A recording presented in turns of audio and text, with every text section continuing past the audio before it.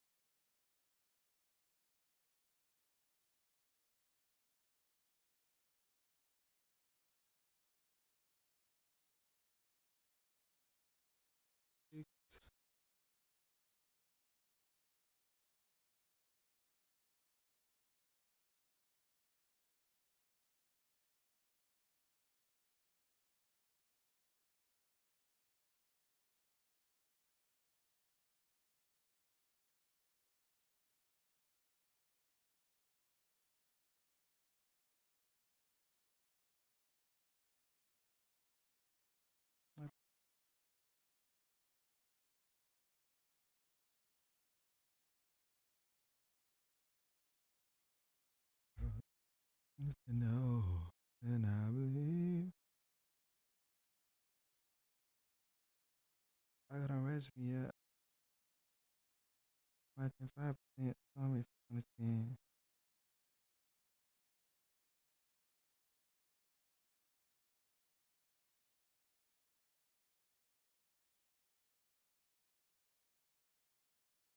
Yeah, yeah, that's just my life fish. I hit real gas, I don't even hit no pin.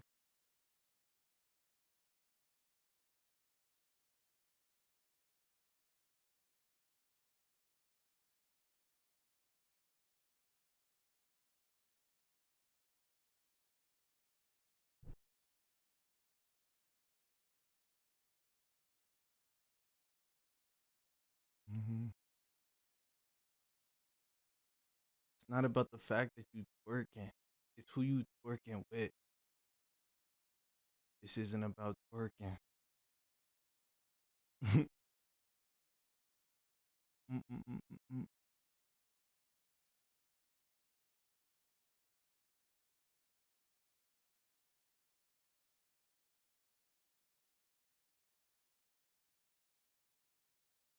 Yo, I should remake the Soldier Boy clip.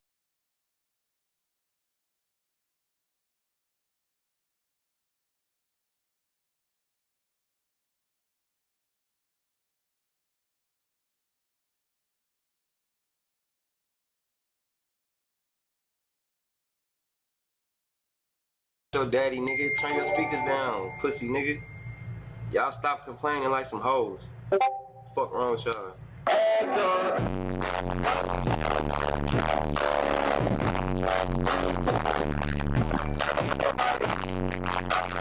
Your daddy, nigga. Turn your speakers down, pussy. Yo, daddy, nigga, turn your speakers down, pussy. Nigga. Y'all stop complaining like some hoes. Yeah, stop complaining like Fuck some wrong hoes. with y'all.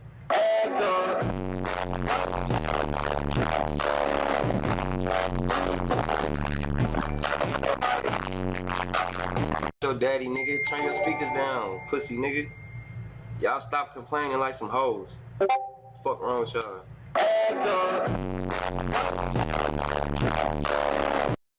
What are you doing?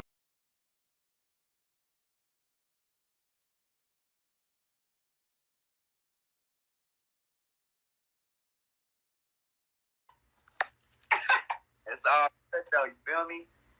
You feel me? We still the millions of dollars. Now it's 2022. We're about to take over the whole damn world. 2022, by the end of this, niggas gonna be number one. I don't want to hear nobody else number one, nigga. I'm gonna be trying to find 100K in the future. Watch. It's all good though, you feel me? You feel me? Why would he do that to the you? millions of dollars. Now it's 2022. We're about to take over the whole damn world. 2022, by the end of this, niggas gonna be number one. I don't want to hear nobody else number one, nigga. I'm gonna be trying to find 100K in the future. Watch. Why would he do that? It's all good though, you feel me? You feel me? Are you ready? I'm ready. It's a little weird one, but I think the dude's coming from a cockfight. This man was just going to get a warning How does he know that? until this cop opens the trunk. Hey, boss, how you doing? Good, how you doing? Good, man. I'm Sergeant Boyce. The reason I'm stopping you, on top of the speed, you I ain't your daddy, nigga. Turn your speakers down.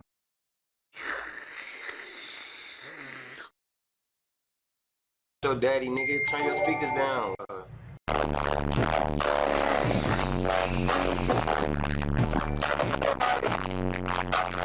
Your daddy, nigga. Turn your speakers down, pussy.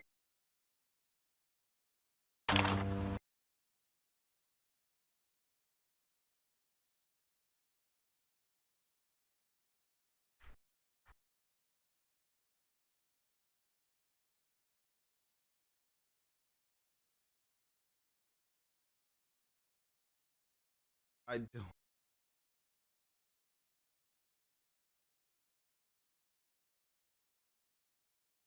Man, if y'all don't get out my chat, LA Captain, you can suck my dick.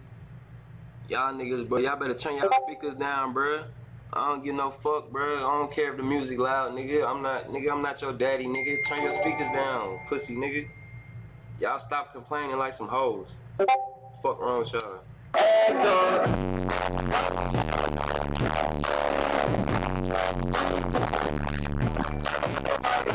Man, if y'all don't get out my chat, LA. Do you remember this song?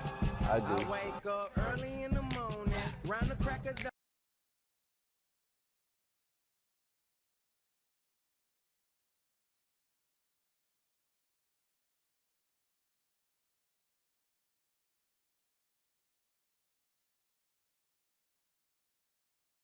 Yeah. Gotta get.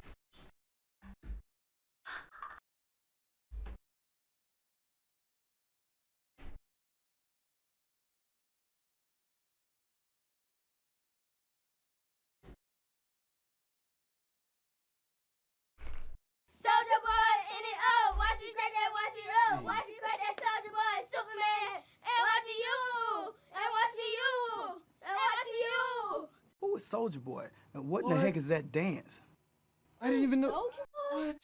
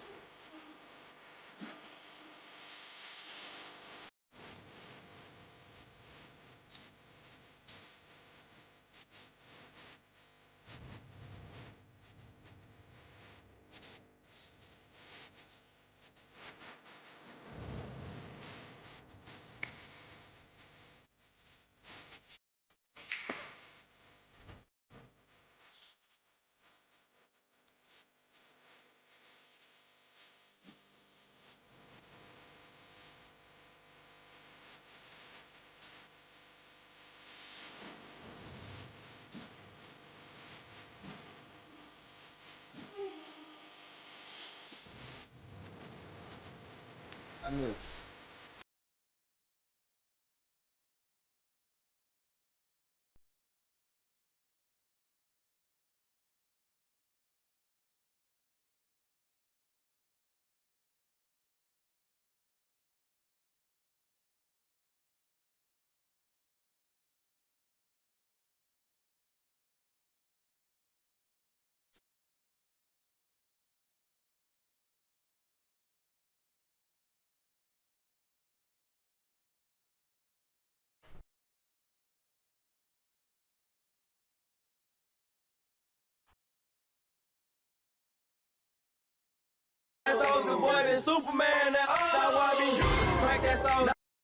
Fuck, can I even listen to silent?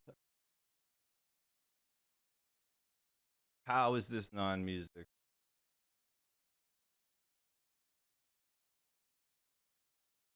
This is gonna be lit. This is gonna be lit. Welcome to the quiz place. Even if I don't know. Guess the song, 1976 to 2026. Let's get started. Can you guess this song? Bill Murray.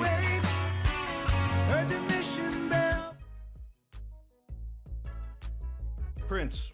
Bill Murray. Welcome to the Hotel California. What about this one? Now there you go again. You say you want. Share your answers in the comments down below. Tell me.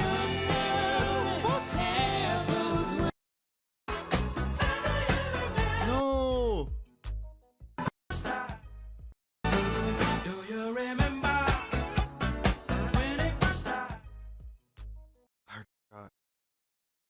Water, earth, and fire?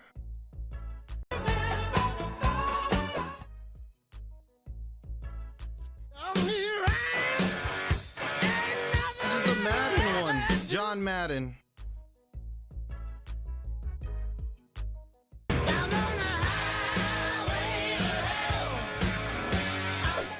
Guess that song.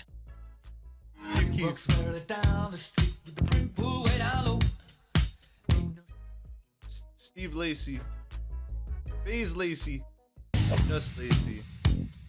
Another one bites the dust. Why didn't he? What song is this? Just a small town girl. Living in a I want to know.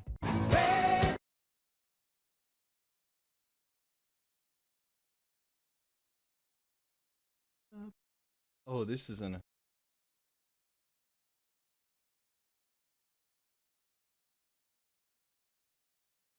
Just this.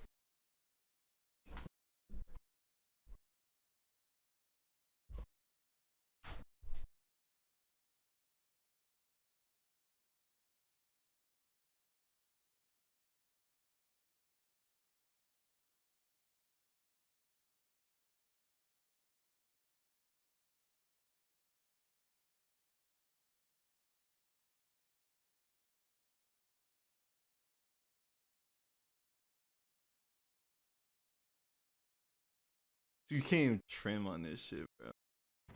Sit down, shawty.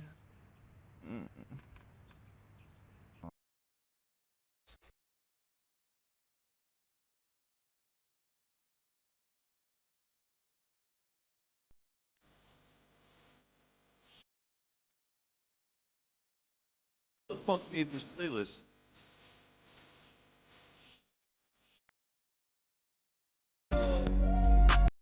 Yeah, I have bad memories. Is it this one? Blunt. You put my hand in the cuffs. Wait, what's that one song? What's that song I was listening to? Oh, wait.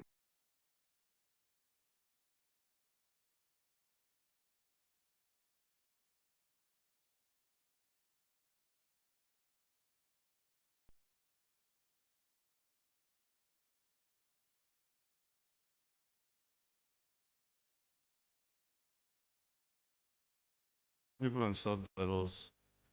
There's no subtitles? 在力量中，这全是关于力量，将两个柠檬系在一起。你真正拥有的只是算色。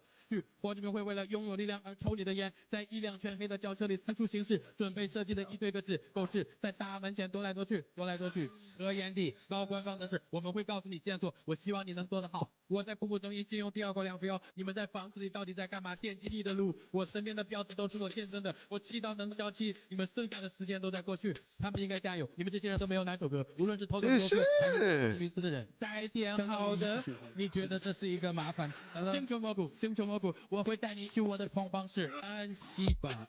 这全都合理。是的，是的，是的，所有这些人都在窃取我的风格，我能发挥我的流程吗？是的，像 Kodak 那样梦境那个绿人，是的，你知道的贱人，是的，我把这些东西都退回去，所以那个女人我有钱，我输钱就没什么。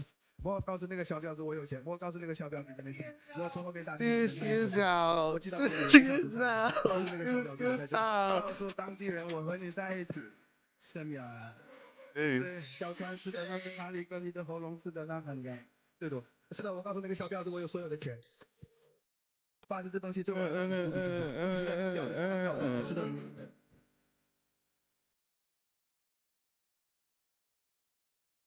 那个我可以在那个我的祈祷上，我讨厌我的游戏是我不能感受我的所有痛苦。当我在雨中挣扎时，当我没有上帝，没有并不是傻瓜。所有这些标准，他们都希望我在一个夜晚里打破他们的期待，追上他们。来，棒！我不在乎你在说什么，你知道我不是在玩，我在追求我的财富。告诉天，我准备好了。如果那家伙说话，我非常说我太重了，我在追求他，链子挂在我的脖子上，花了我20看完你的钻石，看起来很硬，他们是假的年轻的家伙。这是不实的立场。我靠，我们在。如果你相信年轻的家伙，我不想要西装和领带。我爱你们，我爱你们。哦，21。对。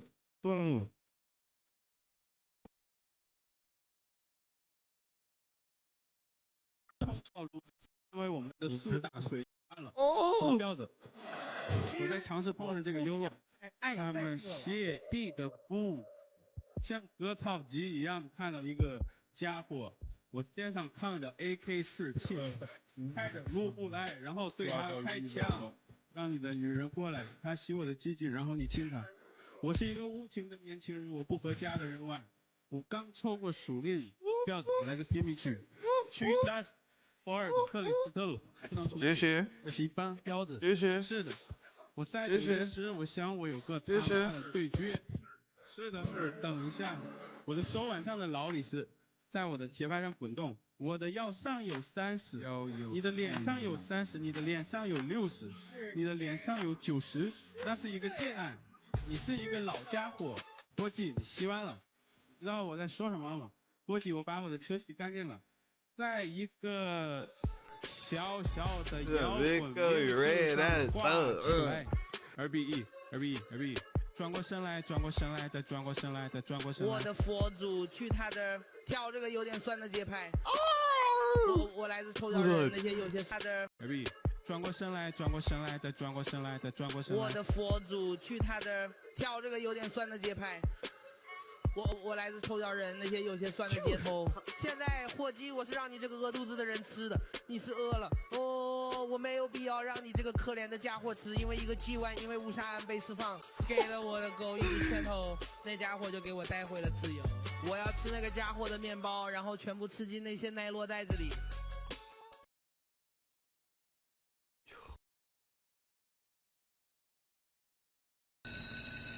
Rapping. I don't know. But I'm gone like back to back. Cause I'm on. Bro.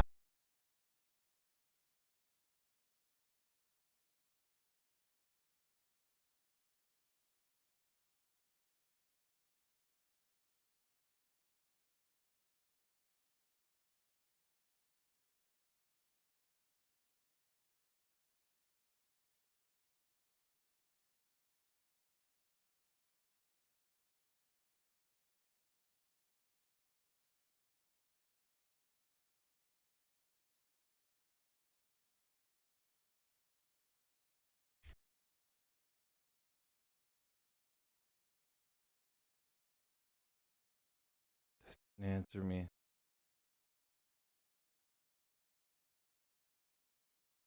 We'll see both.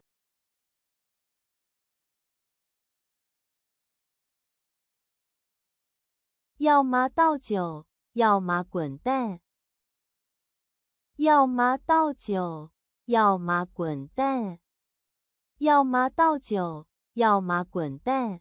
Yama Dojo Yamagundan. 要么倒酒，要么滚 Yow. 蛋。Been a minute. It's been exactly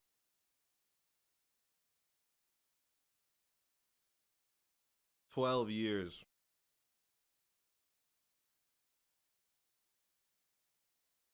要么倒酒，要么滚蛋。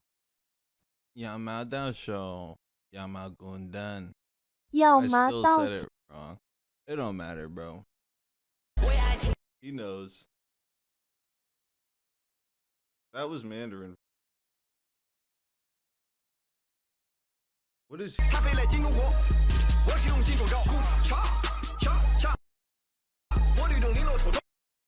Silk and satin.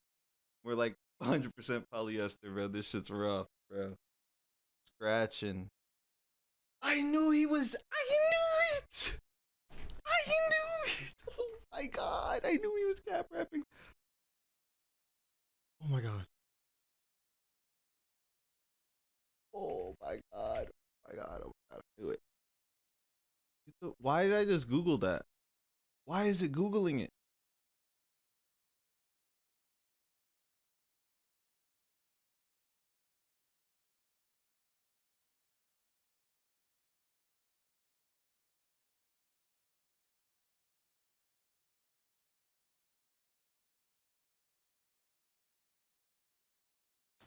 I might be barking up the wrong. I might be barking up the wrong. I'm gonna figure it out. I'm gonna figure this one.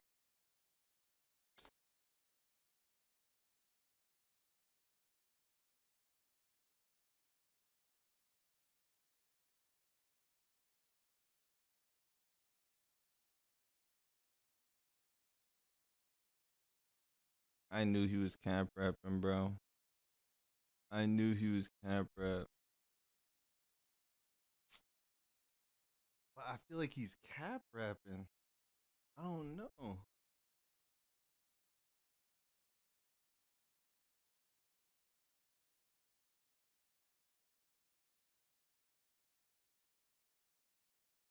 I knew he was camp rapping, bro.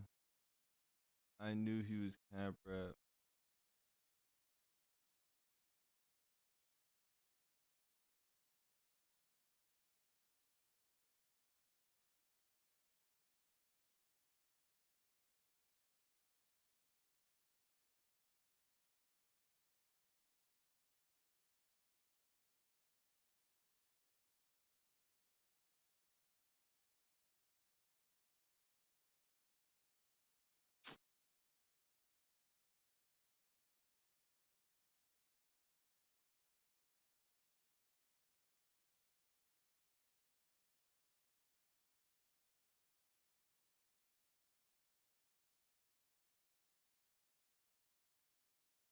knew he was cat, bro.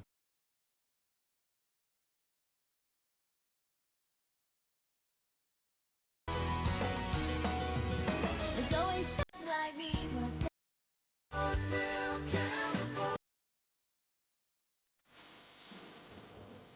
Mas, olha aí. Okay, I'm gonna wash my face. Oh wait. Wait. This is the perfect way to wear this.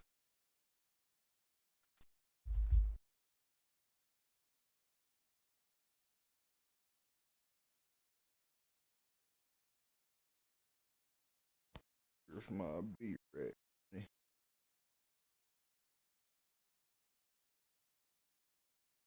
Beat said we can drink together as a family. Very progressive.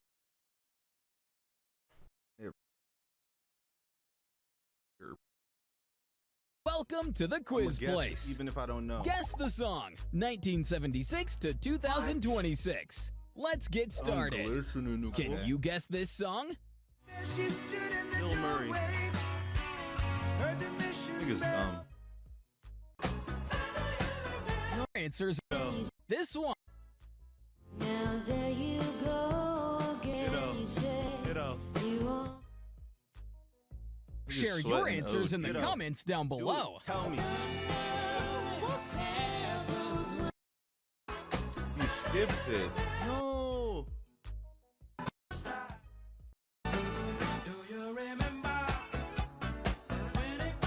He doesn't know it's Earth, Wind, and Fire. Water, Earth, and Fire?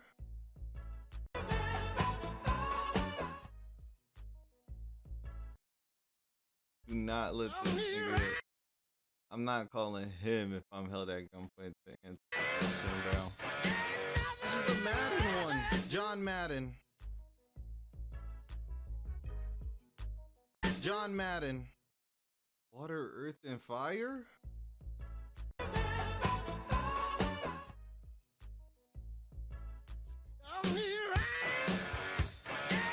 This is the Madden one. John Madden.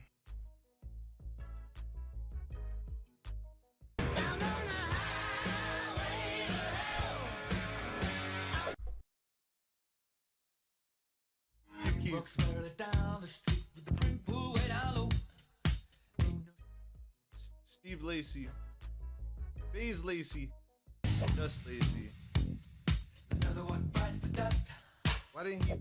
What song is this? Just a small town girl. Oh, I should go back to that. I want to know.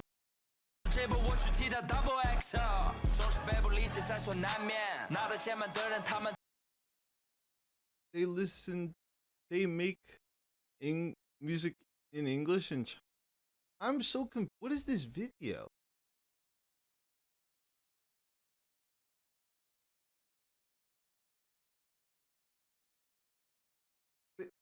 Is this the Chinese under?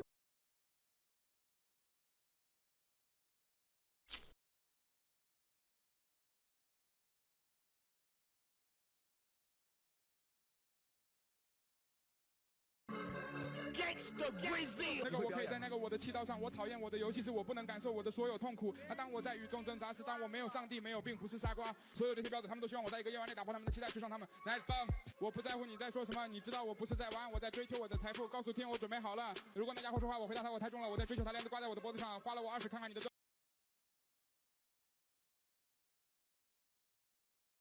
Oh, we don't want to pull that up. Okay though. I'll do good towards the end. Dude. I hear the drums echoing tonight. I hear the drums. Cheers all around.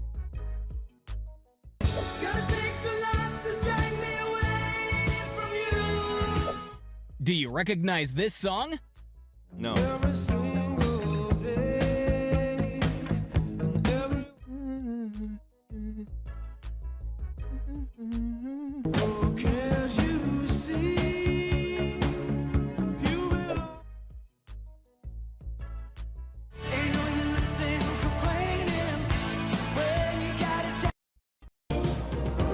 song. It doesn't hurt me. Do you wanna feel? Stranger Things soundtrack, 1980. If only could, I'd make a deal with God, and I Get in the swamp our places. It doesn't make a difference if we make it or not. We got it.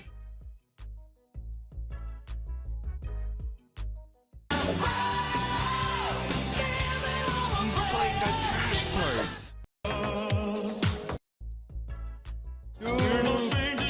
Duke.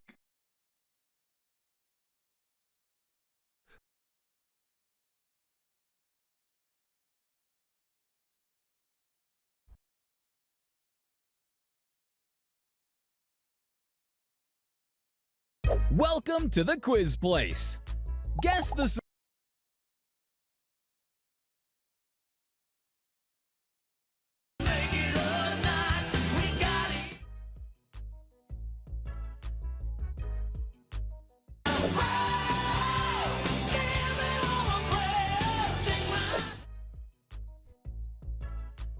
We're no strangers to love. We're gonna keep you up. You know, we're gonna wake you down. Now we're gonna run around and desert you.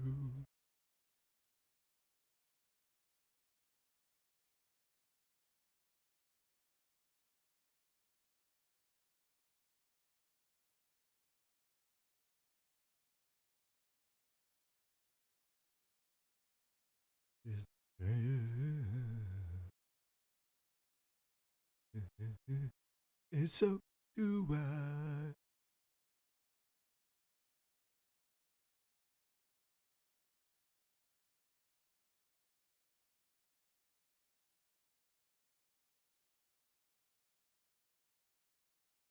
Duke's name's not Duke. That's heartbreaking.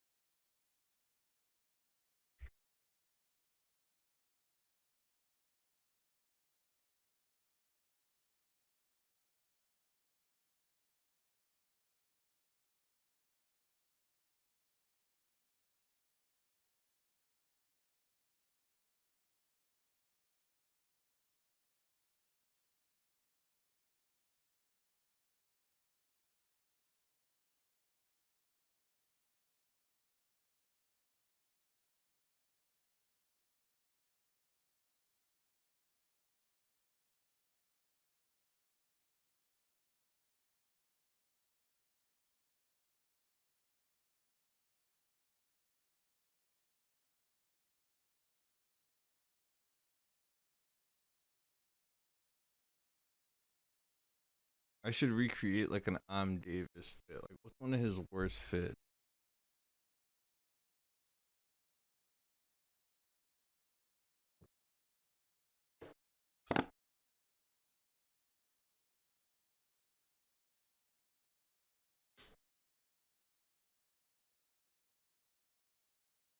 I don't even.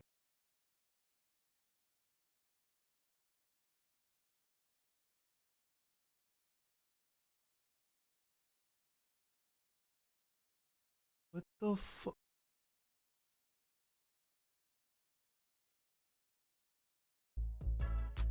I hate this game, bro. I'm never going on that site again. I'm never going on that site again.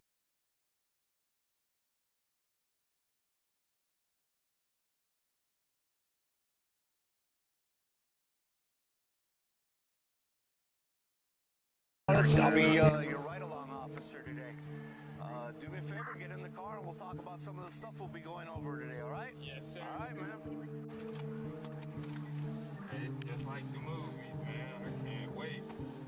Hopefully it won't be too much like the movies. I want some action, man. All right, man. Hey, have a good time. I want some action, man. I'm police for the day, man. I need action. Oh, no.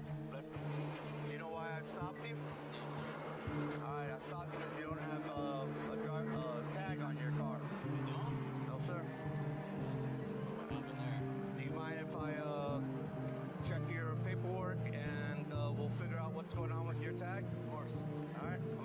back to the car. I'll be right back. The music. What the hell are you doing? You're not supposed to have a firearm. Drop it. Drop it. Drop it. I thought you needed backup, man. I was trying to give you some backup. I appreciate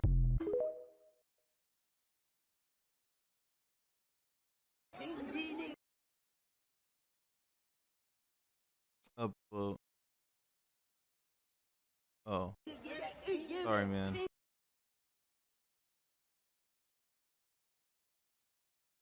Bruce is.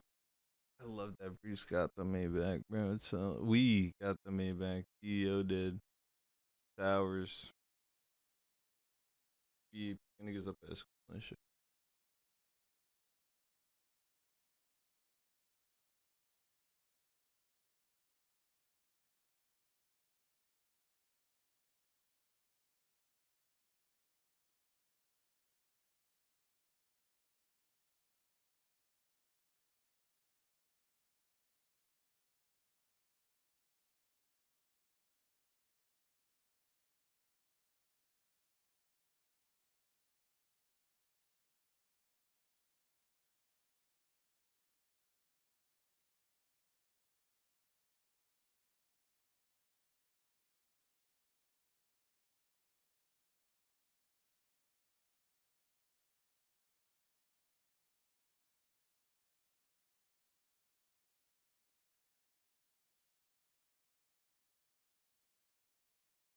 Gotta try again. What the fuck does this shit say? That's a bad look, but oh, it's Supreme. Yeah, I don't.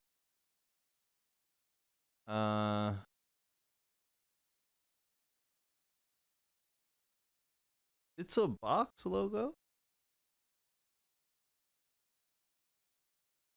It's definitely a box logo.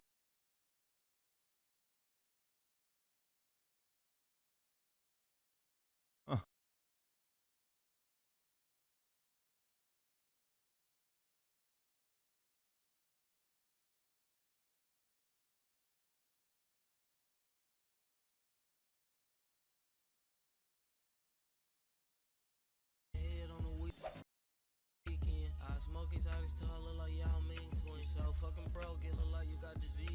I fucked his BM, he telling niggas that we enemies. I got a DM, a nigga said, do you remember me? My cousin asked me, did they find out who shot Lil Reese?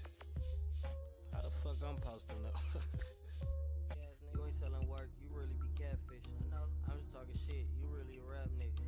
I be with the bosses, you one of the staff niggas. I fuck your bitch, crack jokes and laugh with you. My little nigga black and ugly, shoot like Tony Snell. Nigga trying to keep up, but he ain't got Money for his bill. That little bitch broke until just my hair and nails. He swung, guys. Getting ready to go straight to hell.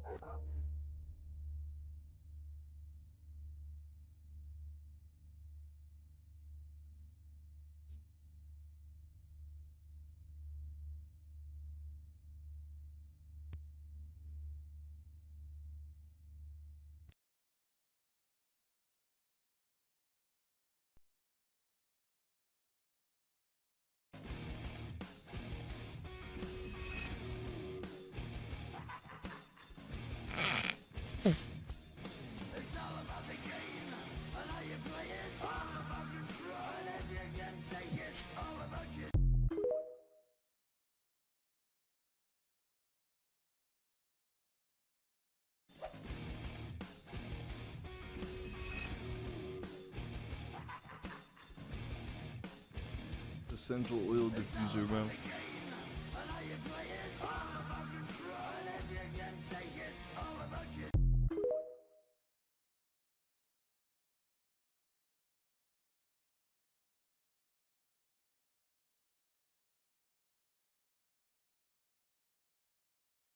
I forgot that's 4-star.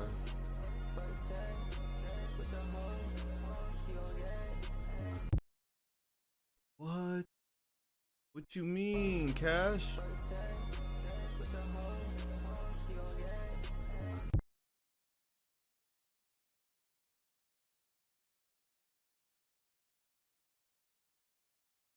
Yeah. The wiener wagon. Lord, if you love me, you'll flip that motherfucker. You hear me? If you fuck with me, G.O.D.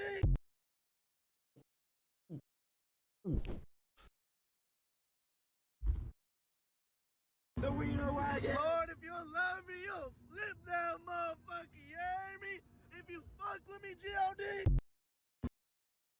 You say, babe? You want 50 cents?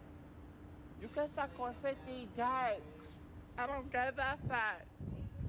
Don't try to touch my fucking face, you fucking weirdo. Why do I hear the MTA? You say, babe? You say, babe? The MTA just be playing? You can suck on 50 dicks. I don't go that fat. Don't try to touch my fucking face. The MTA just be outside? Right, the P Daddy.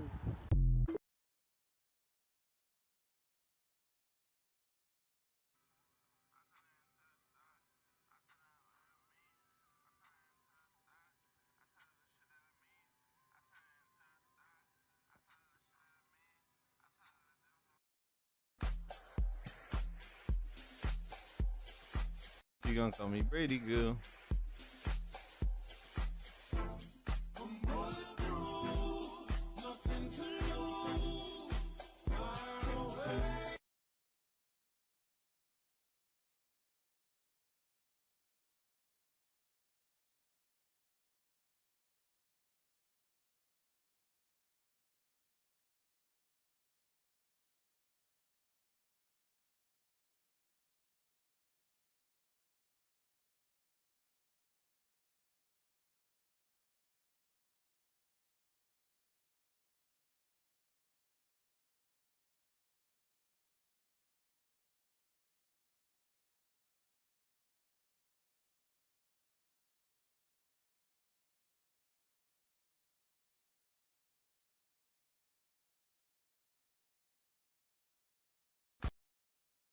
Did Darman retire?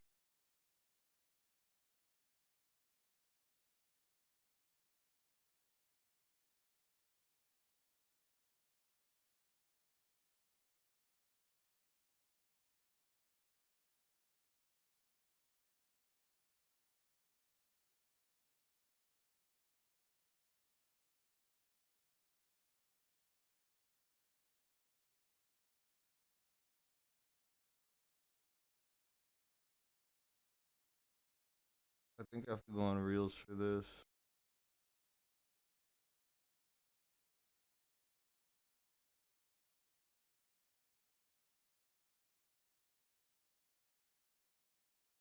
Yo.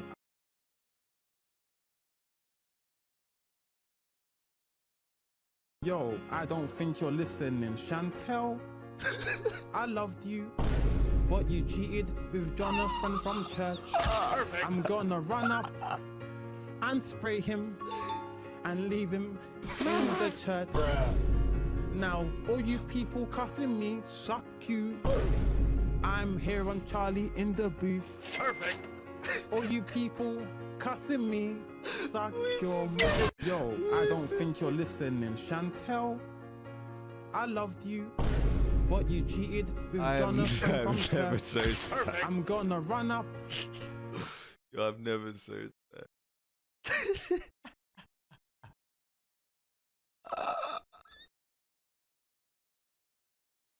What do you mean, tangent? Until I love you. Sorry, babies. I'm here now, though. Yeah, I'm No, here. you're now. here. I'm here. I'm No here shirt, no shirt. Okay, no shirt. Look at that. Yeah, no shirt. All right, so we're gonna do this fire I wanna booting, go yeah? on Charlie in the booth. Are you sure you're ready for this, though? I'm ready for this. I'm ready for Because this. it's a serious. Yeah. Wait, how does Let's he... go to that all-important time of the show once again. My favorite part of the show. Fire in the booth. Let's do this. And right now, it's all about this guy who's got the maddest heat on the street right now. His cool documentary just propelled him to fame out there in the hood. Yeah, I'm doning. Let's see this. You know what time it is when you hear this, right? Hey! I waited for this song a long time. I'm here, mama made it.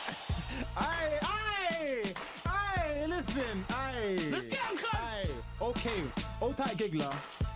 You see, I'm gonna spit some bars. Listen. Get 'em, fam. Listen. Show 'em what you got, Listen. fam. Oh. Remember the S's? Oh. S's. Cheeky. Okay. I'm like, listen. Listen. Listen. Just wait for the drop, just listen. You ready, Charlie? I'm ready, fam. Let me hear it. Yo, I'm like, listen. I don't think you're listening. I got this thing on my wrist and it's glistening. Casio, Yeah, what? I can't You wanna stop thinking raw about me? Chantel. I will leave your man them bloody like raw meat. We'll get the bizzle, but I'll still give her that pow. I will bring your arms out to your mum's house. You wanna war me? Come on, mate. Come on, mate. Your girl, she's sitting on my. Come on, mate. You wanna fight me? Come on, mate. Look. Last night in the hotel room, she was like, "RS, come on, right? No, you're a teaser. You get slapped up by Cam Pleaser. Look, I like Nigerian food, but I'm not a fan. I can't even let him flow, bro. I gotta go back. Bizzle, but I'll still give her that pow. I will bring your arms out to your mum's house. You wanna war me? Come on, mate. Come on, mate. Your girl, she's sitting on my. Come on, mate. You wanna fight me? Come on, mate. Look, last night in the hotel room, she was like, "RS, come on, right? No, you're a teaser. You get slapped up by Cam Pleaser. Look. I like Nigerian food, but I'm not a fan of geezer. Yo, holla at Raz and Shagan. I'm like you, man. Let's hit the casino. Screw, 2-2s now. Go down booth if we go get Juno. What? You know what?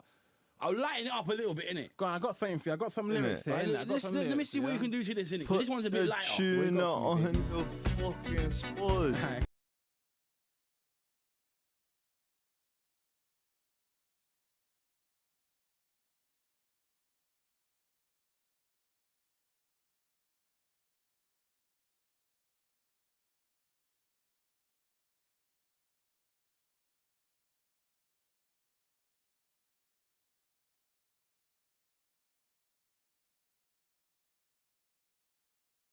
Alright, big man, stop doing that. I'm not gonna talk if this guy get me kind of.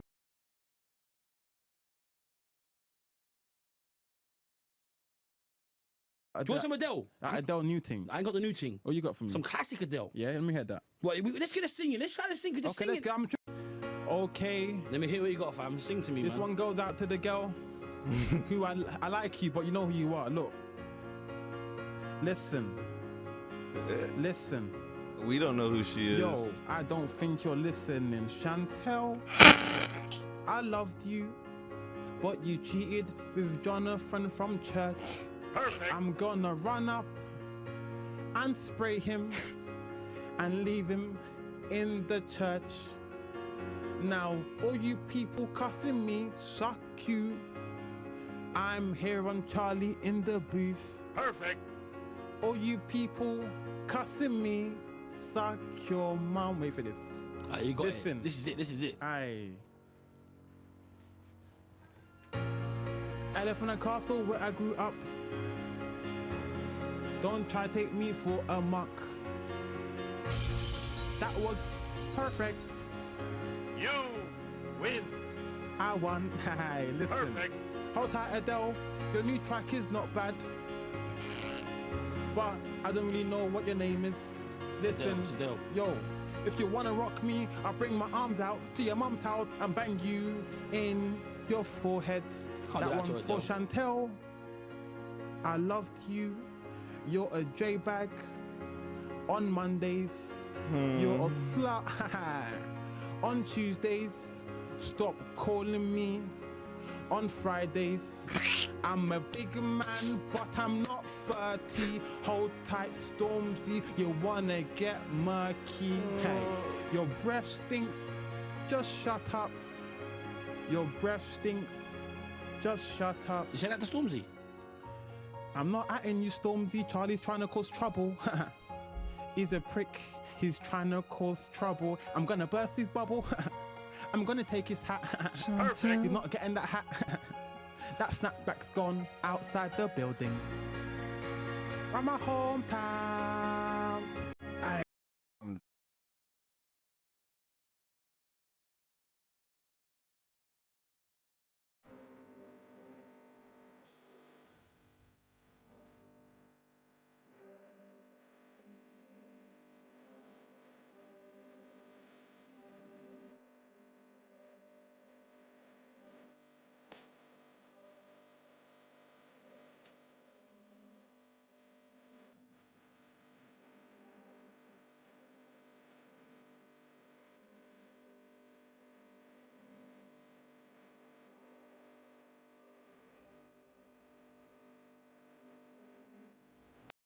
mashup. Yeah, like a sort of S Club 7's best hits, but it's like a 10 out of 10 out of 10. Now that's a hat trick. Listen, unknown people. Niggas love that football, bro. You don't know this is Big Shaq? Yeah, done now. The what? The what? The what? Roll up. What the fuck is this? Why is there a watermark, bro? We had the tech for this.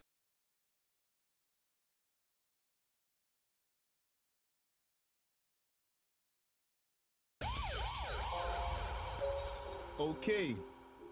Boom. Big Shaq. Ota Asni. Scoop no. Rat no. Usna. Ota the girl them as well. Boom. 2 + 2 is 4. -1, that's 3. Quick maths. Everyday man's on the block. Smoke trees. See your girl in the park. That girl is a uckus. When the ting went quack, quack, quack, you man were ducking. Ota Asni. He's got a pumpy. Old type my man. He's got a frisbee. I trap on the road. Moving that cornflakes. Rice crispy.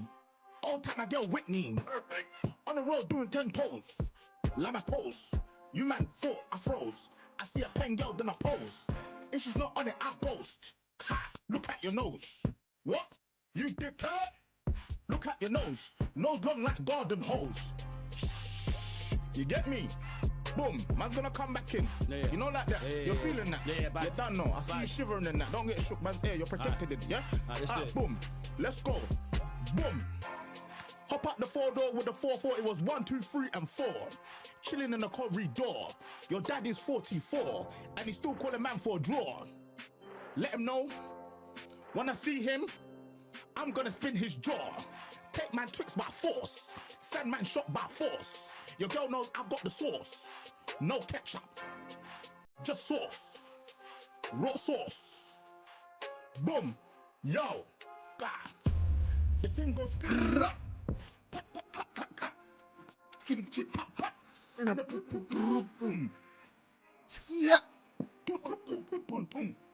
Oh. You was following for that.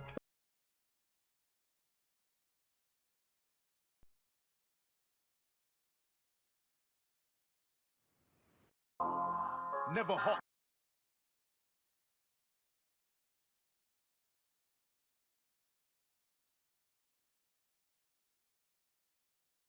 You know man's international now, fam. Man don't...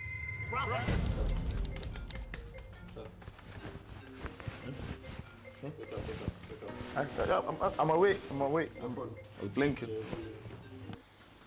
Hello. Hello, Shaq. It is finally time. Yo, he need enhancements bad. It won't be easy, but you can do Enhance. it. Change your clothes, be incognito, Yo. stay low key. I'm Yo, gonna tell send him you to the keep details. going. I got a roll. No! No! I'm awake. I was blinking. No! Hello. Hello, Shaq. It is No, finally he's time. gonna slime I'm sending you. on a mission. He It does won't not be easy, care. but you can do it. Change your clothes, be incognito, stay low key. I'm gonna send you the details. No! I got a roll. Don't roll! Don't run! Hey. DJ Bumbo Clap, man. Old type Mac, you done know. Boom, listen. Like a invasion of Trini, innit? Oh my.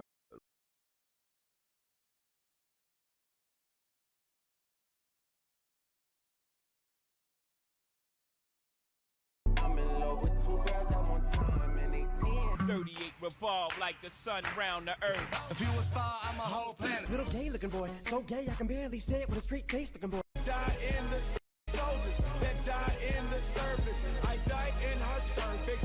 In Barbados, eating sushi like I'm Kung Fu.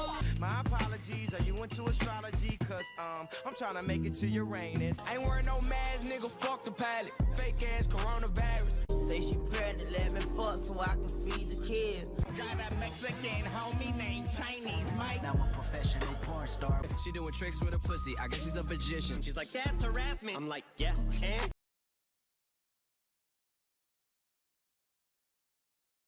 in love with the pen, started fucking the ink.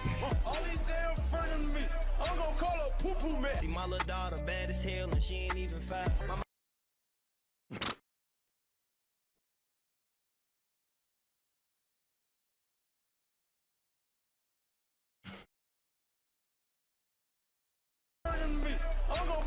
poo-poo man. See, my little daughter bad as hell and she ain't even 5. My mama named me, my papa gave me cock. I'm the biggest rapper, Google me Expedia. What is the opposite?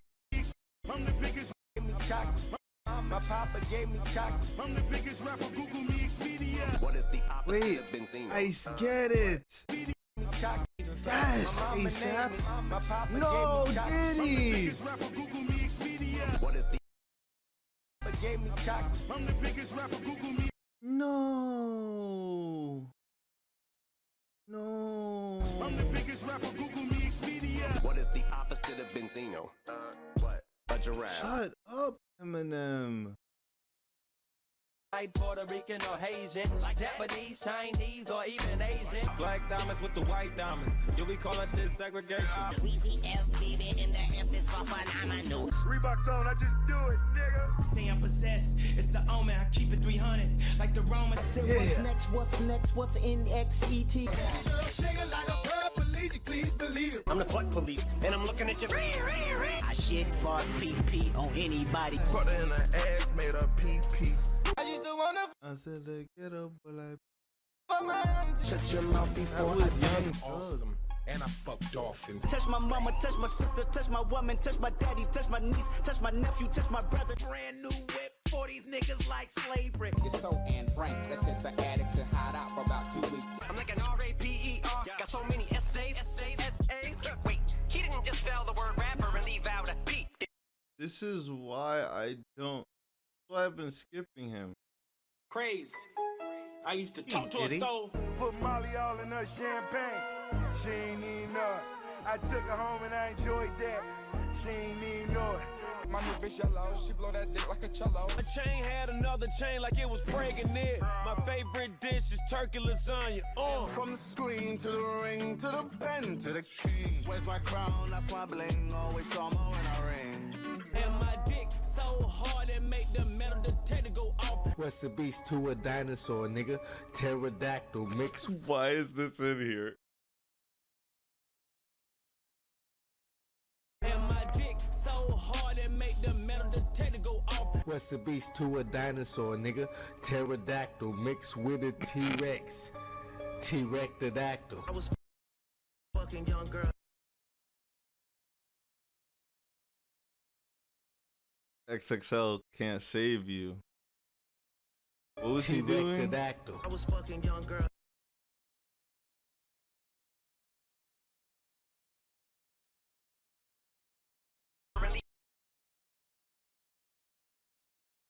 The PP. I used to wanna fuck my auntie. Shut your mouth before I fucking. Awesome. For these niggas like slave. Many essays. Word rapper. I used to talk to a stove. Put Molly. Wait. Did he? They say that I'm crazy. I used to talk to a stove. Put Molly all in her shit.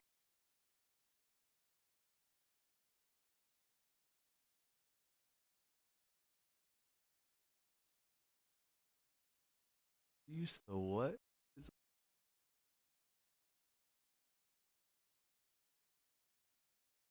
Watch out, little hoe.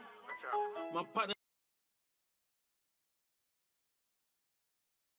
I think you meant. Why is this a separate video? All them niggas out lit. Nigga was outsourcing.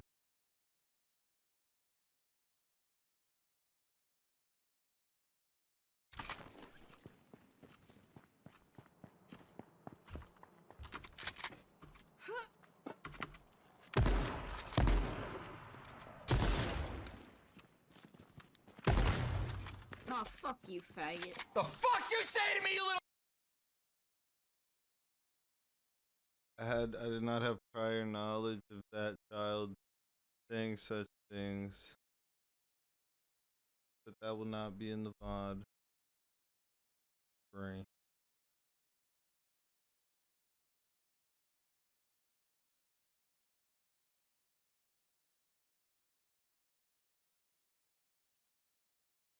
Trust me, streets in the drive, I gotta hop over gates, got a trip for a week, they always go to sleep. It's Jover. What's up, gang? Today we go through every single time a Squeeze team member crashed. Let's start with number 5. Here we got the iconic clip of Squeeze Benz driving with Neon.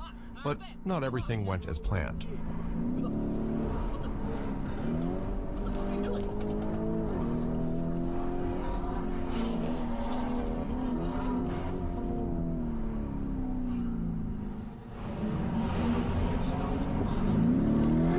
Oh my god, yo, you're tweaking! You're tweaking!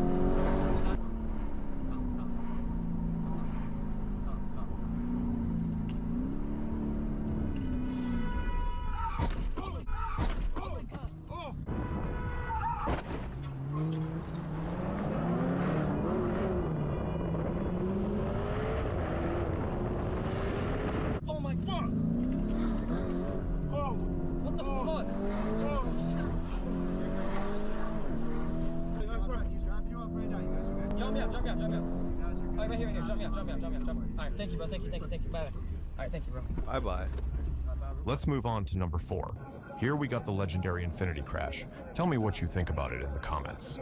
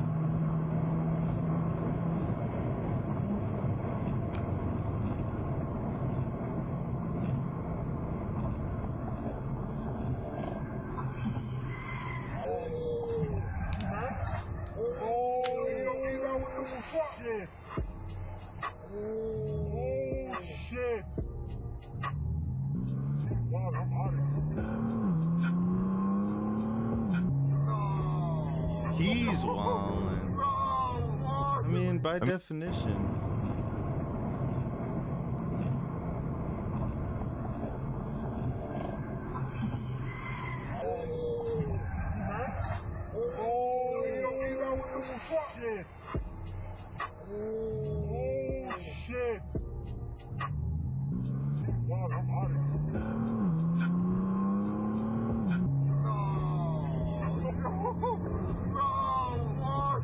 I mean, taking some risky cuts is nice, but when a bystander gets involved, that's too much.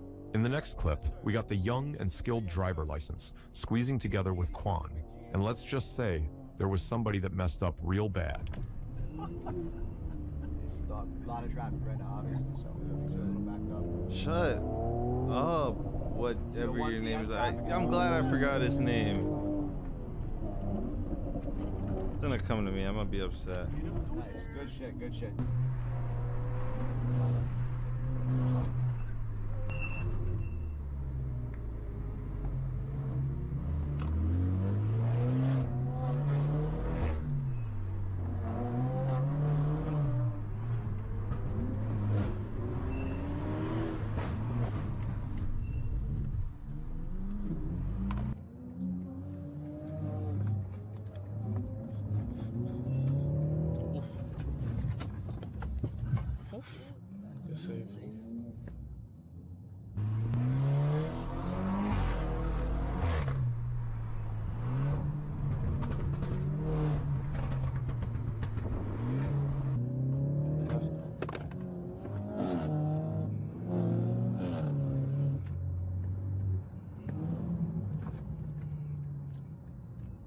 Take it easy though, my brother. Man, this nigga like that though. Take it easy too, shit. That was very tight. Yeah, I ain't gonna lie. This nigga. I'm watching. You see your mirror, right?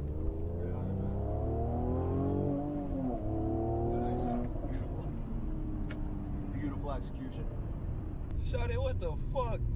Y'all niggas drive black trucks too? I need a driver, nigga. Take a big body type shit.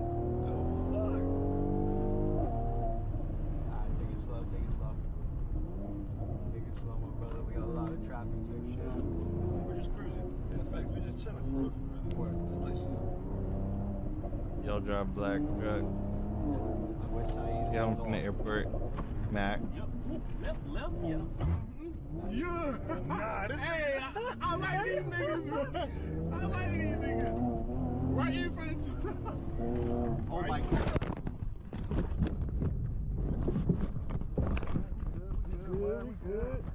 Nah, this nigga. I like these niggas, bro.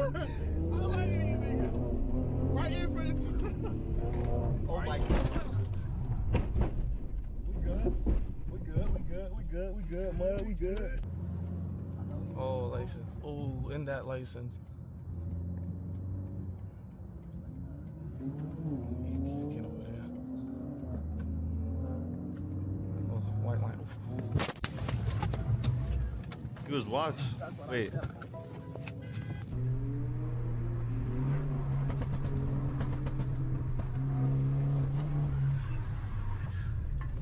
Oh my God. Oh my God. Oh my God.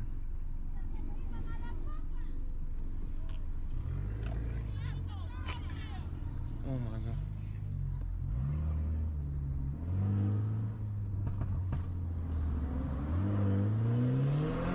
What did she say? Oh my God.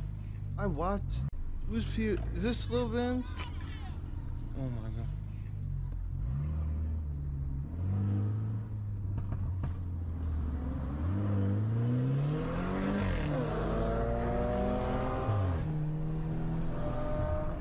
Moving on to clip number 2. Here we got Sean driving just a little too fast.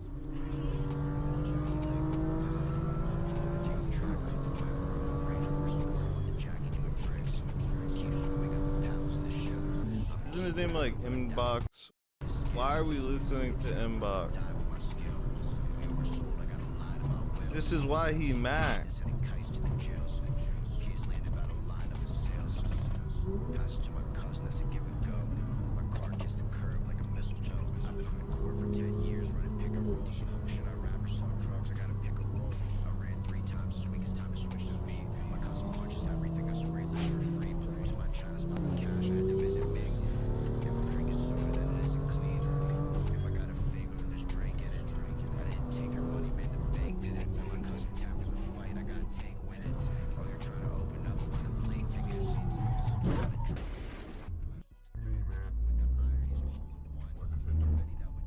Overkill.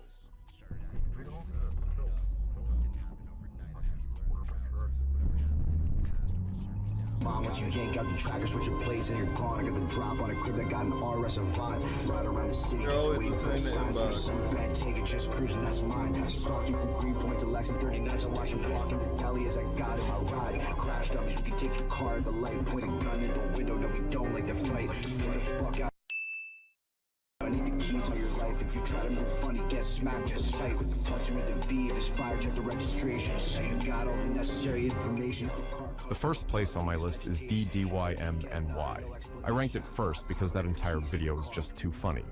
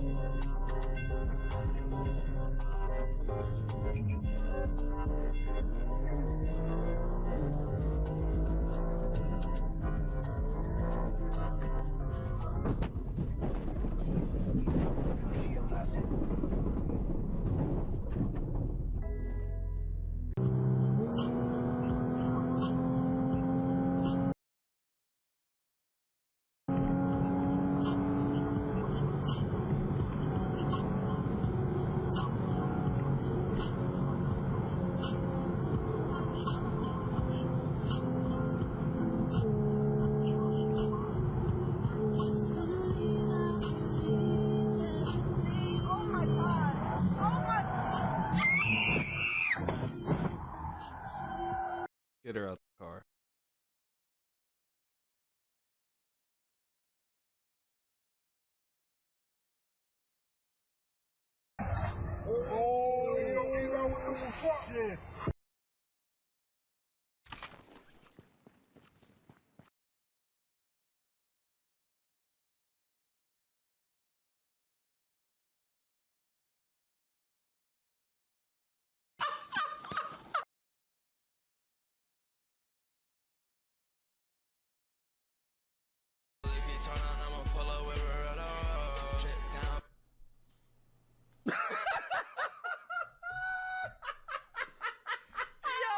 Z, yo, you gone.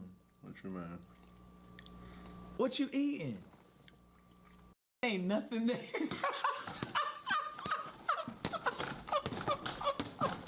Yes, he's a hit maker, songwriter, superstar, right? And a dead beat that should never say more life. Meet the Grams. Don't know. Tell me what they talking about. Hey, I want to see how Wayne come. I ain't gonna lie. Hey, yo. No, I'm saying like, I'm saying like, I want.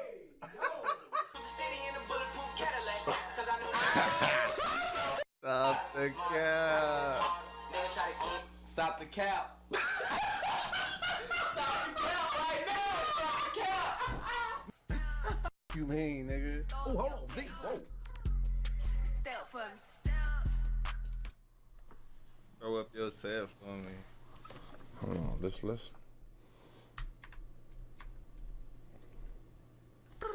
Can't zoom in. Step for me. Right on target. Okay. Wait, did he? It's a little blurry, but I get the picture. Look, be my boy. Everybody else is locked up. Respect that GS9 right here. Respect generation shit. What you bobbing your head for?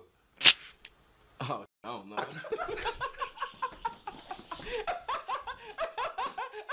Your music getting played in all the spots where boys got a little more pride. Hello. Hello. Hey, Jake Spasm. You know what he said? No, I didn't.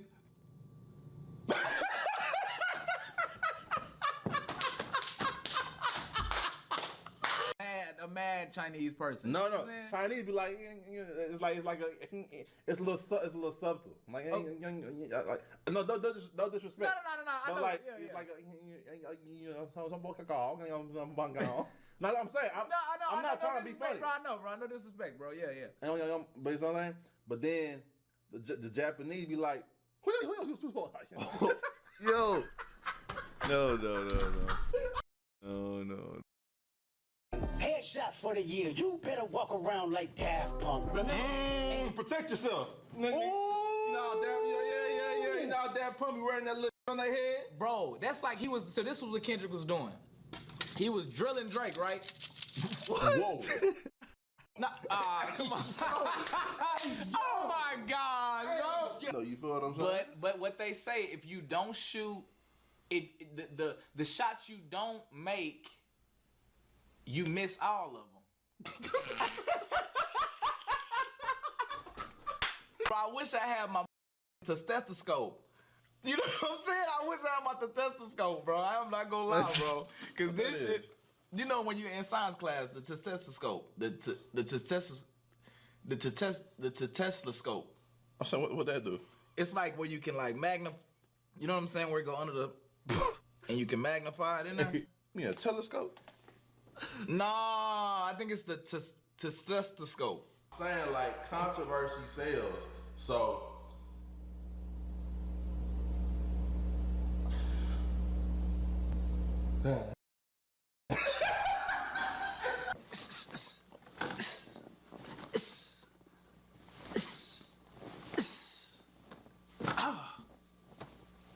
He got me.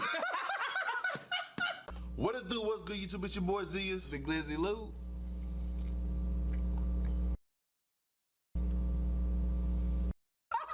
We got YNs. What is he considered? YC.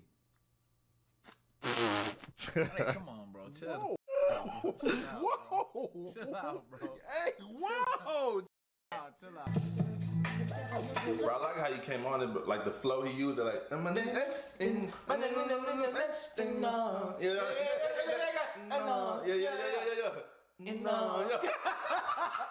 it's almost Halloween. You know what the going on? Who you about to go save though?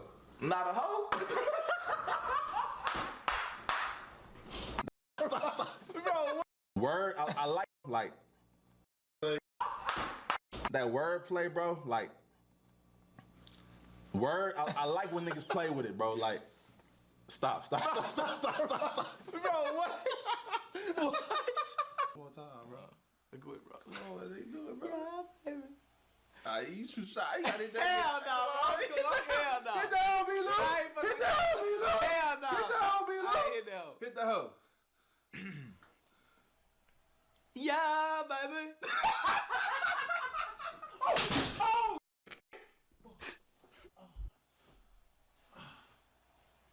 Know if you love your. I got a wife. I don't cheat. You can't know if you love your girl or not until you cheat on her. Why does it sound like this? What's going on right now? Man, that Coronora, you ain't heard about it? The what? The Coronora. The what? The Coronora.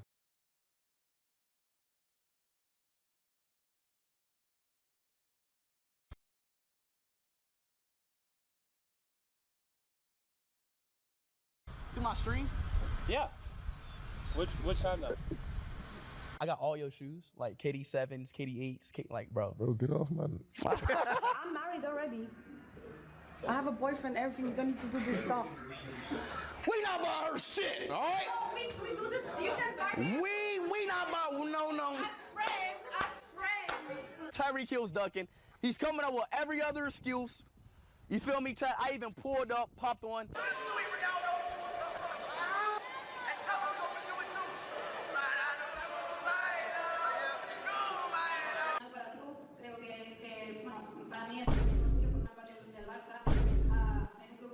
Y también que sí, reconocimiento es brutal. Yo soy de todo el Barça, que me ha dado todo desde que tengo 13.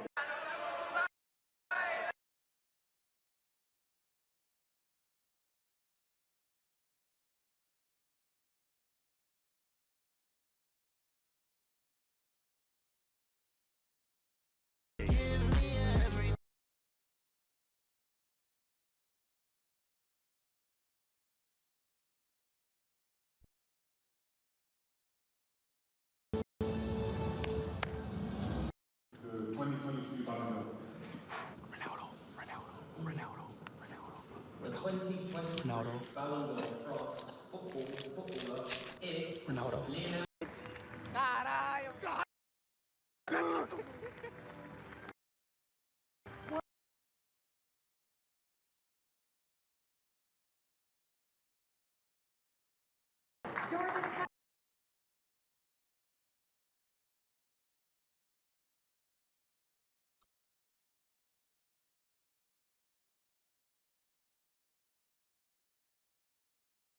Someone asked me, Bryce, how does one maintain / build relations with potential while away in a different city for the summer? Okay, I assume this is something about long distance relationships, situations, things of that sort. It was this guy right here. His name's Ra. Everyone say shout out Ra. Okay, I was supposed to make this video yesterday, but I'm making it today. I have a lot of experience in this matter, okay? Whether that be situationships that were long distance, relationships that were long distance, I agree. almost situationships that were long distance, talking stages, all those kinds of things. I'll tell you the single most important thing that I've learned from all those experiences have been boundaries and expectations. So I guess that's technically two things. Switch to a tank top because I have this long Twitch stream later and I don't want to overheat for it, okay? Which, by the way, you know, Twitch, check it out. Link in bio, probably in the description as well. Yeah, now, fact. boundaries and expectations. What do I mean by that? I mean you either by yourself or with this person need to establish what it is that you want from engaging with this human being. Because depending on if you want a long-term relationship, future marriage, like you genuinely see yourself with this person, or this is just a situationship, you're not sure, you think maybe it could lead to there, or you know that this is going to be nothing,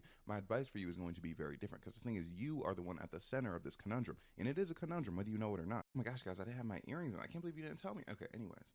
Any relationship, period. All right.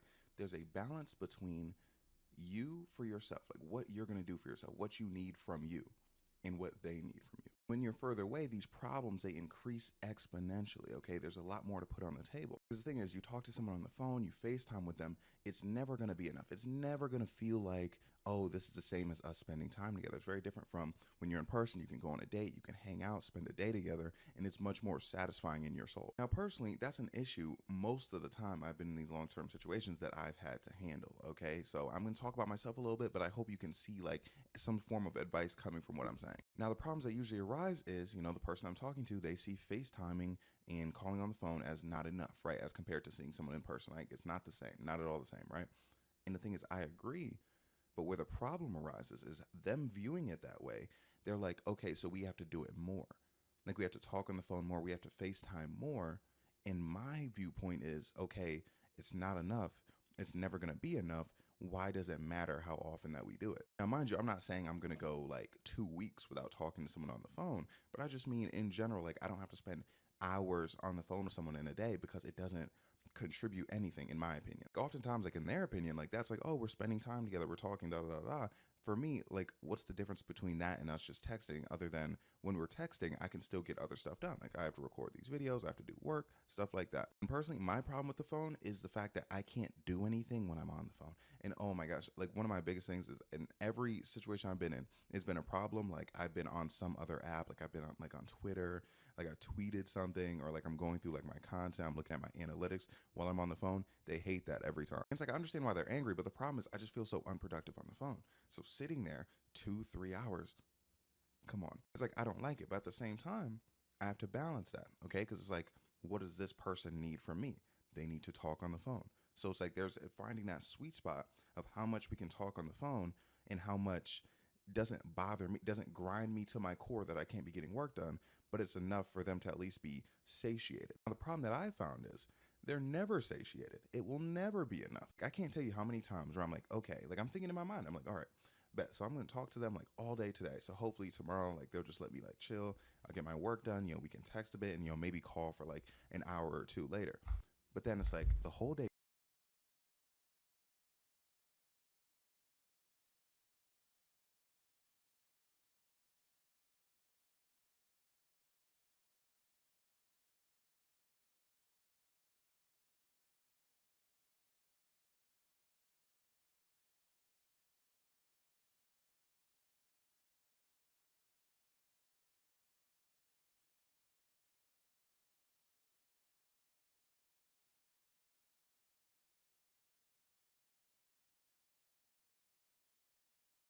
Listen up.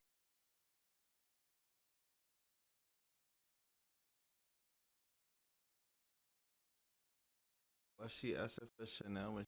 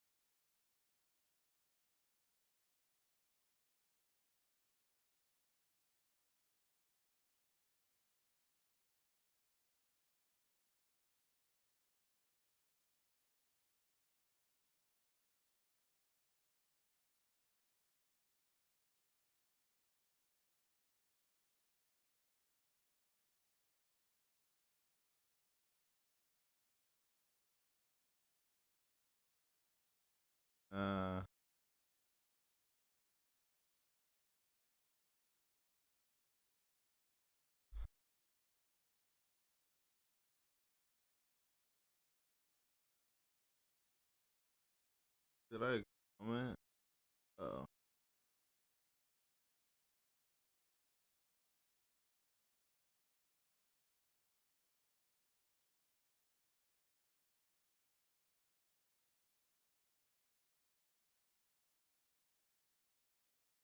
It goes by. Okay, it's great. You know, they're loving that we're talking, all that stuff, right? But then the next day when I'm like, okay, I can't talk right now. I have to do this, this, and this. They're still upset. They're still mad. So what I'm saying is, if you're not someone who's dependent on that kind of, oh, constantly we're going to be on the phone 24/7, and you're talking to someone who is, that is going to be a struggle. That's going to be a hurdle you're going to have to jump over. You will have to figure out what's enough. And I'm telling you, it won't be apparent what's enough. Like I said, you could talk for like 12 hours and it would feel like, and they would still feel like, oh my gosh, you don't talk to me enough. Like you need to find like the true, because like, again, say you like don't talk to him for a week straight. Now you're tweaking, right? But say you talk to him for 30 minutes a day. You might be tweaking again too. But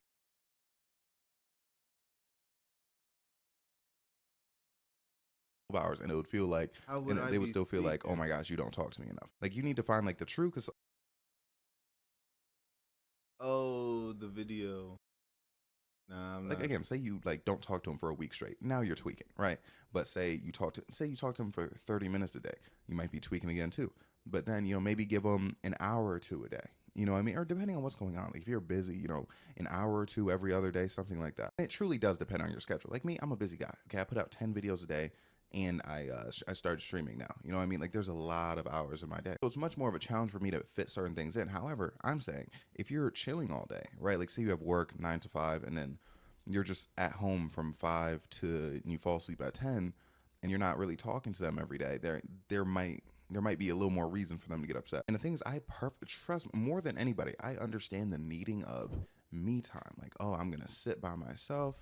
I'm going to go on a walk. I'm going to watch my favorite show. I'm going to play my favorite game. But, I wasn't always as busy as I am now. So it's like when there was a point when I wasn't uploading 9 videos a day and there was a lot of me time, it's like I had to balance that me time with relationship time, if that's something I'm truly pursuing. However, on the opposite end of things, you need to make sure you are taking care of yourself. Like if you're in a place where you can't really talk, obviously like communicate like, hey, I'm busy. Hey, I'm not in the mental place to talk. But if you can't talk, don't force yourself to talk and give away like part of your spirit. Okay. And I don't mean that in like some whoop-de-whoop spiritual sense. I just mean don't lose yourself in the relationship. Because I will tell you, I'm saying I don't like talking on the phone. It's not enough, da-da-da. I wasn't always like that. Okay. There are multiple women.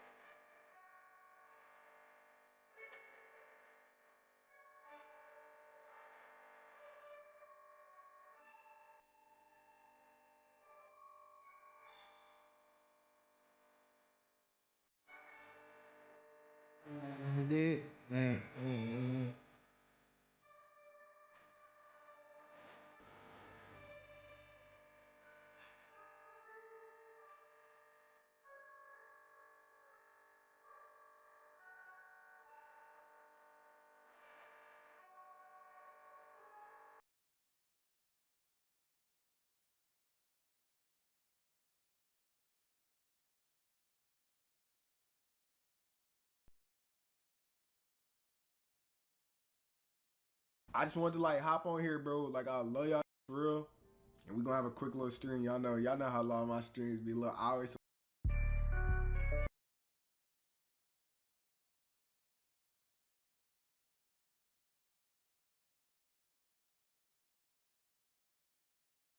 Aren't y'all setups a bit different today by where I tried, I think it was like 2 summers in a row where I wanted to talk to them all day, every day. And I did. Literally me and this one girl, and I mentioned her before, but me and her during summer, because again, mind you, during the year I have class, right? So I have class, I'm making videos. So there are things that keep me a bit busy, you know, but then summer happened. And then she also just happened to quit her job at that time. So we would be on the phone for over 24 hours straight. You know, we would be on FaceTime and then we'd go to sleep, wake up, still on FaceTime. And at the time I liked it. I thought things were great. And a lot of you may find yourself in that situation where it's like, oh, you know, I'm spending all my time with this person. I'm talking to this person all day. I love it. They're so interesting, da, da, da, da. Which I'm not saying you should never talk to someone all day if things are feeling that good for you. What I am saying is things between me and that person, they ended. And then looking back, it felt like so much regret of all the time I wasted. Not just the time talking to her. Like, I was fine that I talked to her, right? Yes, at the time, there's a little bit like, oh man, there are so many baddies that I wasn't really talking to because I was talking to her. But like, no, like, I mean, there were things that I could have been doing with my life that I wasted on her. You know what I mean? Because I was wasting that time on it. And look, look, no matter how great this person is, no matter how much you love this person, there's nobody that should have 24 hours of your day. But it was like looking back over that situation, I'm like, I could have started YouTube, right? I could have recorded more music. I could have made my second TikTok account. You know what I mean? It's like, I understand not everyone has, you know, big lofty goals at whatever age you may be. You know, you may not have any desire to do anything other than be in a relationship. But the thing is, you should. You know, because it's not good for you or the relationship to not have those desires. The thing is, it can be anything. It just be little things that you have to yourself. You know, going to the gym. You know, maybe you like reading. You know, maybe you want to go sit in the park and like just look at a pond or something. Regardless of how much you want this person, okay, you need to make sure that you have things to yourself. That there are parts of you where it's like, okay, this is my thing. When I was in that situation where I was talking to that girl all day on the phone, like, yes, I had my things. Like, yeah, like I still recorded TikToks and everything, but it's like, my entire life was intertwined with hers. Personally, that's not for me. And personally, I don't think that's for anybody. You know, I think everyone needs to be an individual. And that's why looking back at those situations, and yeah, there's a situation where I was talking to a girl every day, and I'll probably tell you about that in a second. But looking back at those situations, it's like these people I was talking to stole my time, right? But they didn't even steal it. I just gave it to them, right? Like, she didn't ask me like, oh, like, can we talk on the phone more? And then I yielded. Like, it was just something I was willing to do, which is something I shouldn't have been willing to do. We can still talk on the phone. Like, if I talked to her for 5 hours a day, that would have been profoundly less than the amount of time that we were talking. Like, that's how often we would talk. It was like, ever since that moment, it's like when I'm in these long-term situations and someone's like, oh, we need to talk more, we need to talk more, I think of it as them trying to steal my time, right? Now, some people would say that's not healthy. You shouldn't look at like every time they want to have a conversation as your time being stolen. But I'd say for my personal growth, that's the best way to look at it. Because my thing is, for all intents and purposes, depending on what it is that you're doing at that given moment, that's exactly what's happening. Like I said, if you're just chilling, you know, say you chill from like 5 to 10 p.m., then that's not really stealing your time. But like, if you have things to do, you have things to accomplish, which I hope you do, then it is that kind of theft. And me saying someone's trying to steal your time, that doesn't mean, oh, you know, if you have something to do, you can never drop it and talk to them. You know, like, it happens. Like, there are moments where it's like, okay, I'm recording something, you know, someone's going through something and they need to talk to me. They can talk to me, of course. There are other times where it's like, I'm trying to get something done, you know, maybe I'm behind on some work, and it's like, you just want to get through to me. And it's like, no, you know, that's not going to happen, because again, I have these things that I'm building for myself. And again, they don't have to be these grand things. Like, maybe you want to go to the gym daily, right? And then someone wants to talk to you the time that you want to go to the gym. You want to read a book before you go to sleep every night, okay? And then someone wants to stay up all night talking to you, okay? It's just very important that you don't always drop everything for this person. And that is not a... Hey, play that hoe. I'm feeling myself. I'm feeling myself. Just bro. Oh. Like the clear.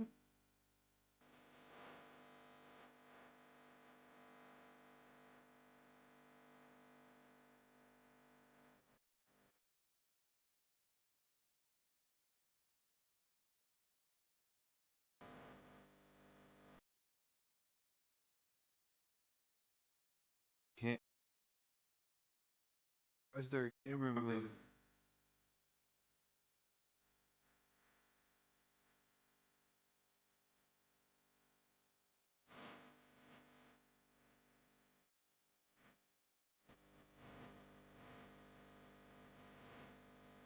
So,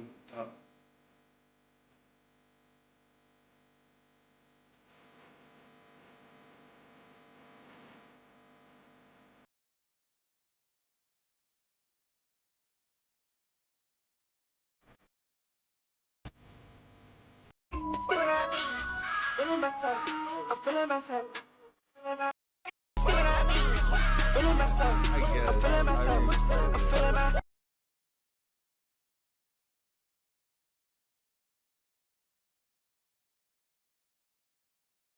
For nearly a century, two titans have dominated the donut industry. Dunkability or Krispy Kreming? Krispy Kreme. Krispy Kreme is 1 dozen glazed Krispy Kreme donuts. Here for the Dunkin' Run campaign. only at Dunkin'. Two companies, two legacies, billions of donuts sold. But after decades of innovation, research, and corporate rivalry, what if I told you there's something they don't want you to know? These two titans have been serving the same donut all along.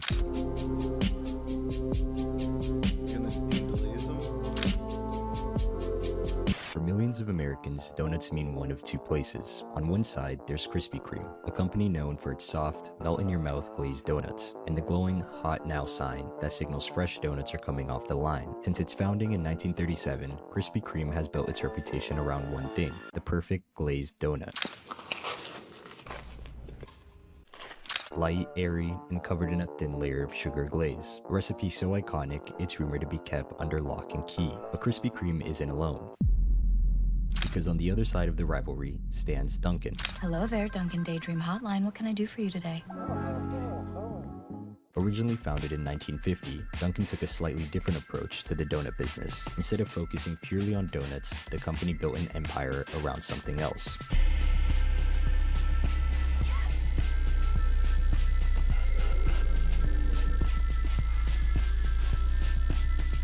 Coffee. Lots of coffee. In fact, Dunkin' sells billions of cups every year, with donuts acting as the perfect companion. Over the decades, these two companies have grown into global brands. Thousands of locations, billions of donuts sold, and millions of loyal customers. Ask a Krispy Kreme fan, and they'll tell you the glaze is unbeatable. Ask a Dunkin' fan, and they'll say Krispy Kreme donuts are way too sweet. Both sides convinced they're right, but there's just one problem. Most people have never actually compared them side by side. The debate continues online, on road trips, and in office break rooms.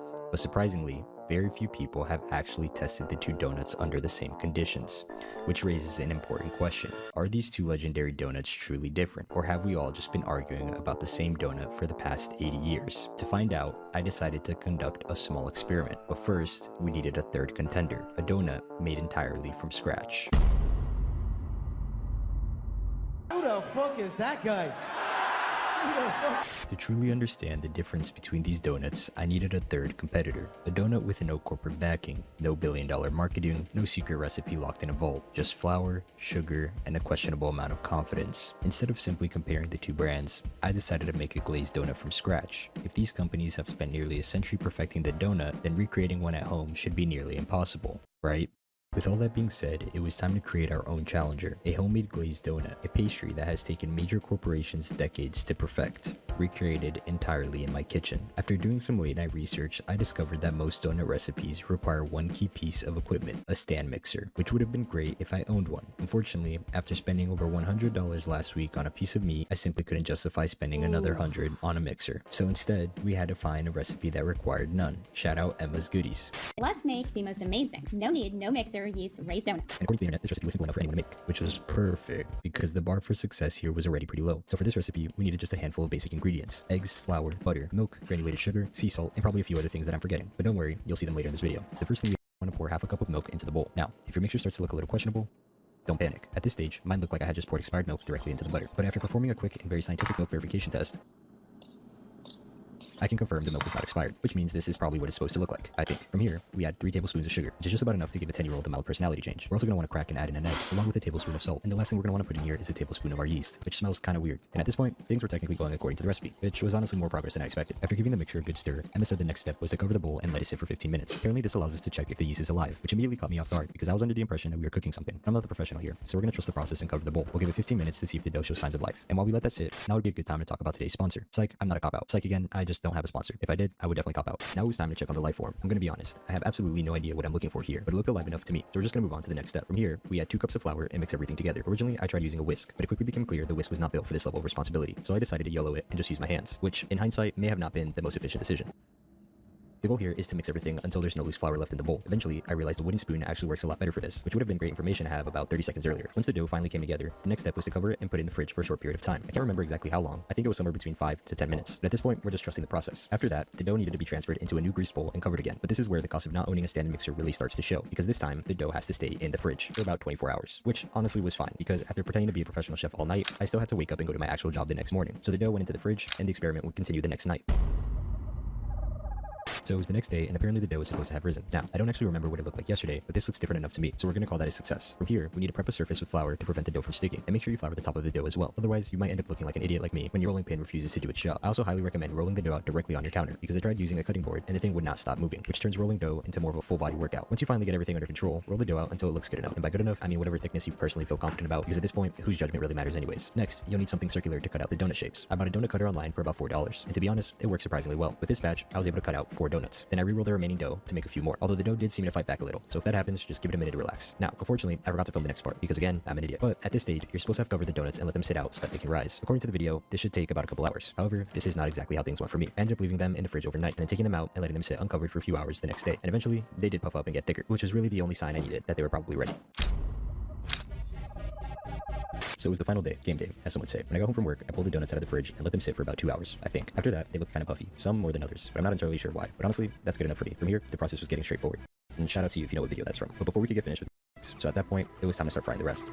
And somehow just magically turns into glaze. I kind of felt like Steve from Minecraft just made, yeah, because we still have a job to do. We needed to go and pick up the competition.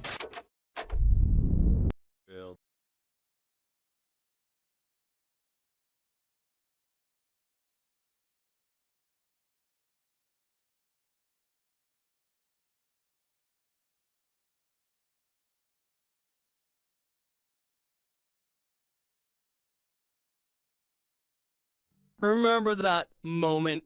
You turn on your favorite nickel.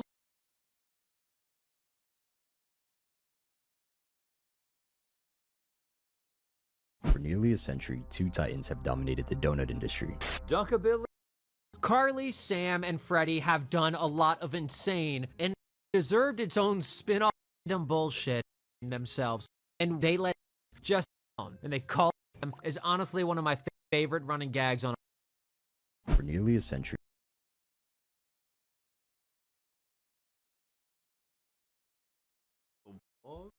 I don't know. 72.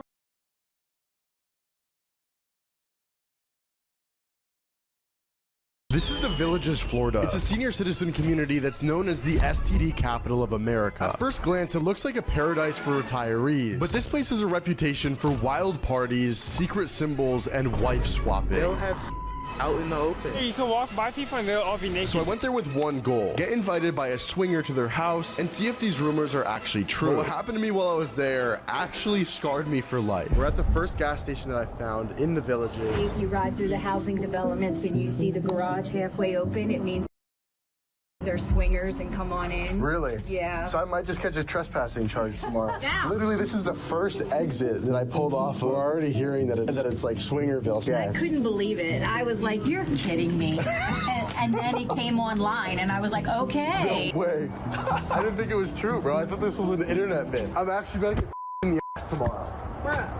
And somehow, me saying that would have been the least of my concern. Because what unfolded over the next 30 minutes actually scarred me for life. We just passed a fucking golf cart that had a loofah hanging 2 seconds down the road from our Airbnb. Apparently, people here use subtle symbols to signal what they're into. Adirondack chairs in front of their house sometimes signals that they're swingers. Different colored loofahs hanging from their golf carts, upside down pineapples. There's so many other things, but to outsiders, it looks random, but the people who know it's a code. Look right there too. They're everywhere. Oh my God. And when we got to our Airbnb at the center of the Villages, I started to realize what I was really in for. It smells like straight up drugs. No, like I'm not even joking. It hit me like a wall. My nose is burning. Bro, the people that were here before us actually just destroyed them. To buy a house here, you have to be 55 or older, and no one under 19 can live there permanently. So walking into an Airbnb that was trashed the way it was definitely a surprise. The smoke alarm is falling off. Do you know how many old people have probably probably. No, you're right, bro. What the f did we just find? No, this isn't real. What's on the chair? No way. Okay, can we go home now? And the more we went through this house, the worse every room got. Terrible, foul smell of old man in here. Nah, I don't want to stay here. It's really not bad, as long as there's no bed bugs. There's white stuff on the dresser. Bro, stop pointing things out. It's probably just ice cream. It's probably just ice cream. They probably just spilled ice cream. Brought us to an STD. Dude, stop. Infected. I didn't know. How are you? We're foreigners. We just found out this is like a swinger place. Yeah. Is that true? You'll see the loofahs. That's what we heard. We heard it at a gas station. Yeah, that's very much true. Okay. I wouldn't recommend going into any of the hot tubs. Really? There's literal stains on our bed in this Airbnb. Really? Do you want to see? That sounds fucking weird. No, you will find them more often than you would think. Go to the pools, but don't go in the hot tub. Oh my god. Why do you say the hot tub like that? Bon appetit. And as I walked inside, things started getting weird. I just saw this. We gonna be great. Just eat every day. Bro, this can't be real. The more we realized that it was an actual safety and health violation to stay there, we went to a nearby hotel. And boy, let me tell you, booking this hotel might have been the best thing that could have happened. I think they had swingers there before us. Let's see. It smells good. It doesn't reek of. After thoroughly inspecting our hotel room, we went to bed for the night because tomorrow would be a traumatizing day for me, to say the least. I kind of want to get one of every single color. Oh god. Oh my god, I just realized we're gonna be walking out of here. This is a humiliation ritual. I'm not even sure. Right now I'm buying loofahs to help with today's game plan. Apparently these loofahs all have different meanings depending on the color, and they indicate what people are into. Want me to jingle your bells? So as I walk through this Walmart, I get bombarded with looks by old people who either want to get with me or think I'm a creep. Getting looks right now. I look like the freakiest freak. Well, if the shoe fits. Oh my goodness, bro. Someone's gonna probably approach me. I'm not even kidding. Why are you laughing? Oh, because it could be you're doing stuff for bathtub, or it could be the Villages thing. The Villages thing. That's the name for it. The Villages thing. Okay. What are you doing? Do these mean anything? Any of these colors? I don't know. I don't either. I'm sure someone in here does. Yeah, if you can look it up on the thing. Okay, so I came here with the plan of investigating this to see if it was real. I'm a little bit over my head right now. This one looks right. I don't know if people are looking at me because of the camera or because of what I'm holding. Oh my gosh, it's you again. Oh my gosh, it's the DoorDash driver. What's up, man? How you doing? Is this what we're thinking? Is this looking? Listen. I'm never one to yuck anyone's yum. I don't know anything about it. I don't either. I just grabbed the first thing I saw. I love the open-minded exploring. That's what Thank you. Well, I'm personally probably not exploring. I'm just interested in other people's stories. That's really cool. This is an attraction device, literally and figuratively. He knows what we're here for. He knows the mission. Our goal here is to have somebody invite us. No. Yeah, that's the goal. So we're gonna have a nice little trinket here on our dashboard. Okay, that's actually hazard. We're gonna hang. The game plan is super simple. We're gonna drive around all day today with my front windshield looking like this. How often do people actually stop you? Will anybody say anything? I'm very curious. I have to find out. And after about 5 minutes of driving, we saw this car with what looked like yellow loofahs on its roof. And this is just the beginning. Because as I was walking around getting shots of the town, listen to what some of the locals had to say. Yeah, I just started working here at right? Okay. And we were on break. Me and my friend were sitting down on that bench right there. Yeah. And the lady was like, you better be careful. They're gonna come get you. It was terrible, bro. Depending on the color loofah, if they have a loofah in their golf cart, depends on what they're into. I don't know if I'm allowed to curse on here, but they'll have out in the open. Oh, really? No, and you've seen this before? Yeah. I'll be on break. On these chairs. Or they'll sit on the sidewalk and do it. Yeah. Now, of course, I didn't believe him in the moment, but after a quick Google search, I found a bunch of news stories from 2018, and things like this add fuel to the fire for the online debates of whether or not all these rumors are true. And people are talking about STDs and swingers. No, they're definitely not true. No, not that I'm aware of. No. People have called this place the STD capital of America, but that rumor started from a single news report years ago, and the internet ran with it. With nearly 150,000 residents here, it makes sense that every lifestyle would exist somewhere, but I wanted to see how real the swinger rumors actually were, and what I encounter later will actually haunt me forever. I've been walking around for probably 10-15 minutes trying to talk to people, and it feels like every old person I've walked by are just ignoring me. I think I look definitely like an outcast here. I mean, I'm a young, strapping, fit young man, so I did bring something in case of this scenario here. If you didn't know, upside down pineapples are typically associated with swingers. So if there's any way I'm gonna attract a swinger, wearing an upside down pineapple would probably do the trick. Maybe the shirt being buttoned wrong gives you the extra creep. You guys like my shirt? Yeah, very nice. Does this fit? Do I fit in right now? Yeah. Okay. People are looking at me like I'm weird. I have a feeling this is not actually a thing that really happens, and I think it's more so just a stereotype. With that in mind, I created a rule that I have to abide by the entire time I'm in the villages. I am not allowed to take off this pineapple shirt, no matter how embarrassed I get. So I walked into the local restaurant to see if anybody would come up to me. Oh my god, I look insane. Oh my gosh, I need to be put down. Chat, this is crazy. And I remember walking through this restaurant and seeing the amount of people rubbernecking to look at my shirt and how mortifying it was. Up there with some of the dumbest things I've done. Oh my goodness. Oh my goodness. Oh my god. And as I go to sit down, I'm quickly spotted. Any minute now, I'm expecting someone to approach me. And after about 5 minutes of ordering food, I've got a new set of eyes on me. My husband and I love your shirt. Oh, thank you so much. Yeah, I did. I got it at a Walmart. There's a Walmart down the street. Yeah. Very interesting. Awesome. Thank you so much. I gotta ask them if they're swingers. I'm like shaking. I didn't think this would actually be freaking real. Dude, everyone's gonna think that's scripted. I'm sitting here and my camera was off. I was just sitting here waiting, warming up because it's freezing out. Lady comes up to me. I love your shirt. I feel disgusting. I'm gonna go to church after this. All right, guys, we're out. Just curious, why'd you guys like my pineapple shirt? Bring another good shirt. Bring another one? You want one? I heard there's like swingers out here. Is that why you're asking? Are you guys swingers? Pardon? Are you guys swingers? Is that why you asked? No, okay. Sandy and Mike. Tammy, Mike, sounds good. Yeah, all the time. If I see you guys around the square, you know who to talk to. Matt. Don and my husband. Don, good to meet you, Great to meet you guys. Very good, I'll talk to you guys later. Holy. I need to run to the door. Dude, I gotta throw this away. I gotta leave. I gotta be out. Oh my god. Did you even hear anything that just happened? You have no idea. I can't even. Yeah, so we might just walk around this village square right now and have a throuple coming up to link up later. Oh, very good. Good to see you guys. Hello. Very good. Yeah, you too, guys. Do you guys know anything about the loofahs, the colors of the loofahs? No. Oh, okay. I heard. Am I missing something? Yeah, apparently people will put like loofahs on like their Adirondack chairs and in their cars, and they mean different things apparently. Oh yeah, I heard about that. You heard about that? I did hear about that. Do you know what the colors are? I have no clue. Okay. I have no I'll clue. say purple and blue. Purple, blue, white. Let me just say that's for a generation after us. The generation after you guys? After us. What generation are you guys? I'm the last surviving. You're last surviving, okay. What? How old are you? 81. 81. How long have you lived here? Well, we come down every year, but for about. Oh, you're from up north. Where at? For about Wisconsin. Wisconsin. Okay, we're from New York. Oh, too bad. Yeah, I know. I was gonna say it's better down here, but not today. Okay. Yeah, it's pretty freezing. I think we brought the cold down here. So we should hold you responsible. Yeah, it's our fault for sure. 100%. Next time we're here, you get the drinks. Sounds good. On me. On me. I'll be here tomorrow. I'm going to be here tomorrow, and the drinks are on you, and you'll be here. All right, sounds good. Stay at Thur. All right, sounds good. Where's the nearest church? I'm only about 1 hour in since putting on this shirt. All I'm gonna say is I don't know where this video is taking me. I don't know where I'm gonna end up. I heard that this is the swinger capital of America. Oh yeah. What do you know about that?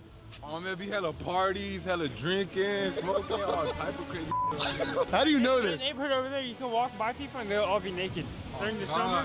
What the? They be doing weird shit. It's like at middle of the night.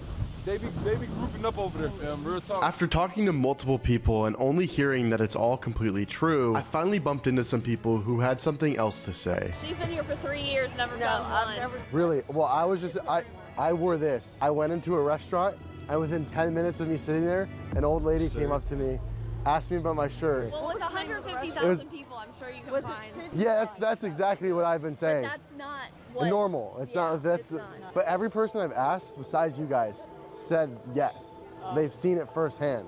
Well, so I don't know. I rarely come to the square except to play Pokemon Go. Okay, so every village here in the villages has one of these town squares, okay? And during the summer, these town squares are filled with people every day from around 5 o'clock to like 9 o'clock, and then they eventually shut it off. I've been told that there's bands that perform here, and this is kind of where all the swingers come, and just normal, regular couples to meet each other, hang out, have a good time. It is a 55+ retirement community. Not everyone here is a degenerate. Did you hear about the whole swinger theory out here. Apparently there's a lot of swingers. No, I haven't heard that, and I'm not one. Everyone here looks so happy and jolly. That's one thing I've noticed. There's a bunch of gated communities just like this behind me. I don't know if you can see that. And there's a bunch of these golf cart only roads. So all of these gated communities are kind of like linked up together. And then there's the main roads, which honestly, there's not many people driving, probably because old people hate driving. And yeah, they just drive their golf carts to these city squares. Yeah, look right here, Village of Bridgeport at the lake.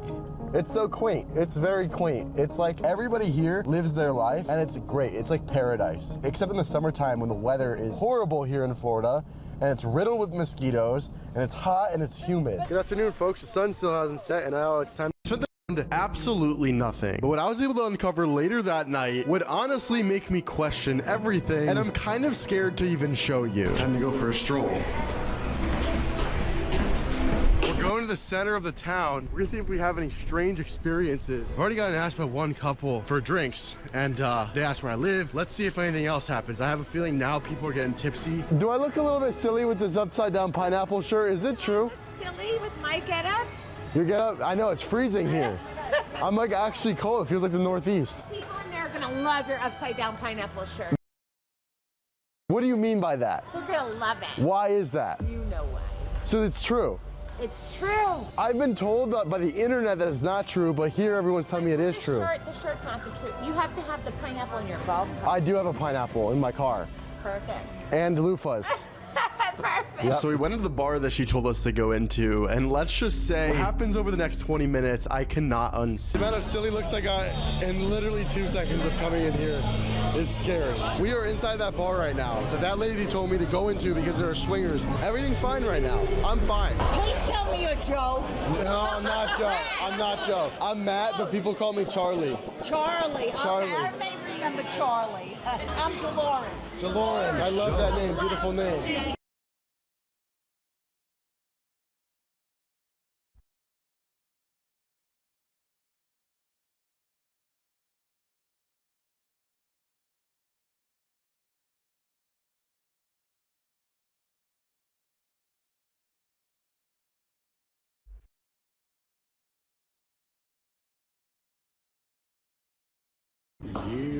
Yo-ho. Who wants a la boo-boo? Yo-ho. Who wants a la boo-boo? Yo-ho. Who wants a la boo-boo? Yo-ho. Who wants a la boo-boo? Yo-ho.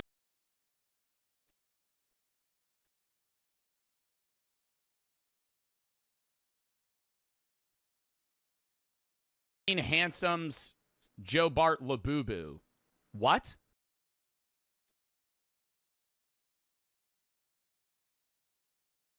Bartolozzi Labubu. The LaBart Bart. Imagine if Patrick and SpongeBob from SpongeBob had big old butts and then they smushed them together.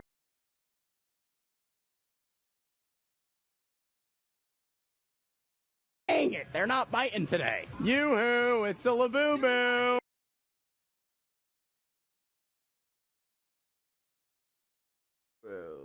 Oh my god.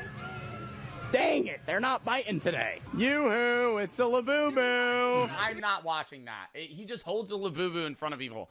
It does sound, yoo-hoo, it's a Labubu. Yeah, like, I could say it like that.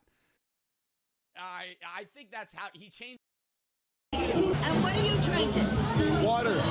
Oh, you just make I'm the DD for tonight. Yeah. Charlie, you're good. And what are you drinking? Charlie. My name's Matt, but people call me Charlie. Charlie, okay. Yeah. I have a boyfriend. I don't need a bunch of guys calling this sex symbol. Well, you got one right here.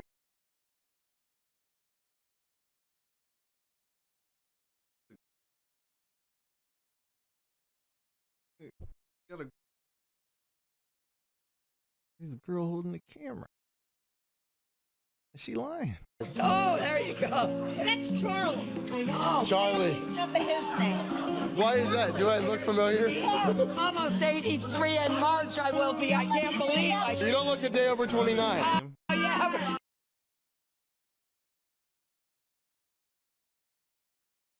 Now listen, Charlie, I don't have my boots on, so don't spread no more shit. Okay. We want to see you on the dance floor. Oh, I can't. Oh, I used to dance every dance. Well, I can't because my back is shot. Mine too. I got scoliosis surgery. And I had 3 surgeons say they can't do anything for me. Really? Oh, I hate that. I got back and shoulder surgery too. I say every year I'm closer to being fully bionic. Oh, yeah. Like a robot. Yeah, I have a knee and a hip. I'm gonna need that soon too, probably. Otherwise, I'd be out there shaking my shaggy. Swinger capital of America. Is that true? No idea. Yeah, no, yeah, okay. I heard this is I applaud your shirt for here. Thank you. Why is that? I heard this is a swinger capital of America. Is that true? Oh, 100%. I've been a bartender here for 23 years. You right there have a bunch of eyes on you right now. I know. It's a solid move. Yeah, I keep seeing you here looking at my shirt. I heard it's the swinger capital of America. Is that true? It's all right. I wouldn't say swinger, but just, you know, it's a good place for singles. A good place for singles. Okay. I'm single. Oh, okay. I'm not, unfortunately, but yeah, you do that. Oh, good evening. How are you? Good. How are you guys? Good. What do you guys think about my shirt? What do I think of your shirt? It's buttoned incorrectly, but yeah, it's good. I went inside, and some people were coming up to me because the upside down pineapple. I wore this by accident. I know there was a meeting to it. I'm not going there. Sorry. Okay. You're on your own that way.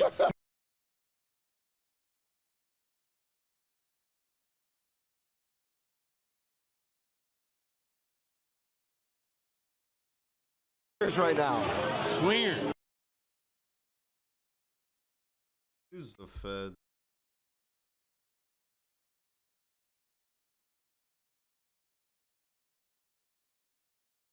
Usually when I go out to eat fast food, I'm the guy that sits out and doesn't eat just to preserve my health.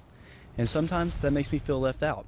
But today, I'm changing that. I'm going to be trying the healthiest fast food options so that I don't have to sit out every time my friends want to go and eat fast food. Here are my rules. 1.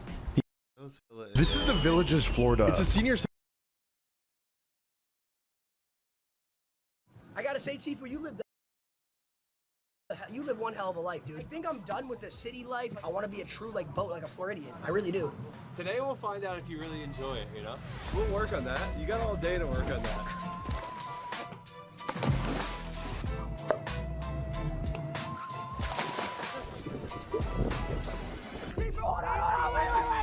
Wait! This plate that I can't show on the boat? Boats don't have license plates. They have FL numbers. Florida numbers? Wait, can I jump in right now and get a quick little swim in? Or no? Is it like too close to the shore? No, you don't want to swim in the pass. There's too much current. Oh, I know what you're doing. You're lining the fishing. Lining the fisher rods? Well, I need one of them, yeah. Oh my gosh, you have your own stickers? Oh my god! That's a seafood sticker, though. Seafood? You know what sounds great? Some seafood right now. We're gonna go get lunch on the boat, so. Fun fact, I've never caught a fish in my life. I went fishing for the first time 2 days ago, so I'm gonna need a lot of help in the fishing department. You said we're going sandbar hopping, right? We're gonna go to some sandbars for sure. Let me tell you, I can drink. I bought you some girly drinks because I know you didn't drink beer. I don't drink beer? Yeah. Give me beer right now, watch what happens.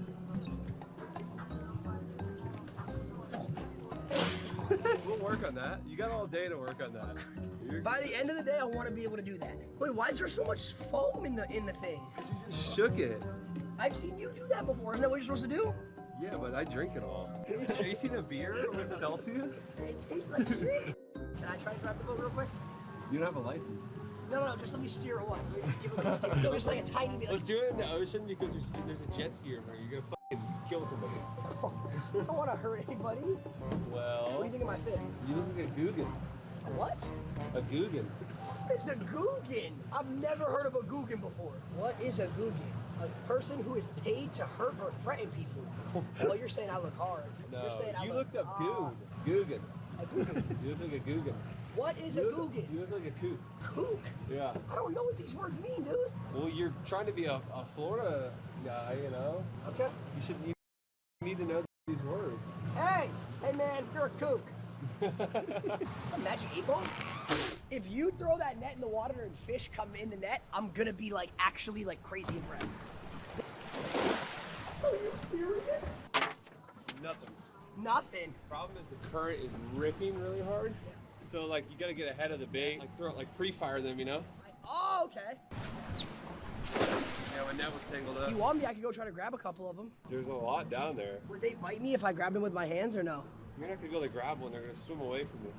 What's the craziest thing you do? What? Like, not like sexual. Like jumping off a bridge, you make that seem like it's a normal day. Have you ever like climbed a tree? Everyone's climbed a tree, bro. Not me, I never climbed a tree. Never climbed a tree. Like, have you ever gotten bit by an alligator or killed alligator? No comment. You gotta get the hat somehow?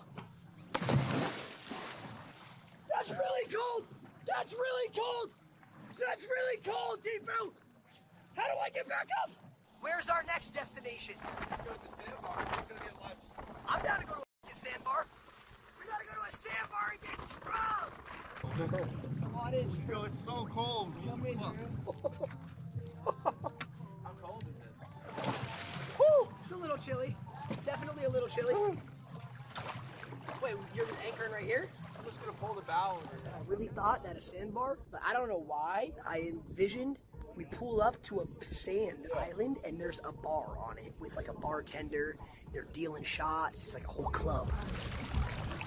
Welcome back to my tropical channel. Today I'm gonna be showing you guys how to surf. All right. Skimboard. What? It's called a skimboard. Skimboard. What is a skimboard? What do you do? Skim it? Yeah, try it slow, and then see if you can work your way faster. Here we go.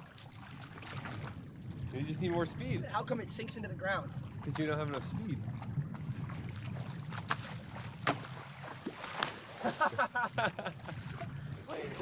What's the technique? Are you goofy footed or regular footed? Not sure. Have you ever skateboarded or something? Left foot first. So you're regular. Yeah. Is you want to hold your right hand right here on the back, then your left hand up here, and then you want to run, and then let the board go lower. Don't try to throw it up here because it'll fucking windle. Okay. Once you throw it low, No. and then Step on it and ride. 3 steps and then step on it. How do you do that so good? I used to do it when I was a little kid. What, little kids can do this? Yeah, hell yeah. You just do a kickflip on a surfboard? Skimboard. Skimboard.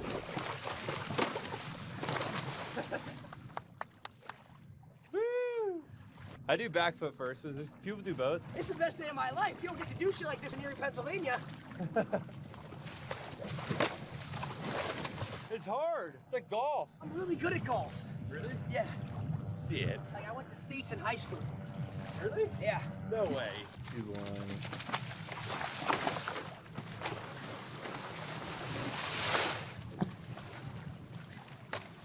Oh, that was good. That was good. Try to like put your hand on the ground and like spin.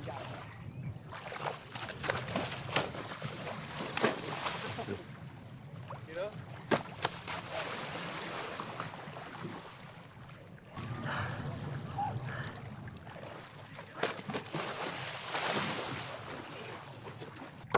You're gonna flick your right foot backwards and your left foot forward. And it's gonna look like this. You gotta get on the board to try it. Is there anything you're bad at? Golf, soccer, Fortnite.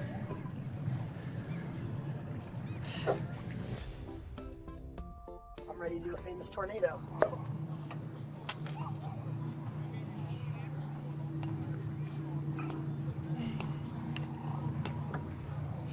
Put the can under here, and you're gonna rest it on this hand. You're gonna get a better grip on it. All you gotta do is just. There we go. Yeah! I'm ready to do a famous tornado. Well, watch what I do. See?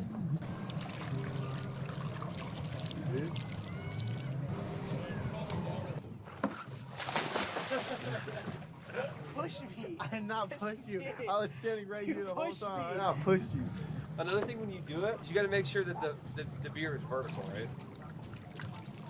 There we go. Yeah, that was it. So basically, we go on our knees. We're on one knee. One knee, like this. Okay. And then we put it back, right? Is it tornado in there? Yeah. It's really okay when I say it like that. Cheers, dude. Cheers.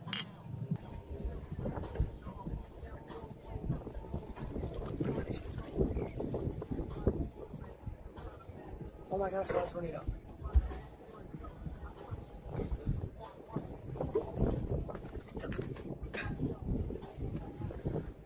What the f was that? Did I at least have a tornado going or no? No. Spin it again.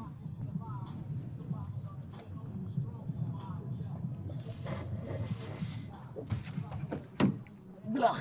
You know what's gonna feel good though? Is a fucking nice, you know, grouper sandwich or a burger or something. What? A grouper sandwich? A goober sandwich? Some margarita shit? No, a grouper sandwich. At your new bar, can you name a burger after me? What's gonna be on? Peanut butter on the burger. Okay. And bacon, huh? Peanut butter and bacon on the burger. Do you actually like peanut butter on a burger? Never had it. What? Never had it. I've had that. It's actually not bad, but it's strange. The whale burger. The what? Try the whale burger. The whale burger. I said that shit's gonna have 2 orders in the next 10 years. She got hit by a bazooka, and I think about it every time I hit the hookah. Lacey! His boat. It's on the beach. He got his boat stuck. Put it on your YouTube! Okay! That way you got kids stream sniping trying to swim out in the middle of the ocean to get you. Grouper nuggets? So what is grouper? It's like a deep water fish. There's a lot of different types though. I'm down to try a grouper. Can I get you a drink today? I'll just do an ultra. So ultra. Beer? You guys by any chance have job shots or no? What's in it? A sweet, creamy, and popular party shooter by layering Kahlua and Bailey's Irish cream topped with whipped cream. Could you do 2 of those, please, for me and him? Yeah. Thank you so much. You're welcome. Come on, we gotta do a job shot, Tifu. Come on. And you have to put your mouth around the whole shot, and you have to take it without touching it. Sounds kind of gay. If you can successfully do it, you give good jobs. Oh my god, our job shots are coming. All right, so what you do is show me how it's done, buddy. Okay.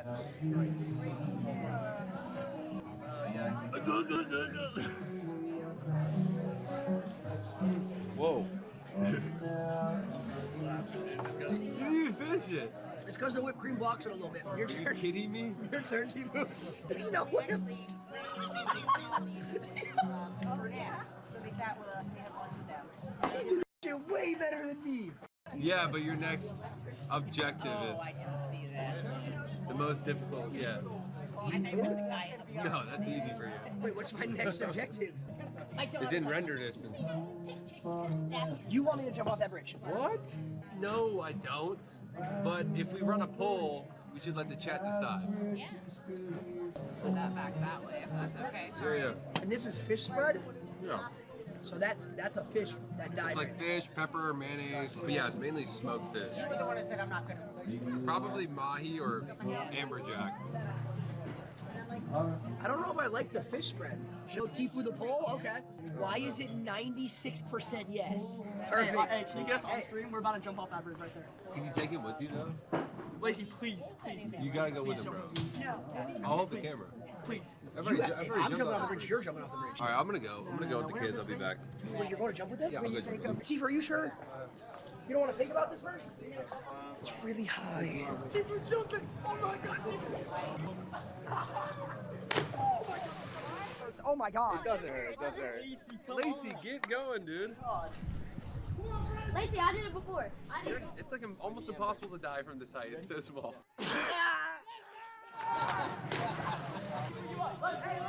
Tifu, hold on. Lacey. Wait, Yes, Lacey. Tifu, hold on. Wait. Oh yeah, Lacey. Tifu, you ready? Yeah, ready. 2, 1. Get! What the f is wrong with me? There's a shark!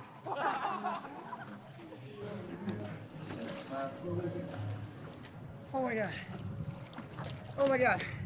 That was terrifying.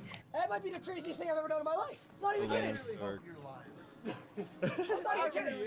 I'm not even kidding. Then you need to do more Yeah. I don't mean like that was fantastic. You did a great job. But if that's the most exciting thing you've done, my man, you need to jump. I am a crab!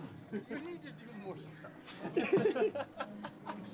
I have a crab in my right thigh. Oh my God. Might as well just write you off as dead then. Float away. I see complaint. Oh, there we go. Oh, no, lazy. Well, I'm proud of you. You did it. Are you actually? Yeah. Was that my objective? Yeah, before or earlier, I'm not doing it. There's no way.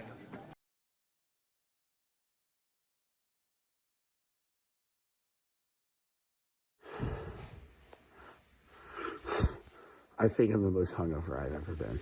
It's 3 in the morning, got about an hour and a half of sleep, and we're getting ready to go on a 10-hour journey to a small island in the middle of the Caribbean that we've actually been to before, but I've never vlogged. I don't know if you can see it here. It's called St. Martin. You see that little pin on the left there. This might just be a fucking clap flash forward. I plan on vlogging a lot on this trip. There's a lot of things that we're going to be doing. Give you more on that when we get there, but I barely have the energy to stand, let alone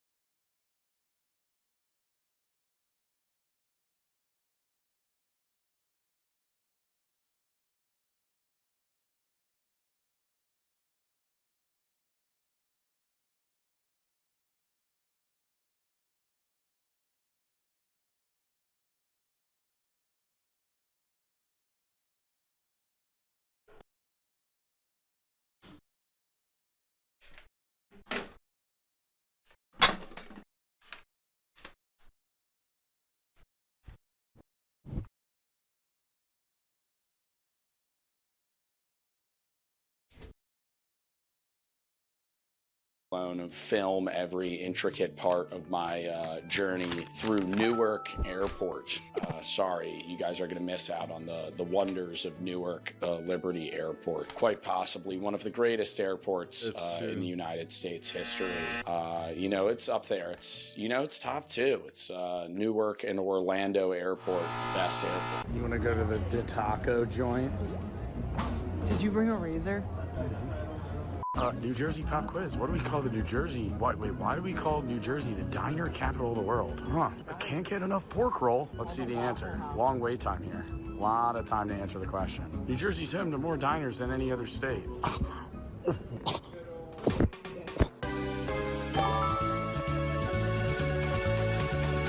Is it okay? The lighting's probably pretty bad, but hello. We're in the island of St. Martin. While I'm talking,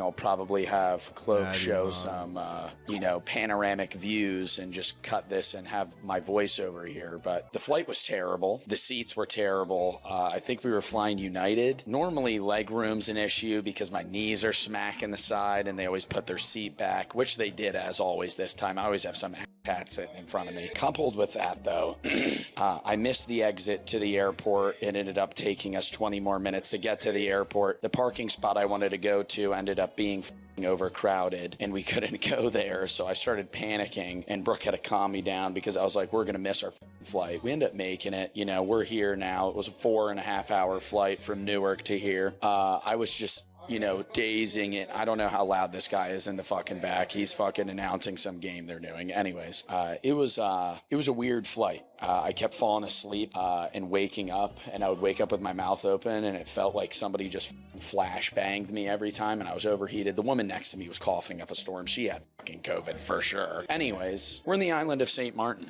and I've been coming here since I was a wee lad. Let me show you guys some of the views from our area. Very mountainy area. Now, some fun facts about the island of St. Martin. I've been coming here since I was a wee lad.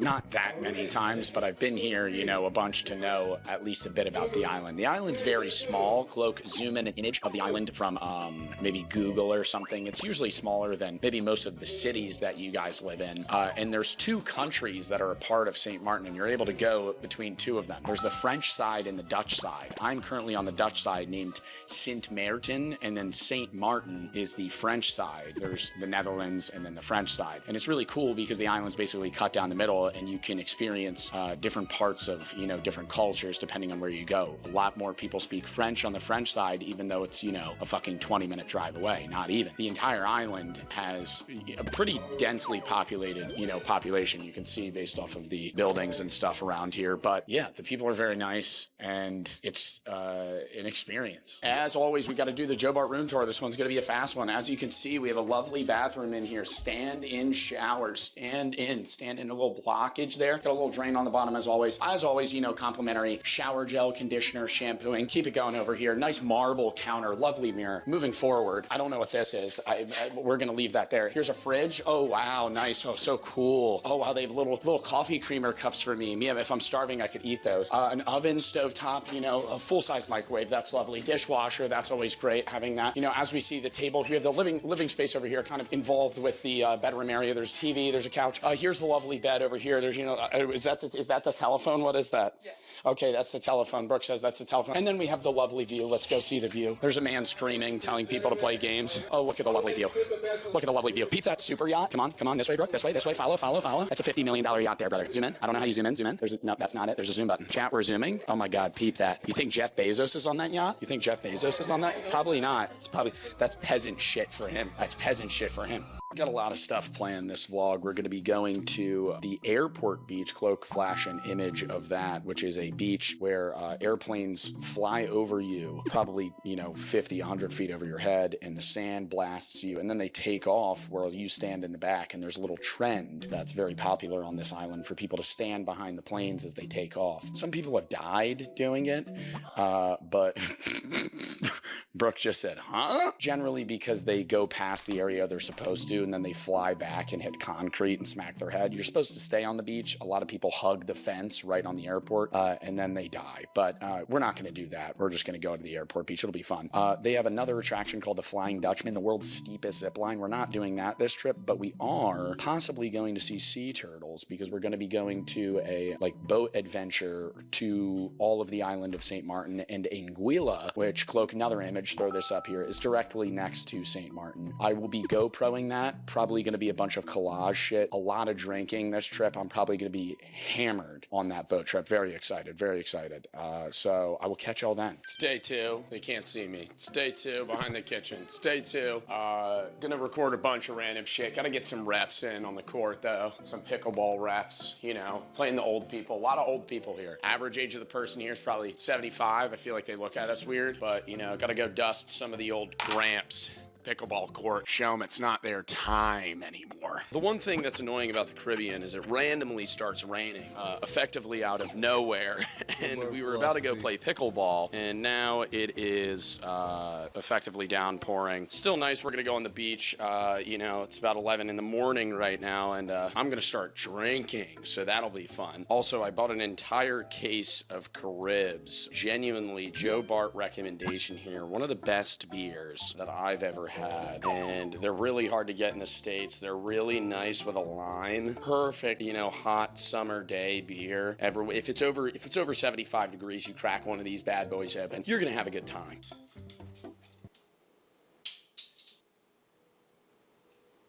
I may have cut the lime too thick. And you're ready to be drinking a great beer. Jesus Christ.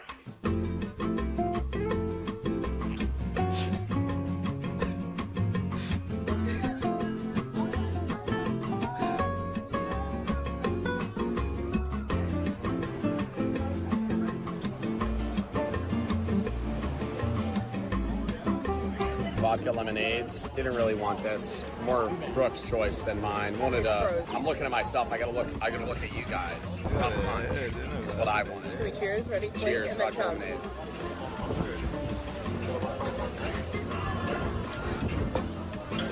You gave up that quick. Next clip, Joe's Too much lemon. Skinny dipping later. Subscribe to the Patreon. Nude Beach, Patreon. Nude Beach, subscribe to the Patreon. Rum punch. I'm not gonna. Favorite drink, 10 out of 10. Could slug these. So unenjoyable. No, it's so good. The pineapple juice, it's bitter, but it's also sweet at the same time. They give you a little maraschino cherry. Love cherries. I love cherries. It tastes like rubbing alcohol with a splash of grenadine and an expired pineapple. No, it's not expired. No. It tastes amazing. Really It tastes pretty, amazing. It tastes amazing and looks amazing. 2-for-1 deal. Happy hour.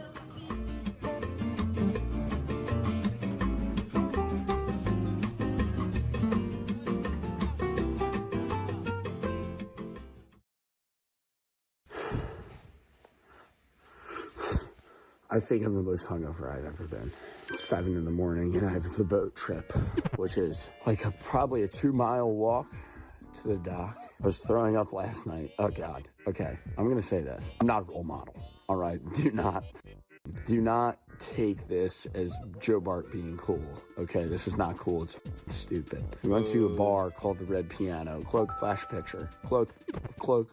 picture of the fucking Red Piano. And I got an espresso martini and I was already drunk, right? But I said, you know, espresso martini's quite possibly one of my favorite mixed drinks. Let's get an espresso martini. And I thought we were just getting a drink and leaving. Nope, we stayed. They had a pool table. I started slamming mules, beers, had a shot or two, met these people from South Africa that were like boat charters. They were killing us in pool, but I didn't give a shit. I was just talking to them the whole time. And then when we left, or right before we left, we all bought them shots. And I bought a bunch of tequila.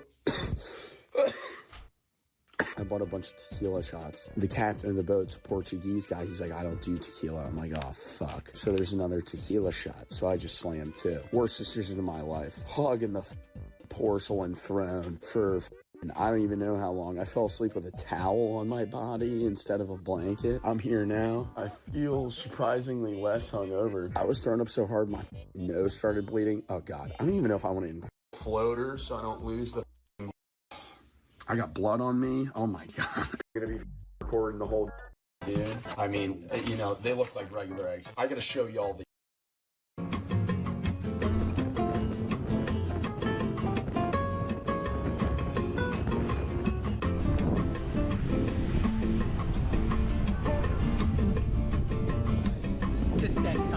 Dead silence. Well, I don't know how good my quality is. Well, no, I'll jump with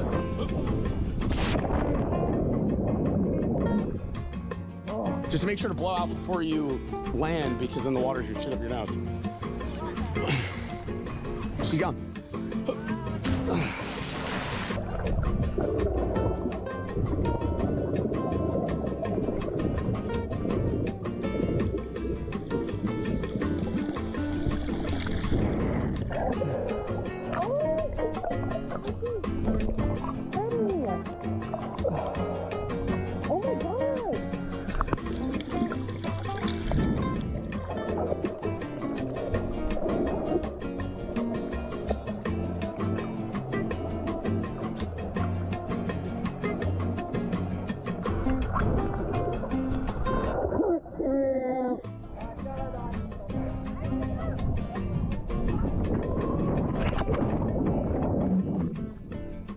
just don't even want to think about it. That shit was terrifying.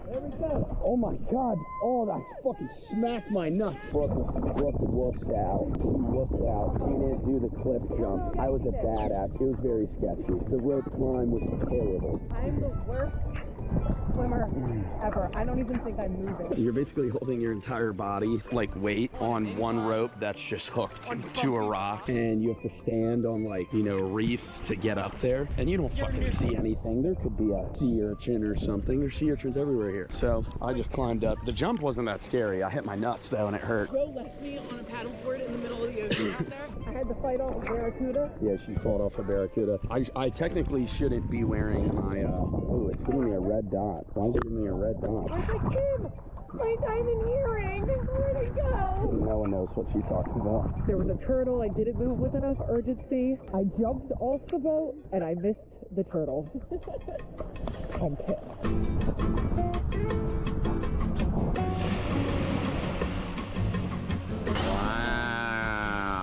Wow, that was super cool. Hey Joe, can you film me diving in the water? No, it looked so cool. It looked badass. Quick game of Pictionary here. Yeah, another quick game of Pictionary here. Oh, what is she drawing? Penis. Oh, penis. Was it a bumblebee? No. Turtle? Yeah.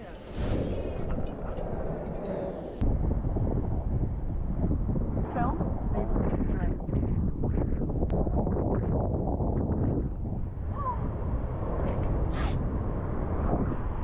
Oh my god. Oh my god. Day after the boat trip, we're about to go on the beach, play some spike ball, can jam, probably have a few beers. Just played pickleball. We couldn't play yesterday because. Day after the boat trip, we're about to go on the beach, play some spike ball, can jam.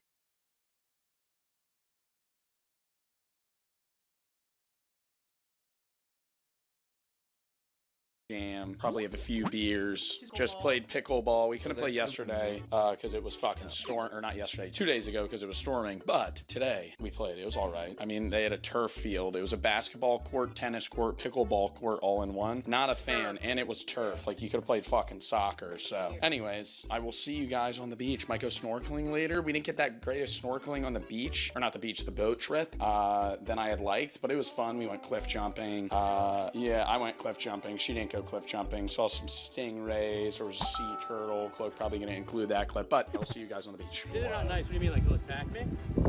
I mean, if you tried to grab him, he'd probably bite you. He's just sunbathing. There's no sun. About to bet on a crab race. I think there's 25 crabs. You put $10 a crab. First place gets $100. Second place gets like wine and a massage. Third place gets something else. I don't know what numbers. I'm thinking 3 and 8, but we got to go scope out the crabs first. See which ones look strongest. Good luck bet on is available.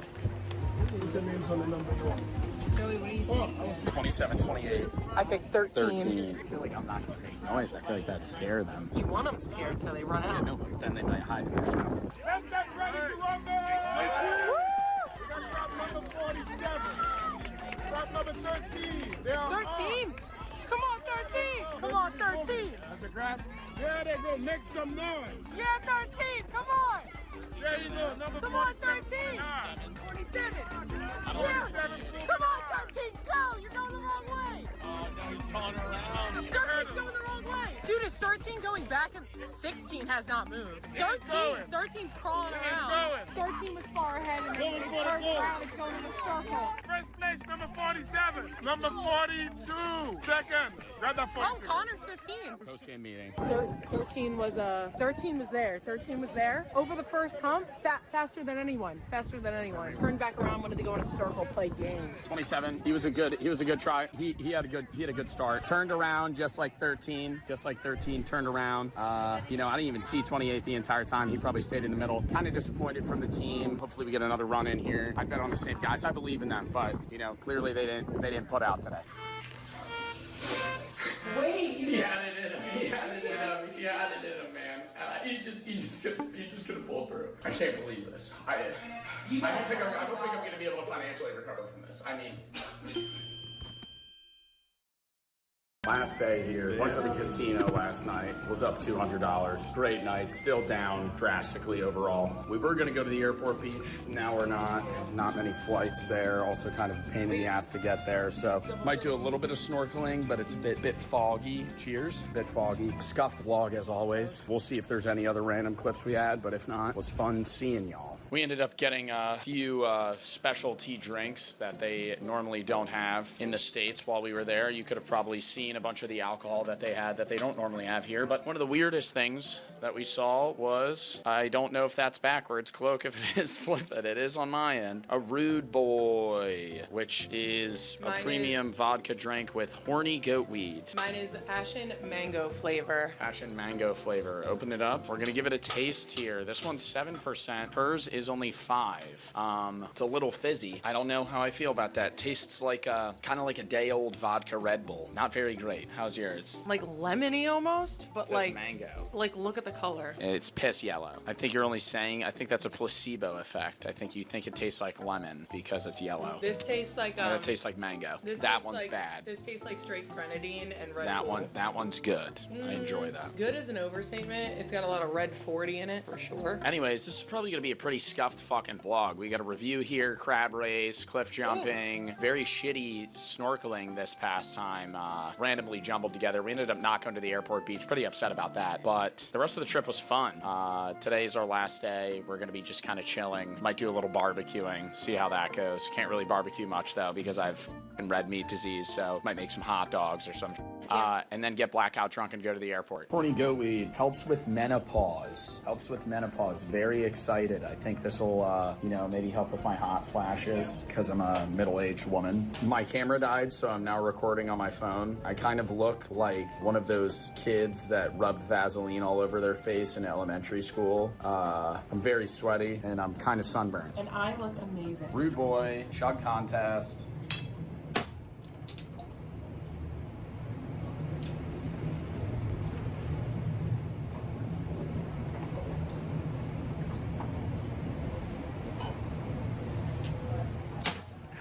Oh no. Oh no, you won. I didn't drink any of mine. Did you not? That was disgusting. That was disgusting. Yeah. It was way too much. It was way too much sugar. To the old Rude Boy's credit here, 7% did not taste it. Maybe because it was so sugary. There's also caffeine in this. Have no idea how much. We'll see how I'm doing later. Yo, in other news, I think when I got really drunk that one night before the boat trip, I pissed all over a towel on the floor, and I don't remember it. The reason I think that is because the towel was sopping wet the next day, and I was like, why is that fucking so wet? And I smell it, and it's got that ammonia smell, very similar to the time where I pissed in my drawer accidentally. I'm not a role model, not, but I'm gonna tell you what happened in the god vacation. It's part of the vacation vlog, okay? I got way too drunk, I threw up, and then I was hungover on the boat. I was asleep for half of it, and then every time I was teleporting to locations. It was a 30-minute boat ride between each place we stopped, and every single time we were on the fucking boat, I just fell asleep. Then I woke up and I was like, oh, let's go cliff jumping. I had like fucking 6 rum punches in me, splitting headache. Probably the worst decision of my life to go, yeah, let me make the wherewithal decision to go climb a fucking mountain right now with jagged, sharp rocks and then jump off while holding a GoPro. I feel like I was on the Twilight Zone on that trip. I'm not even gonna lie, I'm recording this on my phone. My GoPro's dead, my camera's dead. I'm too lazy to charge it. It's the last day, dude. This is like a fucking Instagram story right now. I'm just rambling. What the hell was I talking about? Oh, dude, the lady in the Chanel glasses on the boat trip. If you ever watch this, you are a terrible mother. Your kids are obnoxious. They stepped on my feet every single time they walked past me, full heel into my toe, almost shattered my foot. Swear to God. And you just didn't give a shit. You grabbed your food early. Oh God, she was so rude. She was so rude. I didn't say anything, but I'm sitting there and I'm going. I'm making faces, right? Like a white guy does. I'm just going. But then when she looks at me, I go, that little head nod. Anyways, I might go play some spike ball, and then we're probably gonna cook some dinner. I also might have seen a world record break on that fucking trip. The man on that boat chain smoked probably 15 cigarettes in a half hour. I'm having a conversation with him about the Eagles in the Super Bowl and just like what I do for a career. And he's like, oh, I'm from New Jersey too, and he's talking about Italian food. Dude, every 10 seconds, he's just full dragging cigarettes. It was it was impressive, right? But I was like, dude, this is lung cancer speed running 101. Look how nice this shell is that I found. I don't know how I'm gonna bring it back without breaking it. Oh! I'm gonna lie to the customs officer, and when he asks, did you bring anything back from a foreign country? You can't put that in. No, no.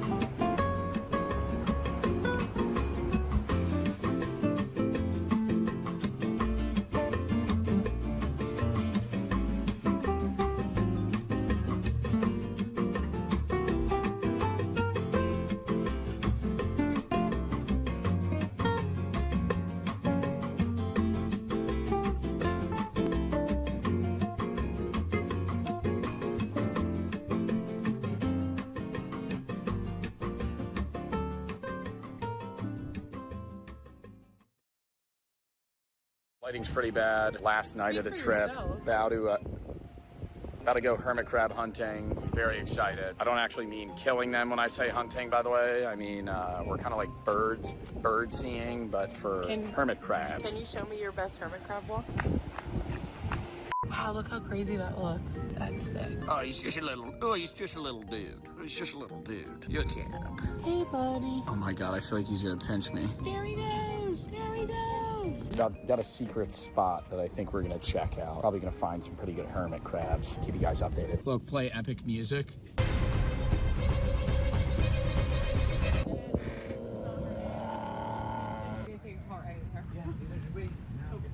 It's just a little They call him Pooh Shiesty. Hey, look at him. Pooh Shiesty. Isn't that what you used to say a lot? Pooh Shiesty. I used to listen to Pooh Shiesty, yeah. He's like, who is this one? Yeah. Secret spot was a success. No, this one's little guys. This one's not a hermit crab. Oh, Bert just killed one. No.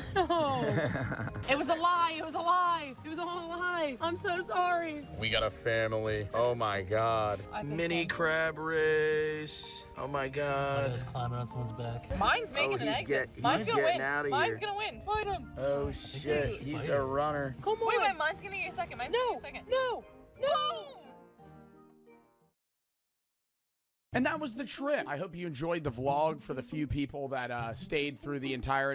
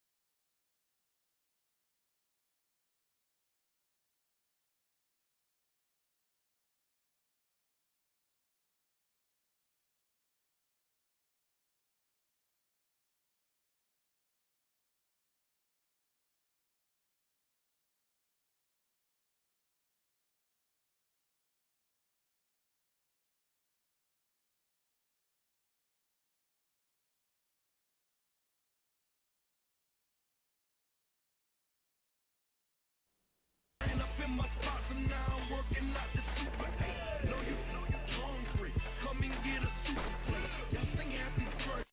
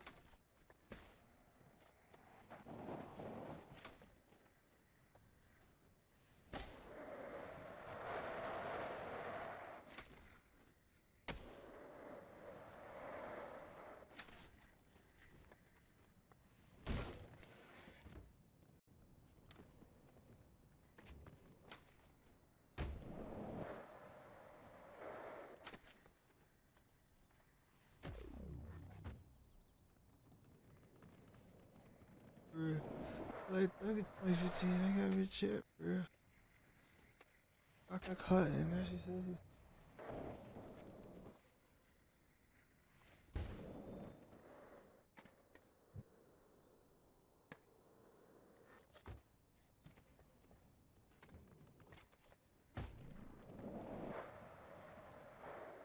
he's getting money at me.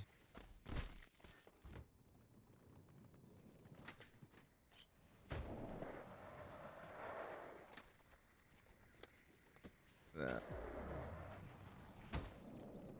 You in the barbershop was chatting, bro. He said, what's that? A dude start buying a girl stuff. Or they should. Never mind. None of my business.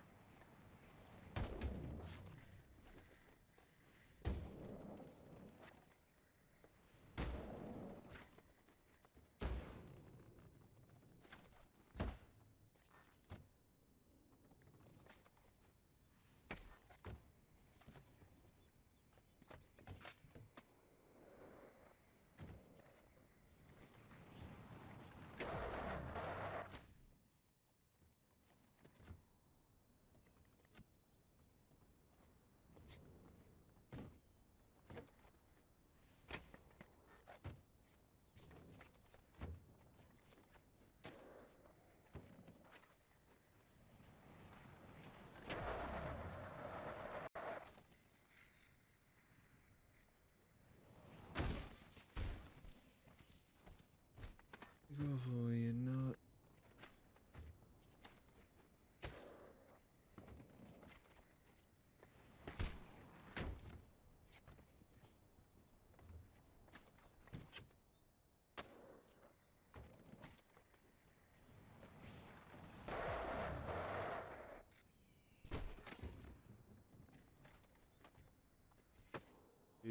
Yeah, I got.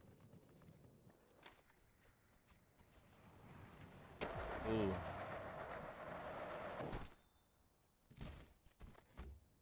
What are you?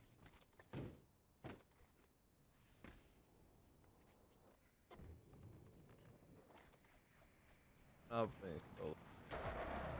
Like,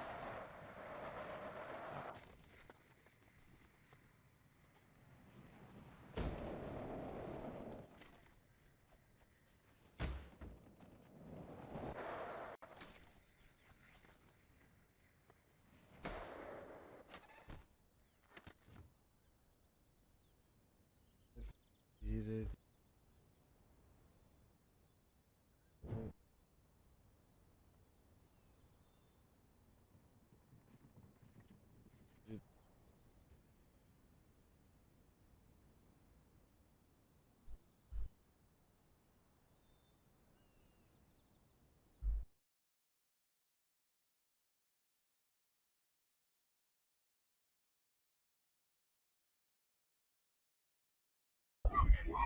Caralho, Josh.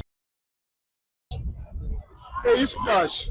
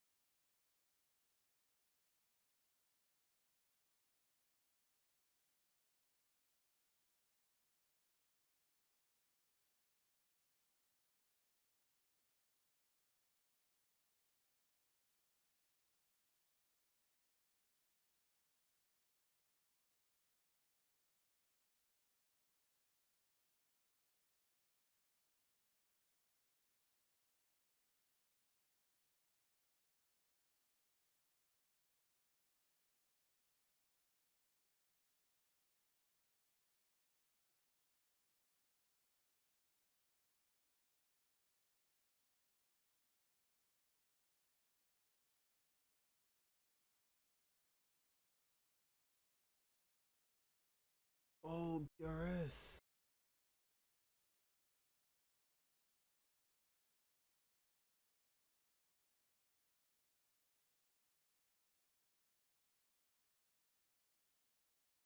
Because my thing is, for all intents and purposes, depending on what it is that you're doing at that given moment, that's exactly what's happening. Like I said, if you're just chilling, you know, say you chill from like 5 to 10 p.m., then that's not really stealing your time. But like, if you have things to do, you have things to accomplish, which I hope you do, then it is that kind of theft. And me saying someone's trying to steal your time, that doesn't mean, oh, you know, if you have something to do, you can never drop it and talk to them. You know, like it happens. Like there are moments where it's like, okay, I'm recording something, you know, someone's going through something and they need to talk to me. They can talk to me, of course. There are other times where it's like, I'm trying to get something done, you know, maybe I'm behind on some work and it's like, you just want to get through to me to get through to me. And it's like, no, you know, that's not going to happen because again, I have these things that I'm building for myself. And again, they don't have to be these grand things. Like maybe you want to go to the gym daily, right? And then someone wants to talk to you the time that you want to go to the gym. You want to read a book before you go to sleep every night, okay? And then someone wants to stay up all night talking to you, okay? It's just very important that you don't always drop everything for this person. And that is not a, oh, don't like them too much, you know, don't lose the social upper hand type advice, even though I do have that kind of advice. It's more so just always keep track of yourself, okay? Never lose yourself in the mix, okay? Because I've been through that multiple times. Now, mind you, you know, there's some people who've been in like this one girl told me she was in a relationship for like 5 years, or like 2 different relationships, like over like 5 or like it was 5 to 7 years, something like that.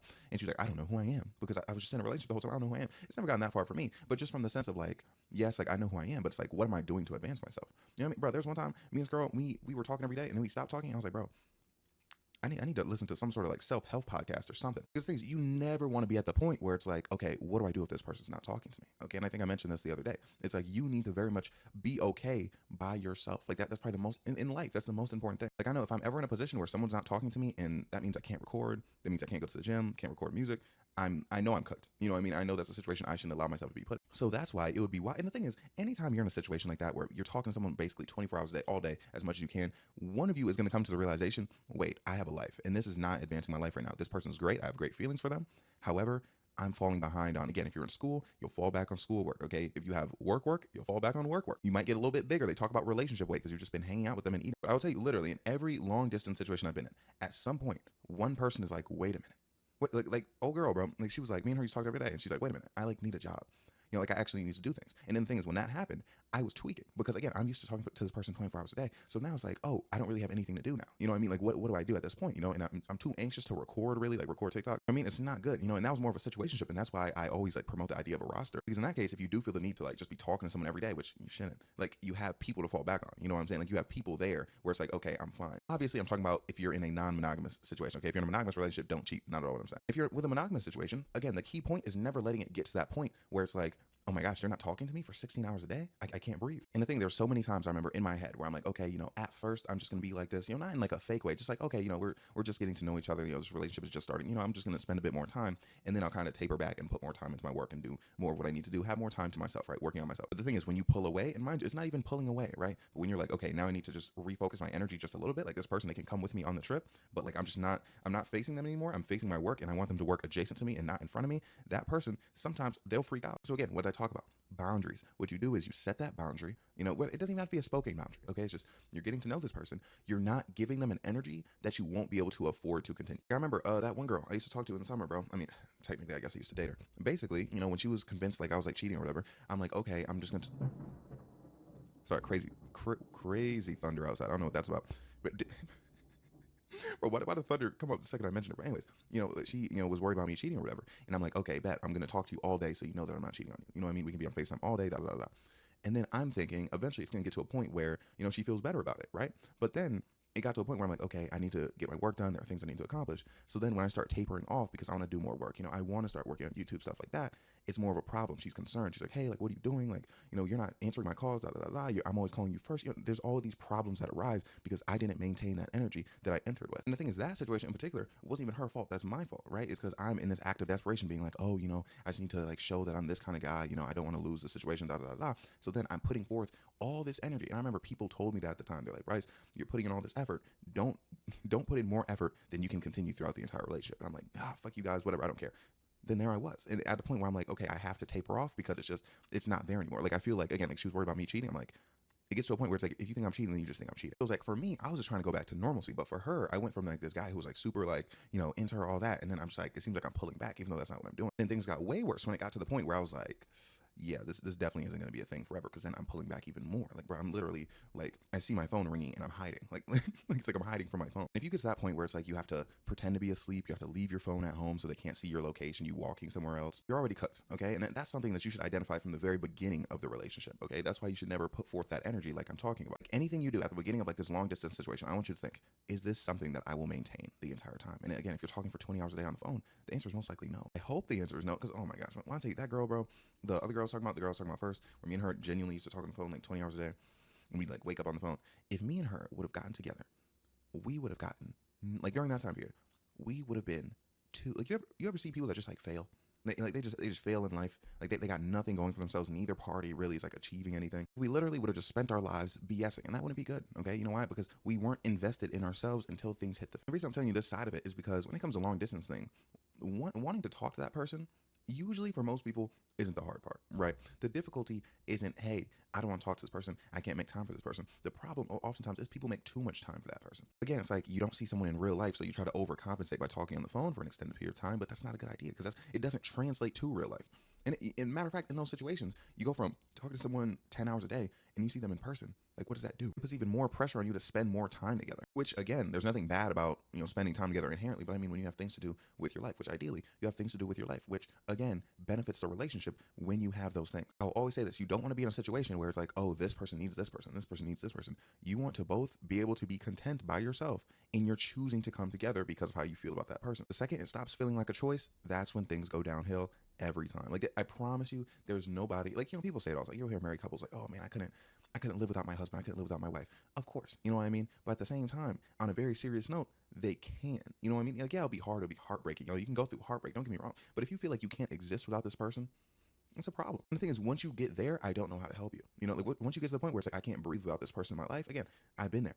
I don't know how I can help you. Because here's the thing, at the end of the day, you want to be your own human being, okay? You don't want to be a branch off of someone else's tree. You don't want to be one of those trees that do, you don't want to be that tree, okay? You want to be a tree, maybe you want to be next to this other tree, okay? You want to be your own thing, you know? And I've seen it firsthand, it being myself, where I'm in a situation, I'm talking to someone, we become trees growing out of each other, okay? We become branches on each other's tree rather than our own thing. Something I said I was gonna get back to earlier, okay? Other girl, first girl that I, during the summer, I was like talking to her for a very long time. This is before the first girl I told you about in the video. I should have gave them numbers so you could keep track of what I'm saying right now. This is a different situation, okay? We talked every day, and then all of a sudden, out of the blue, boom, I was ghosted, okay? I was out the mix. Now, mind you, I was fine, but the thing is, I wasn't talking to anybody else at the time, okay? My expectations weren't tapered. And that's why I said at the beginning of the video, you have to know your intentions, you have to know this person's intention. Are you talking to someone who really likes you, or are you talking to someone where it's like, you're just some guy they're talking to at the moment, or some girl they're talking to at the moment? And this person, in turn, are they just some guy or girl you're talking to? Because obviously, if it's some casual, I'm not going to recommend that you spend that much time with them, that much time talking to them. All in all, my main point is, yes, this person's going to need time from you. And like, that's probably what you're going to want to do, okay? But most people have differing views of how much time each other should get with the other. And I would say you would rather give them too little time than too much time. Because again, I felt the pain of looking back and being like,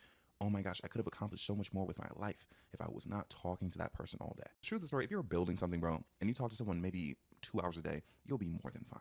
More than fine, okay? But the problem is, when you start with 5 hours a day, 7 hours a day, and then try to drop to 2, that's when the problems begin. That's when they're starting to think, what, why aren't they talking to me? What? No, I'm scared. You know, like, you don't want to deal with that. Like, truthfully, you'd rather be at a distance when you're just starting something out rather than you're in the midst of something serious and then you have to do distance. Because then that's when a lot of communication has to take place. Like, if you're just building something like from the jump, like you just kind of met and now you're getting to know each other over the summer, like, you'll be fine. Anything that was going to happen, basically. If you guys end up not talking that much and then stop talking and fizzle out, that probably would have happened in person too, to be real. If things work out and you guys, you know, escalate to certain places, that probably would have happened in person as well. In that aspect, don't overthink it, right? But if you're in the midst of something, like midst of something serious, y'all need to have very serious communication about, okay, how often are we going to talk? Do we both consent to this?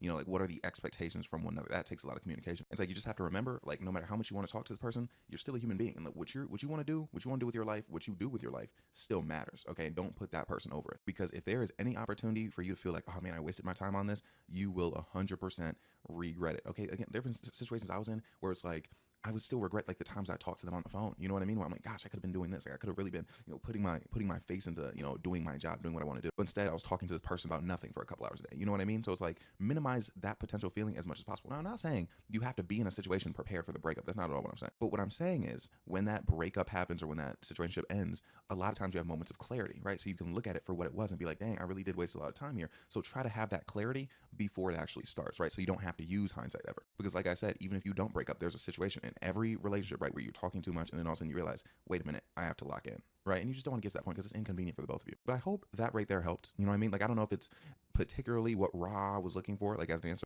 I truly think, because again, I feel like, you know, distance is hard, but I feel like it's not that hard, to be real, if I'm being real. Like, as in, like, the rule book of, like, what you're supposed to do, like, okay, talk to this person, communicate, like, that's not hard, okay? The hard part is making sure you have enough space for yourself and you're continuing to grow and maintain yourself as you grow and maintain this relationship. But that is basically the video, okay? Now, state of affairs today, I'm going to have a long stream on Twitch, so I think after this, I'm going to record another video. It's going to be something about me being unemployed, and I think it's going to be funny, so I'm excited, because I don't know how long the stream's going to be. I'm planning on doing a Marvel Rivals Bronze to Gold, and I legitimately have no idea how long it's going to take me, so in case, like, it takes me, like, deep into the next day and I need to sleep, I'm getting a little extra recording done, okay? So I'm going to hurry up and get on that, but thank you so much for watching the video. I hope you enjoyed it. Like, comment, subscribe, everything I have to say, and I love you.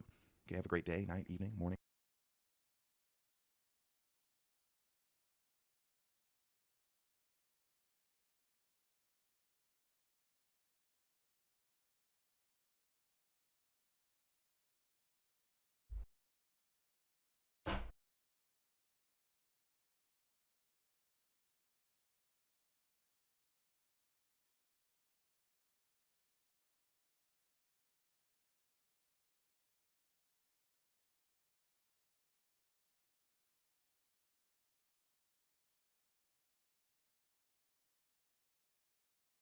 When I hear the word medieval peasant, the first thing that I think of, well, actually, the first thing that I think of is Skyrim. But the second thing that I think of is broke and miserable. But then I saw this tweet the other day that said that the average medieval peasant worked 150 days a year. And since then, I've just been spiraling, to be honest. I can't stop comparing the medieval peasant lifestyle to what we've normalized today.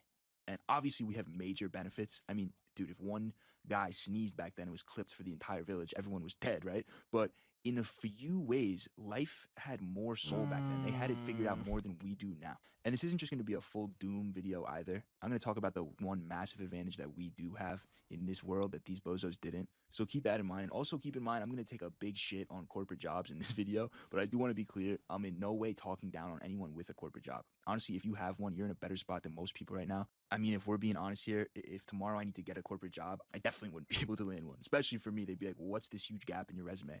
I have to be like, oh, I've just been talking about, you know, jerking off and meditating on the internet for the past year. But look, as someone who worked in corporate for a few years, my job, yeah, it was meaningless, but it was not easy. It was like this mental battle on most days. So in no way am I going to be talking down on these types of jobs. If anything, I'm going to do the opposite, which is put into perspective how fucked up a lot of this shit really is and how we've normalized this lifestyle that makes being a literal medieval peasant not look that bad.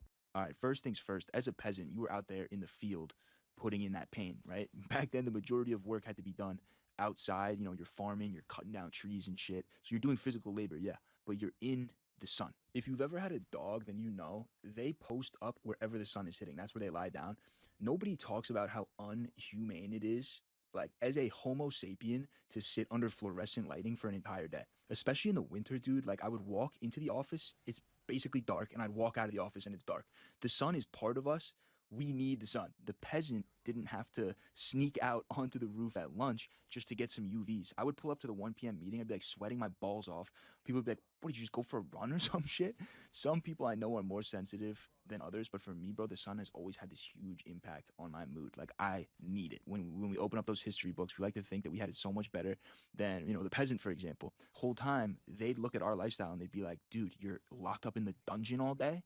Depression is a real problem in this country, but to me, a bigger problem is the lifestyle this country encourages creates depression. Like, as someone who used to struggle with it, it's a lot harder to be depressed when you work out twice a day, when you are in the sun, when you get fresh air and go for walks all the time. You know, in the same way, it's a lot harder to be happy when your job requires you to sit on your ass inside from the time the sun goes up till the time the sun goes down. Then after a long day of ass sitting, you go do some more, but on Netflix or on PlayStation. And maybe, if you're a good boy, you go to the gym.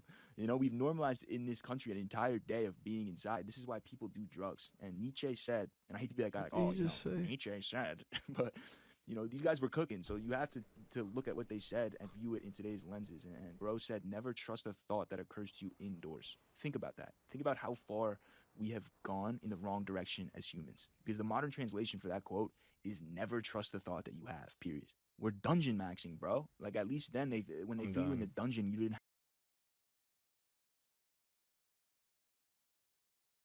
He's acting like hard.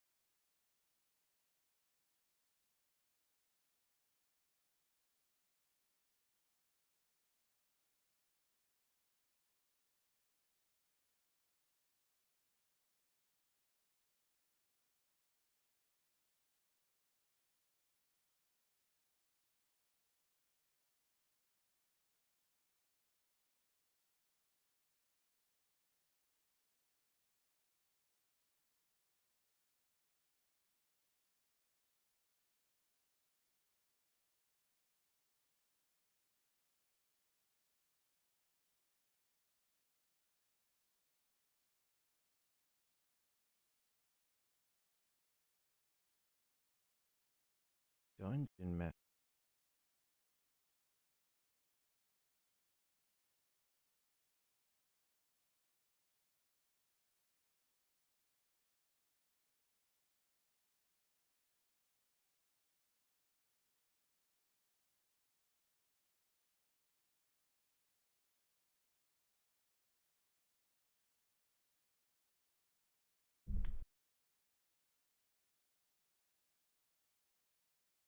I got put on anesthesia at like 8 a.m.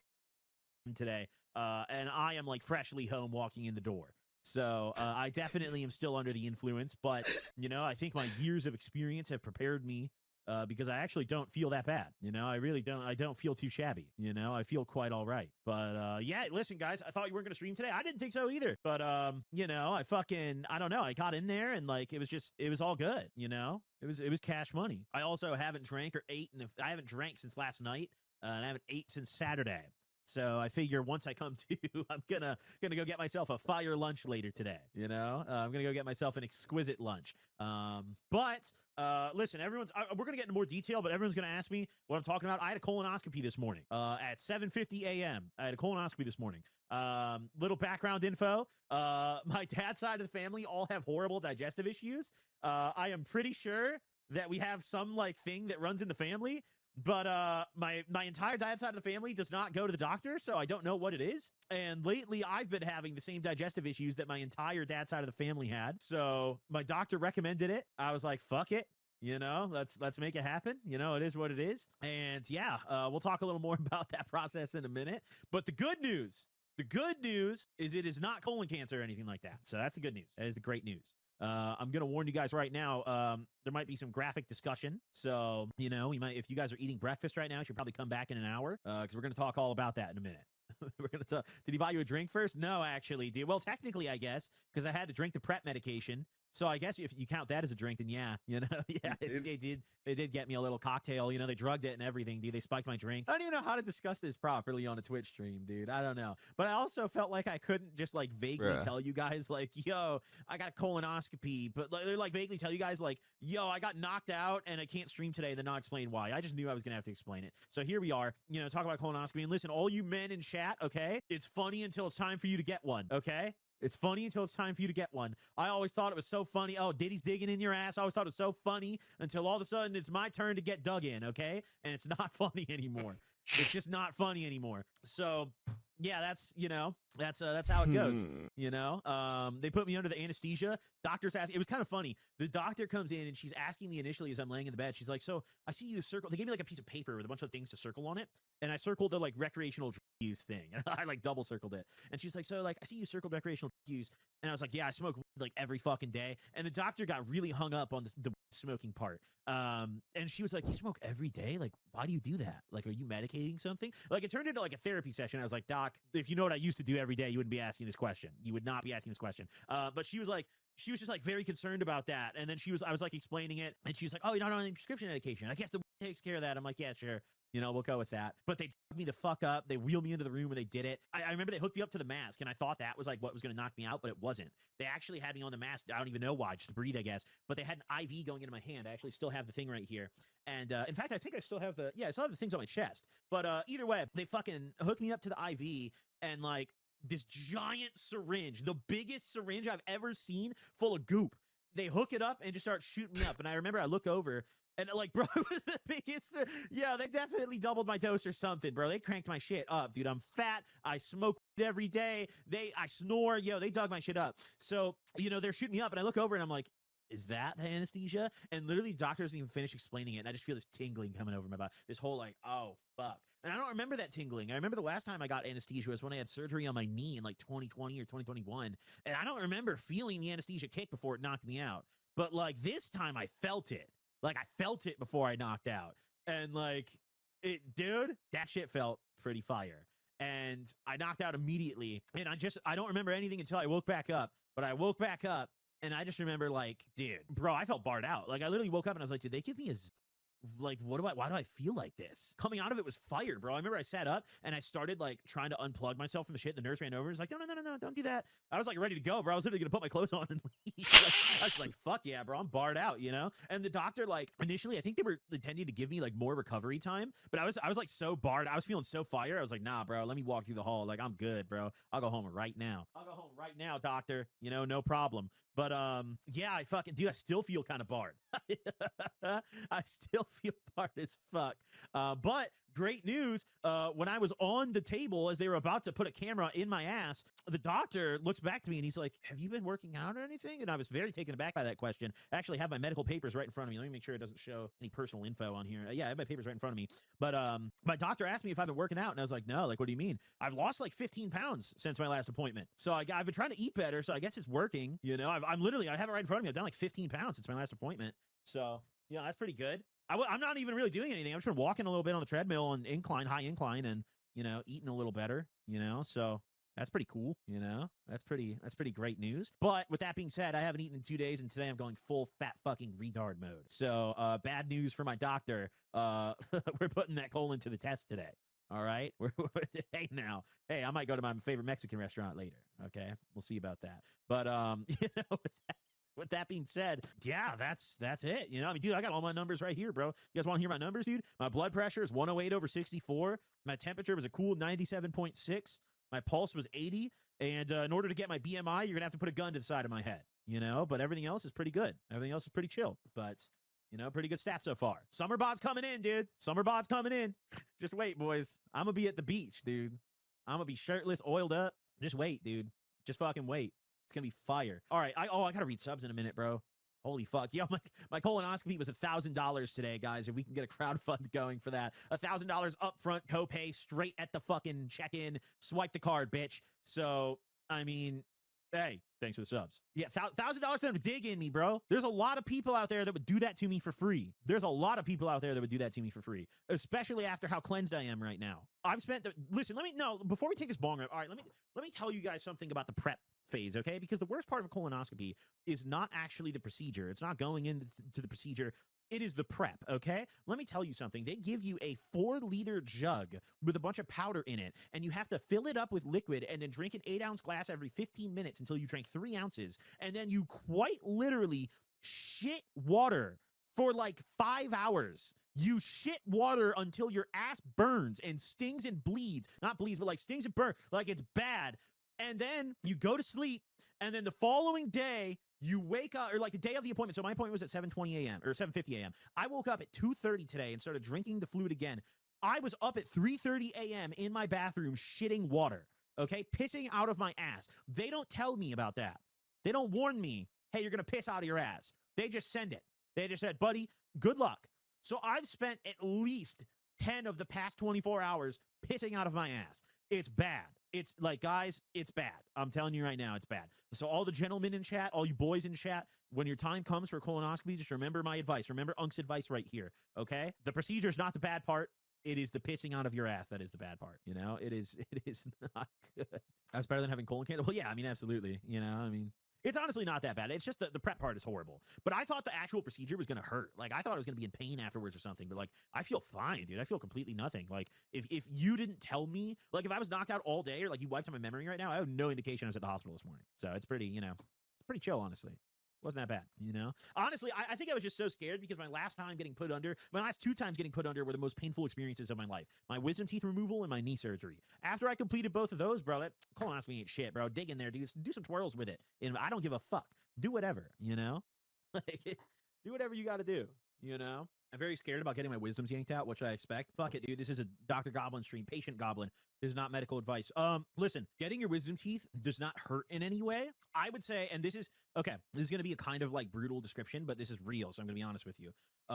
Wisdom teeth in the moment is not that bad. I was not fully unconscious when they did it. I was awake. I was like in the twilight zone is what they called it, but I was awake for mine. You don't feel pain in the moment, but in my opinion, the worst part until you finish it is you taste the bone. Like, they are literally shedding your teeth with, like, some sort of tool, and you're conscious, and you taste the bone. And that is the weird part. That is the part that sticks with me. Like, I don't think back to the procedure and remember anything bad about it. Actually, the nitrous was quite fun, and it was, like, I was high as fuck. Don't get fully knocked out. Nah, bro, get the nitrous. I was high as fuck all day. It was lit. I felt so fire. No, it's worth it. All you fiends in chat, it's worth it. Taste that bone and get fucking lit, okay? Don't let them knock you out completely. Get that motherfucking nitrous. Get that Twilight Zone, okay? Trust me. We're lit in the dentist's office, okay? We're lit in the dentist's office. Actually, it's funny. I warned my girl this morning. I warned Emily this morning because she had to pick me up from the procedure. I was like, hey, if I say anything off the anesthesia, like, please don't get mad at me. Like, it's really, like, I promise I don't mean it and it's not my fault. Because when I got my wisdom teeth removed, the girl I was dating at the time, my ex, she picked me up from that. And I was, like, in the Twilight Zone off the nitrous. And I don't remember exactly what I said, but I think, like, if I remember correctly, the nurse, like, leaned over me to, like, undo, like, my like hookups, and I told her she had nice tits or something, which was like totally out of pocket and like super crazy of me. And I remember apologizing even, and like I was just, dude, I was lit off the anesthesia. You have to understand, like, you say crazy shit when you're off that. Like, you do not, like, you're not normal, you know? You're not normal. But I remember, if I remember correctly, she took it pretty well. And dude, the drive home was really bad. And we fought for like 2 days about that. Like, we fought for like 2 days about that. Yeah, you say things that aren't even true. Like, that's the one thing to be ready for. If you get like the Twilight Zone sedation, you will say crazy shit. Like, that's not, like, you don't even mean it. It's not even true. Like, it's nuts. But after you get your wisdom teeth removed, the by far worst part of it is not being able to smoke. Not being able to smoke is tough, and don't fuck it up. Like, do not risk it. I was a dumbass, and I tried to smoke. I tried all these strats. I tried to grab. I was like, oh, well, if it's blowing the smoke in, then I just have to inhale. It's good. No, my dumb ass smoked, and I got a dry socket. And I'm going to tell you right now, a dry socket is probably the single, like, honest to God, dry socket is the second worst pain I felt in my life, and it is neck and neck with the pain I felt after my surgery on my knee. It is neck and neck. I remember my surgery on my knee. They had me hooked up to, like, all this crazy IV shit, and I was still screaming full volume in the room. It was horrible. Dry socket was very similar. It's horrid. Do not mess with that. Do not mess with that. Don't, like, for a few, at least, I think the recommendation is for a week. I would say at least 3 to 5 days after your wisdom, like, don't smoke. It's not, dude, dry socket's horrible. I went back to a different dentist after I got the dry socket. It's nuts. They gave, like, bro, I had this crazy numbing, like, I think it was just straight lidocaine, like, and it was not in the huff. Like, it was so, oh my God. But it's not, here's the thing. I did everything wrong with my wisdom teeth. So that's what I'm gonna say. If you follow the procedure and listen to your doctor and you, like, don't smoke and you take care of business, you're gonna be fine. I was a little dumbass and I was young and ignorant and I was smoking hella weed the, like, day I got out of the dentist. Like, I went home and was like, well, I can just, like, inhale slowly, you know? And it didn't work. I got a dry socket, and even I was putting cotton balls over, like, the sockets where the teeth were, because I read you were supposed to do that online, and don't do it. Don't do it. Just don't do it. It's not fucking worth it. I got all 4 of mine removed at the same time. Got 1 dry socket. Horrible. Just dug it out. Take it as a tea break. It's a good tea break. And you can eat as well. That's the thing. You can get high. You just can't smoke. You can eat. So just max, you know? Just max. That's all you got to do. The issue isn't being high. The issue is just inhaling and smoking. You have to be very careful. You can smoke, just be careful. So I really wouldn't recommend it, bro. I tried to be very careful as I personally could, and it didn't work for me. So I just don't recommend people smoke when they get their wisdom teeth going, because that shit, bro, it's so bad. It's so bad. I don't think I'm ever gonna need mine removed. Thank fuck. Damn, you're lucky, dude. All 4, dude, like, all of mine were impacted. It was crazy. I was half awake for it. I just remember feeling them. I'm probably scaring people, but it's not that bad. I think I make it sound a little worse than it is. It's not that bad. I have a pretty good pain tolerance, though. That is the one thing. Like, I think I after, like, the surgery I've been referring to, my tolerance has gone up a little bit, you know? You're welcome.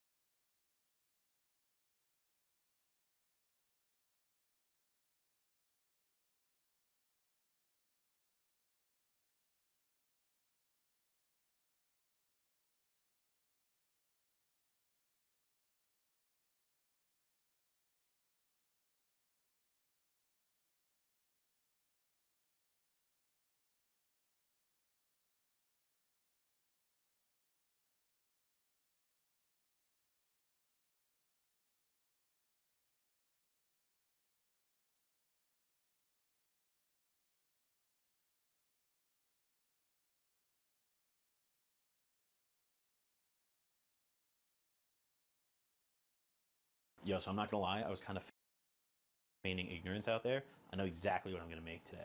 Listen, I ate a few eggs before I came up, and I started pondering on this episode, and I also took a nice rip, and I've been smoking pretty much all day, and I'm really hungry. I haven't eaten anything yet. It's getting, you know, to the afternoon now, and what's on my mind right now is a cheeseburger, right? I want to get a fucking burger, you know? I've been trying to eat like a little healthier lately, and I haven't had one of those in a minute, so I'm gonna get my get back today. We're gonna make cheeseburger sushi.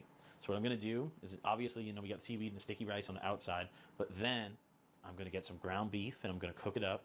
I'm gonna get some cheddar cheese, I'm gonna put it in there. I'm gonna make my own special sauce to put in there. And I'm also, for texture, I think probably gonna get hot Cheetos and cut them up and put them in there for a nice crunch, like a little flame flavor. I think it's gonna be pretty good. I'm debating on getting a little onion and throwing it in a pan and like putting that in there for an extra burger flavor, but I think sauce and cheese and meat will carry it, you know? So I don't need much. All I really need, you know, we're gonna make the list right now. Let's, okay, so ground beef. Here, let's do this together, everybody. So we need ground beef. We need ketchup, mayo, probably like a little bit of relish I want to put in the sauce, you know? Like, I like the chunks of pickle in my like burger sauce, you know? When you get those little tiny like square chunks, almost like this relish. We also need, obviously, seaweed, rice, parentheses, sticky. We need cheddar cheese, maybe like a block of it, because like we want like a big square of it in the middle of the roll. And then, fuck, man. And then I think maybe an onion. And like, that'll do it right there, guys. It's pretty simple, pretty straightforward. I'm pretty confident right now.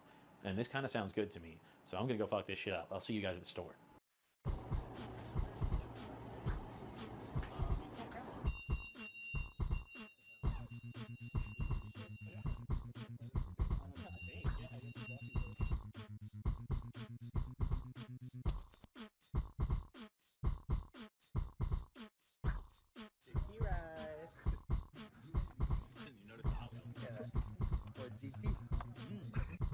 A little soy sauce shot, just a small one, like that.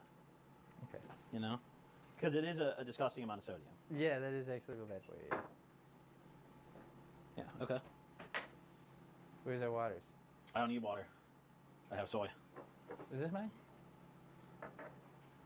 You don't need water. You have soy. I love soy sauce. I could do, if this was ponzu, I could drink this by the gallon. Ponzu. Ponzu sauce? I love that shit, dude. Ponzu is everything. Okay. Cheers, brother. Japanese episode. I'm about to westernize that shit. Oh. Oh. Oh. Oh. Ooh. Fuck yeah. I got a head rush. I definitely got high from that. Oh, I feel it in my chest immediately. That's smoky. Holy shit. Let me wash my hands before we start this. Ew. Ugh. It's not bad though. Once the dust settles, you know, it tastes kind of good. Okay. So I'm gonna cook some fucked up shit today. Here we go. Now first, before I run through my ingredients, I just like to prepare like all my plates. Where the hell's all the, oh, there we go. Here we need a bowl for my sauce. We need probably a few plates.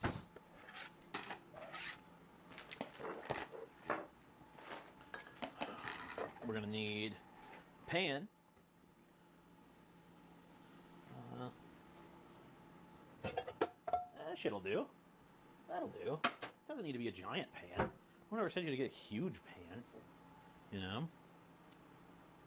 I don't know if I'm gonna use the onion because we got the crispy onion. I think I'm gonna actually veto this raw onion. Kyle, you want an onion in your fridge? Sure. Okay. Chris, you want a shot? Oh God. Bro, that shit was. Yeah, I'm taking a shot. That was. Holy fuck! It's not sitting right with me. Oh. Serving that shrimp raw was diabolical. Dude, this every time. So, I got an interesting little take on sushi today. I didn't want to do some like raw fish, you know, typical Japanese sushi. I wanted to put an American twist on it. So we're doing cheeseburger sushi rolls. Now, what that's going to look like is a homemade sauce with a lot of different ingredients I brought. It's going to look like potentially a large pickle, right? It's going to potentially, you know, involve some extra hot, flaming hot Cheetos. It's going to definitely involve some ground beef, 96% lean, 4% fat. 4% Turks is good. You want 4% terps. That's a high percentage. A lot of this shit you had dispo now, it's like 1.8% terps. That's bullshit. You don't taste it. Smoking booth. Crispy onions. We had a raw onion, but I issued a presidential veto and I saw those. So we also have 2 different types of cheddar. One that I think is going to go inside the roll, a big block, and one that's going to go on the outside. So we got a lot of shit going on today. We also got to prepare our sticky rice, which I think should probably be the very first thing we do. I think we should prepare the sticky rice. So we just remove the film and heat it for a minute. It's the easiest thing ever. Wow, it's really beautiful in the microwave. Look at that corner. It's like someone took an explosive shit in the microwave. So you just type in the number 1, Kyle, and it just sends it? Wow. Yeah. It's a nice microwave, dude. Yeah, technology, yeah. I mean, all right. Okay, while we're doing that, I'm going to start off making my sauce. So, shit. How we're going to do this, we're going to start off, we got to open everything. Oh. A little Miracle Whip. Kyle, how are you feeling? Are you, like, drunk? Like, what's your drunk level? No. Japanese? I was, like, kind of chilling, and then I smoked that joint, and I'm pretty activated. Do you want this one? Sure. That's a lot of Miracle Whip. Okay. That one's, I think, Australia. God damn it. What are you guys doing over here? What is happening? In my honor? Because I can't drink? Yeah. So sweet. I wasn't going to, but after what I just ate. Yeah. They gotta wash down the soy sauce, yeah. Listen, I was feeling good stomach-wise up until I tried Kyle's dish. And I'm cooking this after consuming Kyle's dish. And, like, the cold raw shrimp, like, it separated from the rest and, like, just did something to me that I wasn't a big fan of. What are you mixing up? Worcestershire sauce, however the hell. How do you say that? Worcester sauce? Worcester. No, Worcester. What? How do you say it, Kyle? Worcester. What? Yeah. No, it's like Worcestershire sauce. No, you guys are capping. I know you guys are wrong. It was genuinely Worcester. Is it actually? No, it's not. No, it is. no, someone needs to look it up. There's no way. I don't trust ChatGPT. It's not Worcestershire. Hey Siri, how do you Worcester. spell Worcester sauce? Well, not spell. How do you say it? Go watch. Is that how it looks? No. No. No. I think I was right. Why'd you ask it how to spell it? Worcestershire. Yeah, cheers, now. Cheers. Okay. You also got the stone ground mustard coming in. Just a little bit of that. I'm not gonna lie, I totally just like kind of sensed out this combination. I don't know if it's gonna be any good, but I feel like it needs more relish. It's kind of looking good though. Bro, Fish, you gotta smell this sauce. Like, take a. That smells good, dude. I think a little more relish is like the missing. Oh shit. There we go. Alright. We got our sticky rice ready. We've prepared a stunning, stunning sauce that everyone's gonna love. Yeah. Yeah. Honestly, more Worcestershire. Fuck it. Oh yeah. Look at this shit, dude. McDonald's should hire me, bro. Imagine if I got a job offer at McDonald's, I quit this shit immediately. Doesn't matter, any position, dude. Cashier, I would take it pretty quick. All right, next up. Hold on. Let's lay out our fucking stuff right here. Okay, so how does this? I think I do it like that, and then I cut it, and that's the sections. I think you're supposed to like. I need 3 pieces of it. I'll just do the. I'll see how much. All right, no, okay. I'm not gonna lie, I've never like really done this, but from my understanding, you gotta like flatten out the rice and like spread it all across as like the base, right? So that's exactly what we're gonna do. We're gonna like. Oh God. Oh Jesus. We might have to get our hands dirty here, dude. Honestly. I might have to. Yeah. Okay. Hold on. Kyle, how do you feel about my concept? That's good. You what? It's a good concept. You like my concept? Yeah, dude. Wow. Thank you, Kyle. Okay. I think we've got to like really like Get our hands in here and like spread it. Oh, it's so hot. Oh my god. Yeah. Okay. And then we gotta let it cool a little bit. That should be spread enough, I think. I have no idea what the fuck I'm doing, bro. I literally like, I don't know what the fuck I'm doing. But that should, I think, be okay. So we're gonna move on to cooking the ground beef. This is the big course. We've got our sauce. We've got our rice on the seaweed. It's time to make our ground beef. So we just let it get hot, you know. Do we have any butter left, Kyle? Yeah, lots. Oh, yes we do. Okay. I don't know if we want butter though. Maybe we don't actually. No, we want some butter. I'm gonna redeem myself. The last time I used butter, it wasn't like very good, and I'm gonna make sure that this time when we use butter, it's good. It's a good usage of butter. So I'm gonna slice it, just get the pan a little, and then we're also gonna open up our beef. Now, a lot of people in the comments, specifically the fried chicken episode, they're all like, oh, you didn't wash the chicken. But like, are you even supposed to wash your chicken? I've seen it, like, I don't think you're supposed to do that.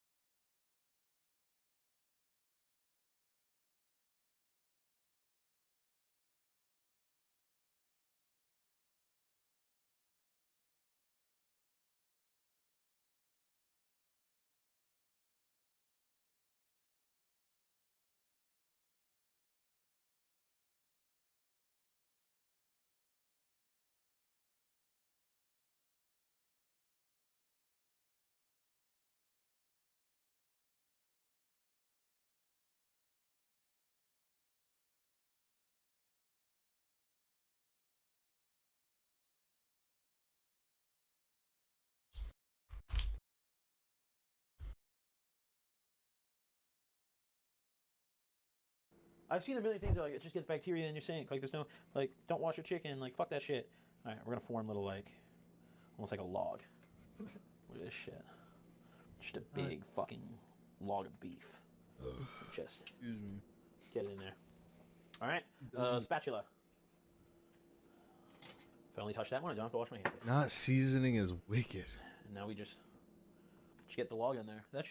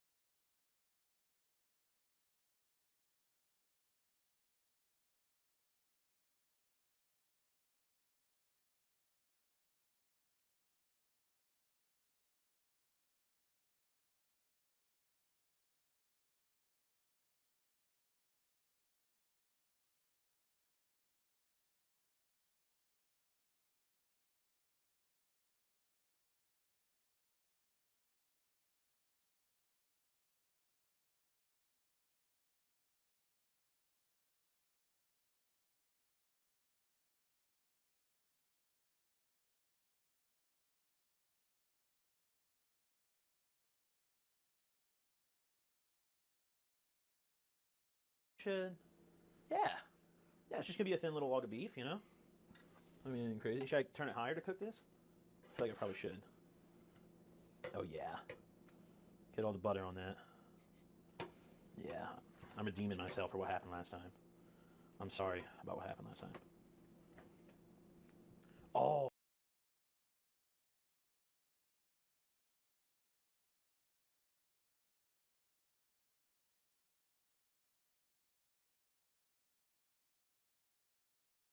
Well, maybe we cook this with some onion.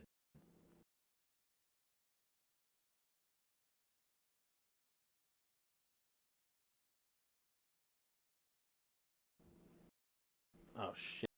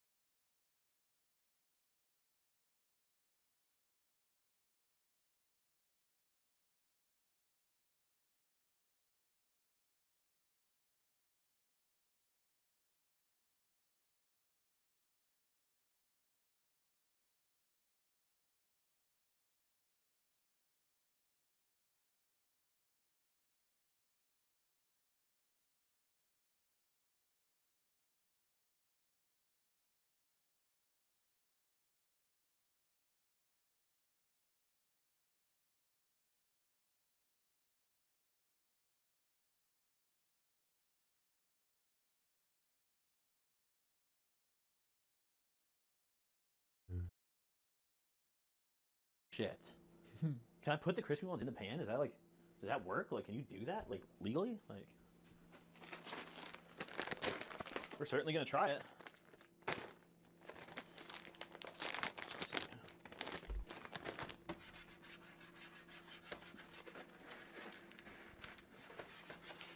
It's either gonna be kind of fire or like the most rancid thing I've ever made. There's like absolutely no in between.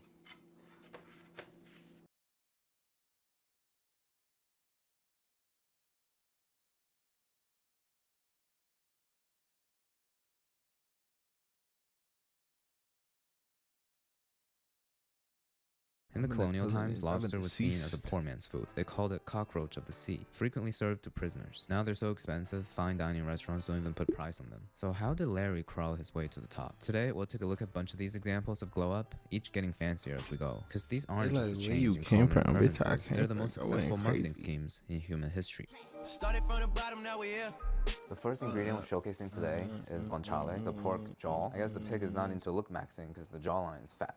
It came straight from Italian shepherd culture and is used basically as a preserved, undesirable cut of pork and used anytime for calories. Because of the heavy salting, there's no need for refrigeration either. Cold pan, medium heat just to let it render the fat out. The climb from a low-quality farmer snack to a sought-after ingredient came about the expansion of Roman pasta culture, with leading dishes like the carbonara or amatriciana, which both uses guanciale. What we're doing today is the future canoe version of the amatriciana. So if you're Italian, you could skip to the 3-minute mark, cover your eyes, or don't be too mean in the comments. We're doing squid ink, which is also an unwanted ingredient by the fishermen at the time in the Mediterranean. Now this briny black ink is highly esteemed in fine dining and Michelin-star kitchens. To complete the sauce, we'll grate in the Vache Rosa, the red cow parmigiano.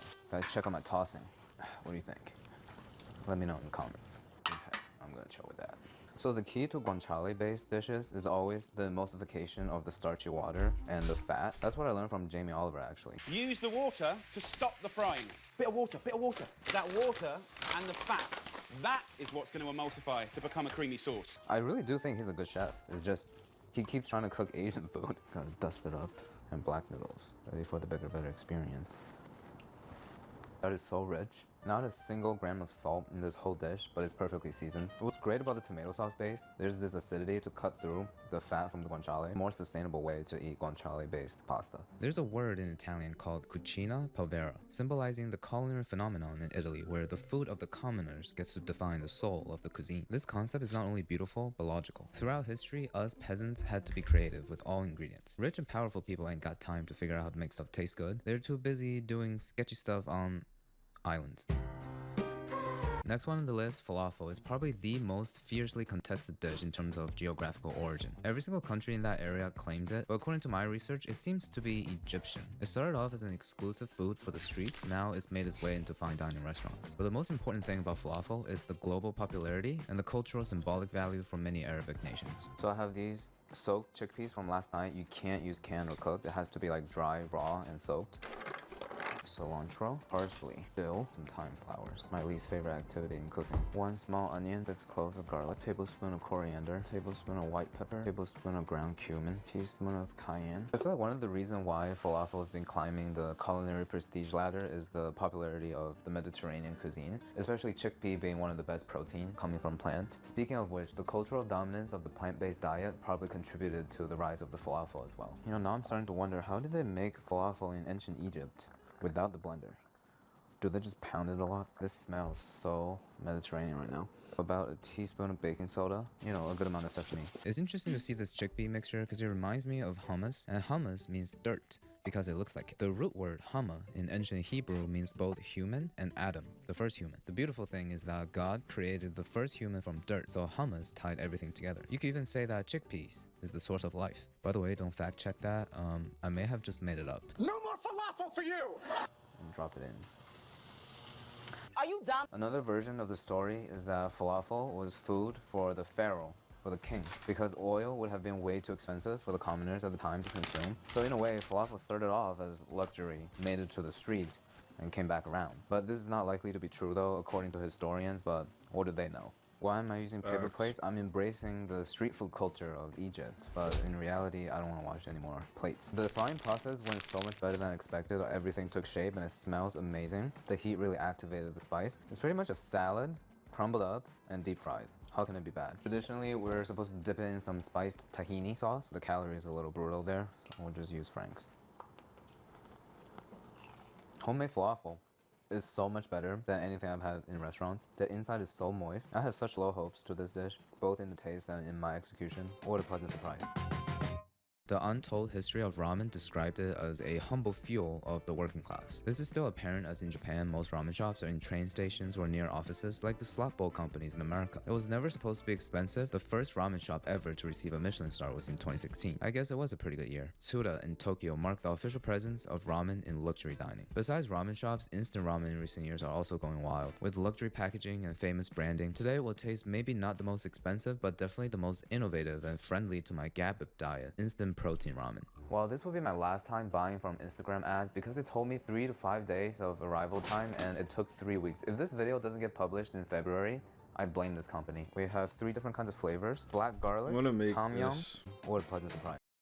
But in reality, you see this chicken activity in cooking. 1 small onion, 6 cloves of garlic, tablespoon of coriander, tablespoon of white pepper, tablespoon of ground cumin, teaspoon of cayenne. I feel like one of the reasons why falafel has been climbing the culinary prestige ladder is the popularity of the Mediterranean. According to my research, it started off fine dining restaurants. But the most important thing about falafel is the global popularity and the cultural symbolic value for many Arabic nations. So 1 small onion, 6 cloves of garlic, tablespoon of coriander, tablespoon of white pepper, tablespoon of ground cumin, teaspoon of cayenne. I feel like one of the tastes and in my execution, what a pleasant surprise. Excuse me, my bad. Yes, I started in cold water because it really doesn't make a difference. It's not like boiling water will make it healthy.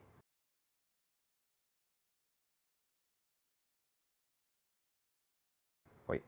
But this ramen is already healthy. Seems like these noodles are a bit more fragile than the regular ramen. Black garlic chicken. Oh, by the way, this is entirely vegan. There's no chicken in this. I doubt that there's black garlic. Smells just like the Maruchan chicken. Let's give it a slurp.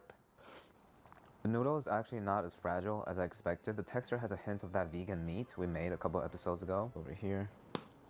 And the broth has a medicinal aftertaste. I don't think I'll buy it again. I feel just a tiny bit scammed. We've done oxtail once before in the beef parts video where I ate testicles, but this butcher's waste is getting more unaffordable each day. I shamed my Jamaican grandmas last time, so to make it up to you, I'll take you to see the best. Park hunting. Finally got a bench. Let's rip into it. It smells so good. Look at that. Dark, rich, braised oxtail all shredded up. The fat distribution is about to be amazing. Alright, let's give it a bite. Jesus. Red wine, spices, pepper, all the aromatics broken down. You don't even feel like you're eating oxtail. It kind of blends into the cheese almost. Plantain. The outside gets kind of dried up, so it tastes like a raisin, like a big banana raisin. It might be the best plantain I've ever had. Not that I eat a lot of them, but it's blowing my mind a little. This whole meal was $28. Gonna have to give it a 9.5. I will certainly be back for this.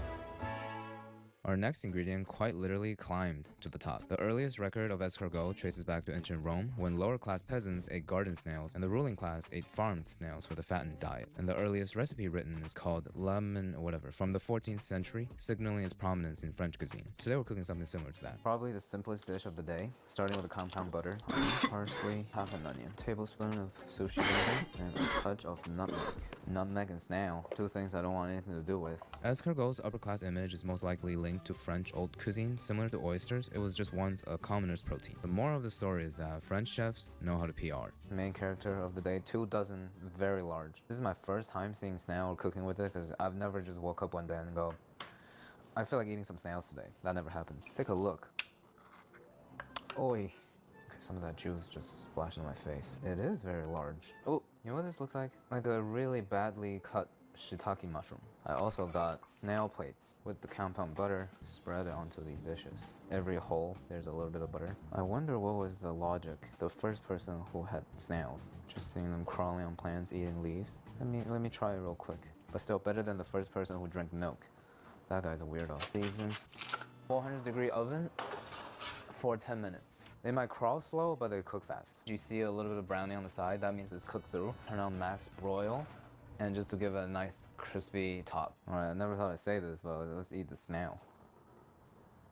You know this baked onion kind of hurting my eye. Snail tastes like the mixture in between a clam and a mushroom. It's kind of chewy, but all I taste is just the compound butter. I think snail itself might have no taste. Is that why people like it? So to take on this butter, I'll give it a 7. I would finish it, but I don't think I'll order it at a restaurant.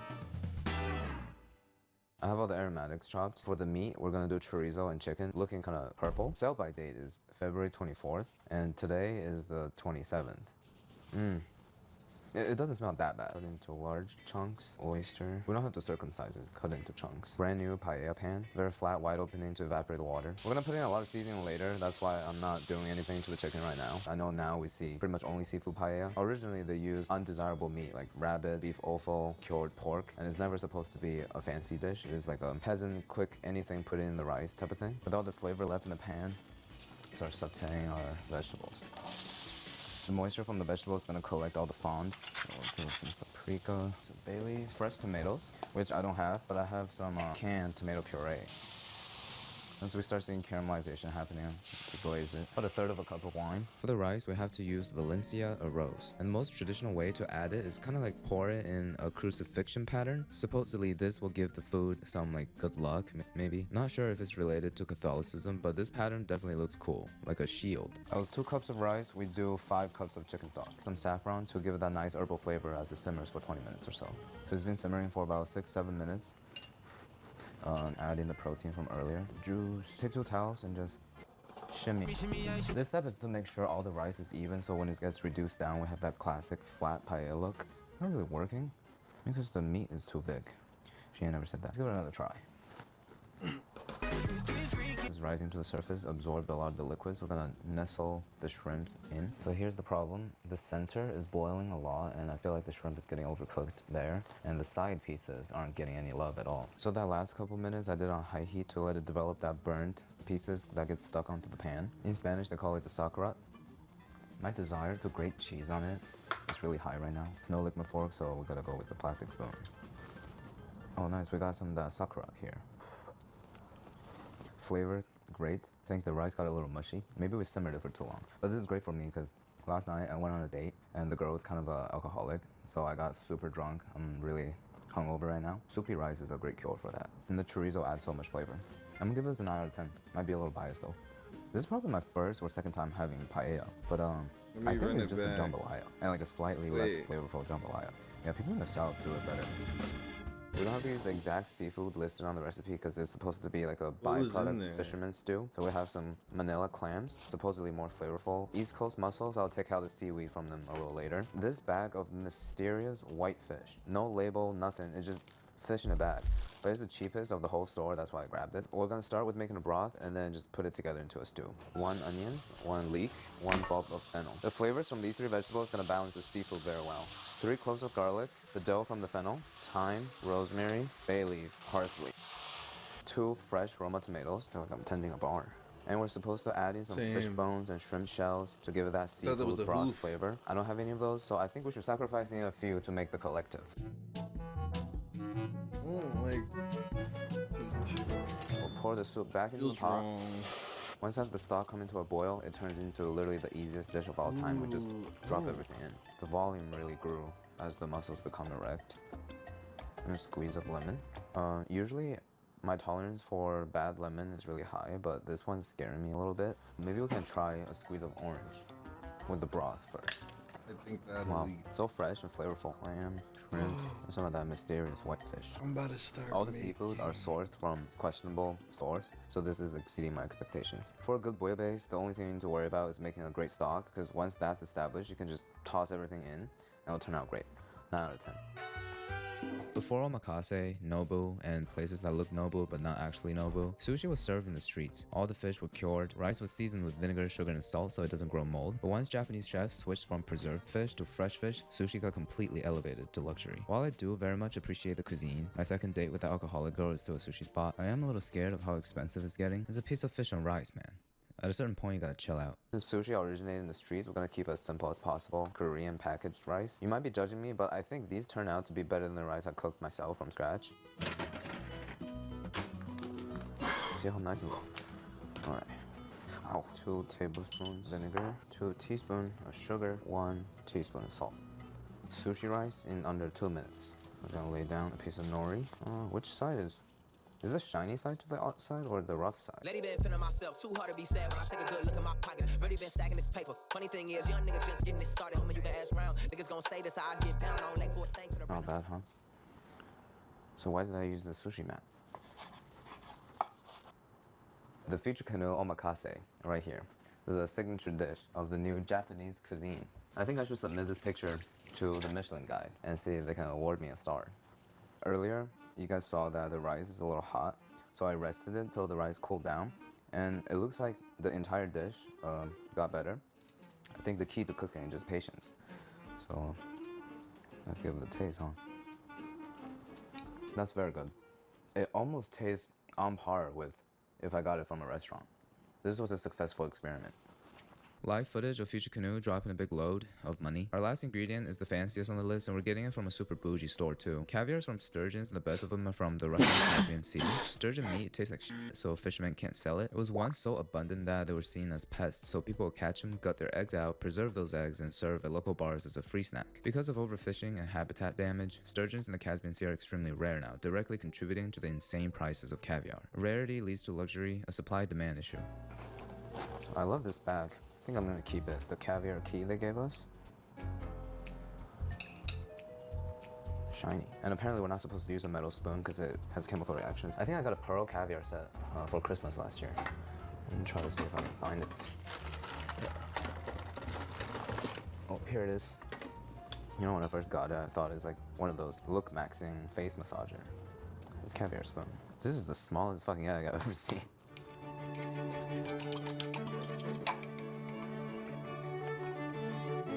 The one time I went to PA's apartment and his mom made a bunch of bellinis for the weekend, and he just tossed that whole pan full of bellinis into the fridge. I went back to New York, came back to Boston the next week. The bellinis are still there, but now full of mold. And he never got rid of it until his mom visited again a month later, and his whole house smelled like bellini mold. Yeah, so making this kind of reminded me of that. Sour cream. Probably the most expensive dish we've made on the channel so far. Honestly, it looks the least appetizing.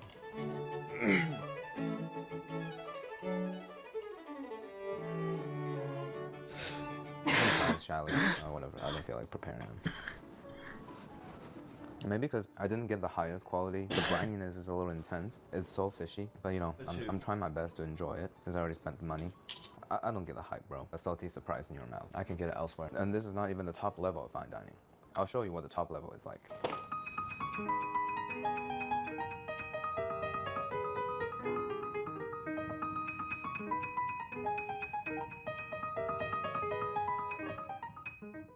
I really love the packaging of the dino nuggets. Chicken breast, no artificial flavor, and a great source of omega-3. If your kids is getting omega-3 from dino nuggets, that's like me eating grass-fed beef for the greens. Time to have fun. Let's go with the T-Rex first. You know, the more I eat it, the more briny it gets. Now it's starting to taste like oysters at happy hour, right before they spoil. Maybe I just have a peasant palate, but this does not taste good. I guess I just don't belong here. Let's make a fried chicken sandwich. Nice. Best dish of the day. Eating dino nuggets and close my eyes, I can almost taste childhood memories of my parents getting a divorce. Nostalgic. Now let's get back to the modern times and make some observations of what kind of ingredients are currently stepping into the realm of luxury. First one being tallow. Up until 5 years ago, I've only heard of tallow being turned into soap, or Bill Burr's family cooked cubed steak with it. Now beef tallow is everywhere. I partly blame Google for that, so I got us a tub. Let's see what the hype is all about.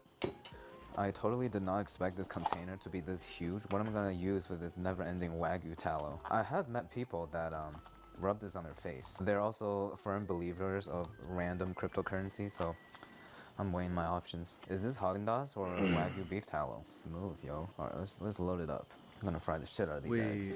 I wanna...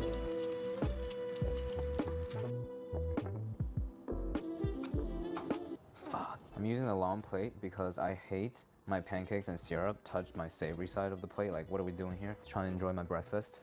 But the key to solving that is just to have pancakes last as like a finishing touch. Pick up the bacon. Swine fat. Okay, I have to say, the tallow adds kind of like a layer of animalisticness. Kind of starting to taste like fried chicken. I'm surprised that the egg has the potential to become like chicken. From looking at our earlier recipes, I think we can all agree that health trends sometimes greatly affect the price of an ingredient. As a lot of you guys know, my spring semester started and a lot of my female classmates have been obsessed with cottage cheese. They put it on avocado toast and stuff, but recently a particular type of slop bowl have been taking over school. My friend Taylor sent me this picture and it looks like my mom cooked it. So let's try our best to replicate it. See, we're using tallow again. Keep the continuity going. With this tallow, we'll sear up the ground beef exactly how we would in a taco. It's not Tuesday, but we're partying on in my pants.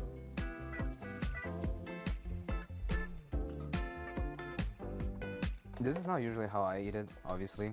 I kind of just take the whole container, blend it with protein powder, and add an egg to it, bake in the oven for 5 minutes. It tastes exactly like a cheesecake, I'm not even kidding. Cottage cheese, taco meat, half an avocado. Put some sweet potato up there, hand shredded. And I was told that we're supposed to top this whole thing with honey. Again, I don't like sugar in my food. Like, what are we doing here? I'm already suffering with the sweet potato.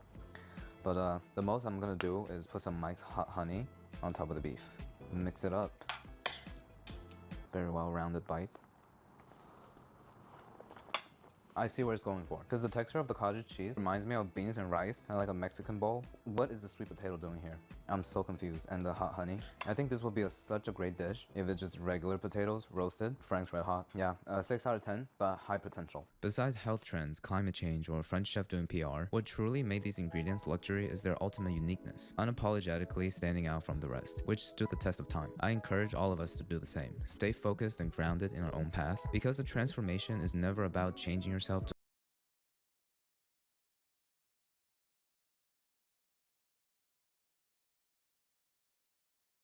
So life with Derek has a pretty rocky.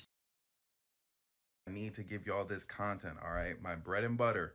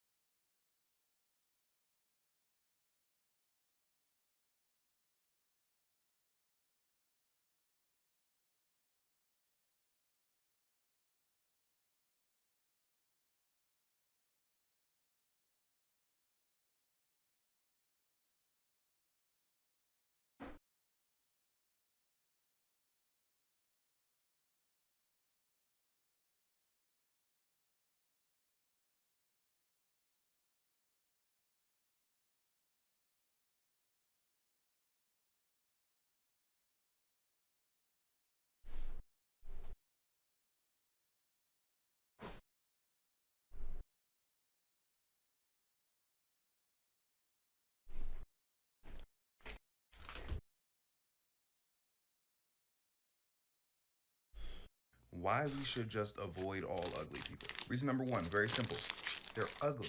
Why would you want to be around them? Why would you want to look at them? Why would you want to see them? Why would you torture yourself in such a way? At some point in your life, you're going to have to love yourself, okay? And a lot of people secretly don't want to love themselves. And to love yourself, you have to maintain healthy relationships. And how could you ever have a healthy relationship with someone who you think is ugly? You're going to look at them and you're going to start to get sad. The vibes are going to be so horrendous. You're going to wish you never woke up. There's a point in my life when I'd have so many bad days. I could never tell why. I could never put my finger on it. I'd wake up. I'd want to start crying. Sometimes I would cry. And I would just get up and go about my day. I never knew what was wrong until I realized it was my roommates at the time being ugly, okay? Being the two first people I saw at the day. Ew, no, you don't want it. After I discovered that, I changed my housing situation and things got so much better. You would not believe the changes in your life that will happen when you start to evaporate these ugly people, okay? Just pretend they don't even exist. You should not be sitting here entertaining aesthetic poverty, all right? There's nothing worth it. And some of you have to realize that when you see someone, it brings out something innately in you, whether you're attracted to them, not attracted to them, whether they're attractive or not attractive, there is a reaction that happens. So when people are like, oh, it's on the inside, what counts, blah, blah, blah, and it's like, ew, no, but a little bit, but not really. In an ideal world, people are good people on the inside, but only after they've already passed the attractiveness check. Like, it's great if someone's a good person, but if they're not attractive, how good of a person could they really be? And that kind of brings me to my next point. Ugly people are untrustworthy. Think about it. They have to hide who they truly are. You know why? Because when you're ugly, there are more consequences to your actions. You don't have pretty privilege. It's the same reason why someone with $1 billion doesn't really have to think about what they do with their money or how they treat people, because they'll be fine because they have $1 billion. It's the same thing, but with attractiveness. Like, attractive people will be fine no matter what. Ugly people, on the other hand, they have to be careful, and they know that. That's why they fake being good and nice people in order to trick us into being nice to them and trick us into giving them what they want. What is it that they want? Honestly, I have no idea, okay? Who knows what a uggo could want? Like, maybe they want the whole world to fall victim to their aesthetic poverty. I genuinely don't know, okay? But what I do know is they can't be trusted. I don't care who you think you know. You might be like, oh, I know so-and-so. They're ugly, but they're actually really nice. No, they're only doing that because they are ugly. We all hear those stories about how someone gets rich or like loses a bunch of weight, it changes their personality, switch up on their friends and all that, blah, blah, blah. It's literally exactly that. Use your head. And reason number 3, okay? I don't know how spiritual you guys are, but someone being ugly, just objectively speaking, is a sign from the universe, God, whatever you believe in, that I don't know how spiritual you guys are, but someone being ugly, just objectively speaking, is a sign from the universe, God, whatever you believe in, that they're bad vibes and that we should stay away. What other reason would there be Crazy pause. for them to be ugly? If you're in the ocean and you see a shark, you're naturally going to want to swim away. You know why? Because sharks are scary. You're hardwired for sharks to scare you, okay? And you know what else is scary? Ugly people. That's why we have that nasty little like vomit-filled reaction when we see them. The universe is warning you, God is warning you, but you're ignoring all the signs because you think you should be nice to ugly people because you feel bad for them, which again, according to reason 2, shouldn't be trusted. There's no reason to feel bad for them. They are some of the most evil people on the planet. We are hardwired to avoid seeing things that we don't want to see. So you can't make an argument that we should be looking at ugly people at all. In an ideal world, in a perfect world, now granted, we still have to treat them like humans to an extent. But if we could like exile them, like if we could separate like maybe half the world, or I'm trying to think, do they outnumber us? Yeah, they might outnumber us. Like maybe just even give them like their own little place and like we can stay in like, I don't know what the nicest part of the world is. I'm American. They don't really teach us about other countries. But that is a great idea, right? But honestly, reason number 4 that you have to avoid ugly people is it's going to be a hard life for them. You might as well prepare them for it right now. Because them being ugly, a lot of people aren't going to want to be their friend, okay? Except like the weird little goofy nice people. So if you choose to be their friend, choose to engage with them, you're not preparing them for the real world and what they're actually going to deal with, okay? And it's going to hit them like a ton of bricks and their life is going to be ruined because they're not going to know how to react to it. Now, do they deserve that for being ugly? Maybe, okay? But if you actually care about these ugly people, you would stay far, far away, okay? Get them used to that isolation. And another thing, if you really care about them, this is reason number 5, by the way, you gotta understand, you can't be nice to ugly people. You mentally are naturally gonna be nicer to attractive people than you are to unattractive people. It's just science. There is no way in this world that you're gonna be nicer to an unattractive person than you are to an attractive person, even if you barely know that attractive person. You don't know why?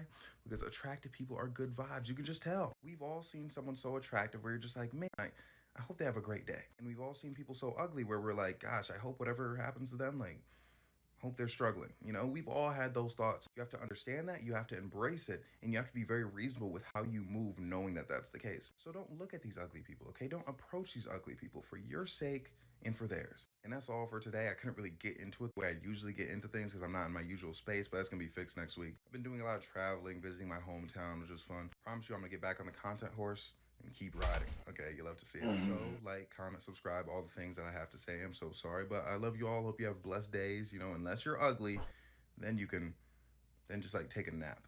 All right, then do something else. I don't know. 72 hours in an adult. Can you profit from a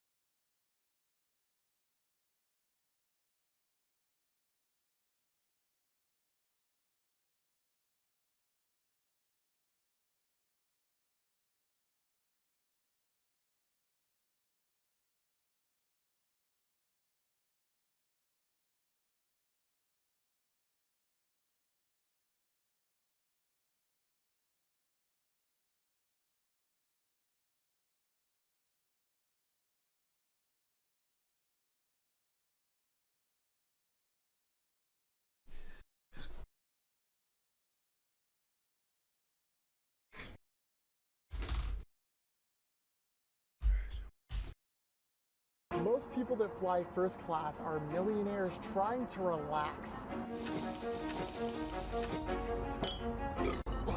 But me, I'm trying to profit. First class flights promise that gourmet food, top shelf drinks, and entertainment are all included in the price of your ticket. But does this really make it worth it? To find out, I'll be eating way too much, drinking a concerning amounts, and experiencing all that I can. Because as someone who's never flown first class, I need to know, can I consume more than what the first class seat costs me, equaling a profit? Starting here at JFK Airport. That's right, I'm in New York City. Hey, I'm walking here.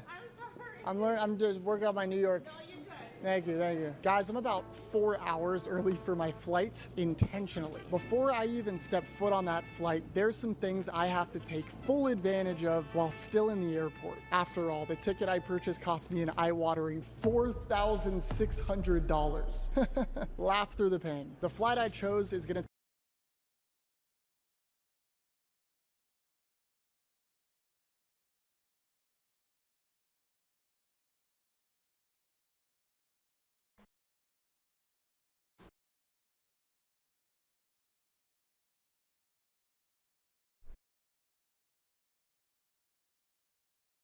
start. The first season is pretty sexist. The second season gets a little bit uncomfortably romantic between the brother and sister. And I feel like we saw all the best this show has to offer in the first half of the third season, and we're covering the second half. And I'm telling you, at this point, I'm emotionally drained. I'm like, what is going on with this house? The Venturis clearly need a lot of work. And I'm really hoping that they either clean up their act or at least get more entertaining by the end of this third season, because this is a lot to watch on Uncle Johnny's shoulders. So let's get into the final 13 episodes of season 3, and then I guess start mentally preparing for the last season. I don't know where the show is going, honestly, and I'm scared, so please buckle in. So this new set of Life with Derek episodes start with Summer School Blues, episode 14, and this episode's all about not being in school anymore, something that we've not seen on Life with Derek, and it's really funny the way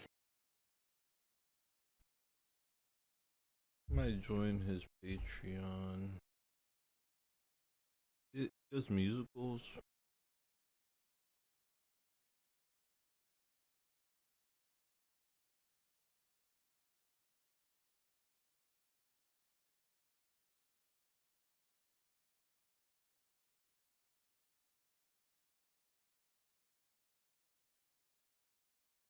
Being two people seemed like such a great idea back then. Thing of beauty in its day, but tell you what, sooner or later, even the party in the back has to end. It's official, guys! Hannah Montana is back as of 3 a.m. East Coast time. Yeah. Not that I know that for any particular reason, it's just that I've been waiting for it. Yes, Hannah Montana has been through a lot over the past 20 years, which is crazy considering that's when the show aired, and it only aired for 3 seasons. Yeah, we have 20 years of behind-the-scenes, archival footage, old songs, and interpersonal relationships to dive into, and this special is 58 minutes. Okay, I really wanted this special to be 2 hours, but hey, whatever, 58 minutes, I'm sure that's enough time to fit in every single thing I need to see in order to move on with my life. No, I'm just kidding. But seriously, I do love the show, movie, songs, album, and actor portraying Hannah Montana, Miley Cyrus, so there's a lot for me to uncover with this special. We might as well just dive on into it. What's up, everybody? It's Johnny 2000, focusing on 2000s movies, media, TV, and so much more. And of course, Hannah Montana, one of the closest shows to my heart, as it's one of the shows that got me started on this channel. You know, doing the season retrospectives all in a row. Did like, you look it definitely first? was a life-changing experience for me to go back to this show 20 years later. And of course, it has to be similar for young Miley Cyrus. I look mean, she out? grew up down south and moved to didn't Hollywood look just to up get the- this, like, big lifetime role. And as you can see, it affected not only her, but her family, her co-star, and everything has changed since. Stick around, because after we talk about this special, I kind of want to go into my favorite behind-the-scenes information about the first season. If you're not new to my channel, then you could definitely skip this part, but I do really think the inception and mysteries that went behind Miley even getting this show, and the show getting picked up off the ground based on That's So Raven even, like, that's stuff we want to talk about later, so please stick around for that. But for now, I really want to go over this new special. I've been waiting for months for this to come out, and my expectations for new music, my expectations for seeing the cast return, even understanding the relationships,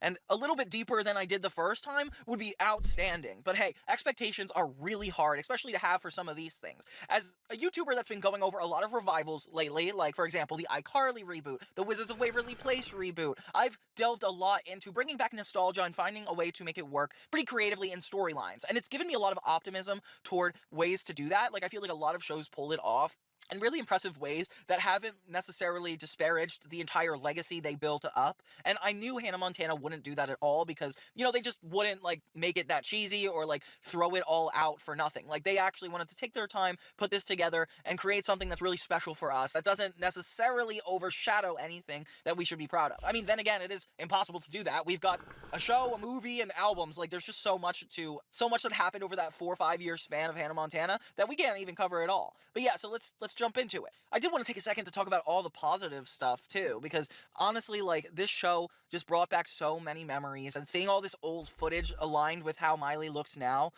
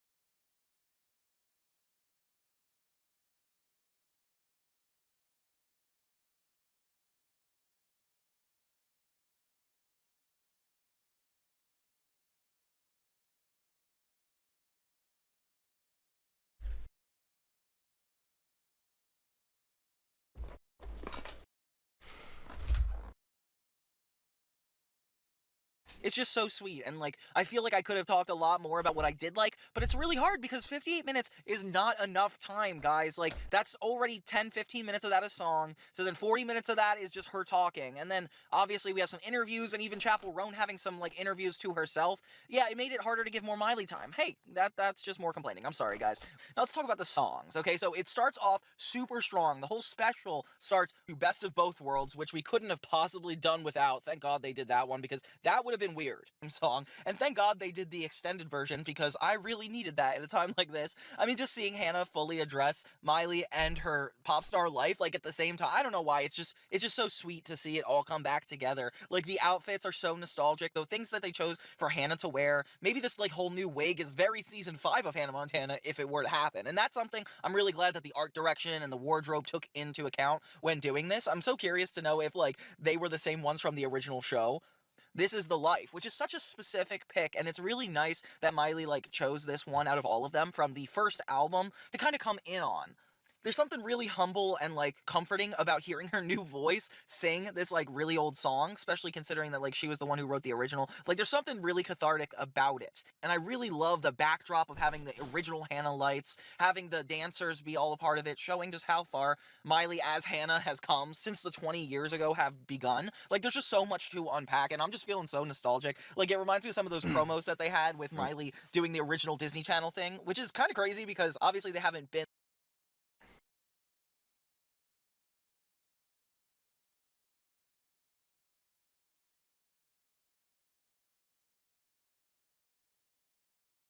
Bro.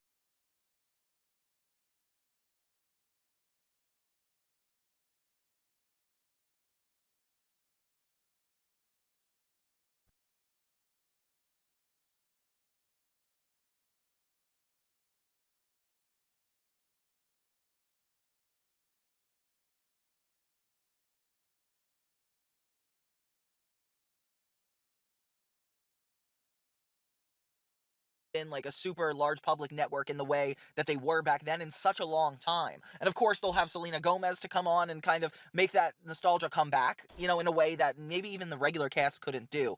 And yeah, just the whole song just represents transitioning from This Is the Life to The Climb is so interesting because it's obviously a very deliberate choice to go from a song about like appreciating what you have and everything that's in it to The Climb and talking about like life's like darker sides, like maybe the journey that you've gone on for so long. It's so nice considering that this entire special feels like a journey revisited, and maybe like it's heavy because we're actually seeing how far Miley went in these 20 years to come back to where she is. It's like a very hard thing to do, and going back to my own reunion and being the center of attention, like that would be crazy to me.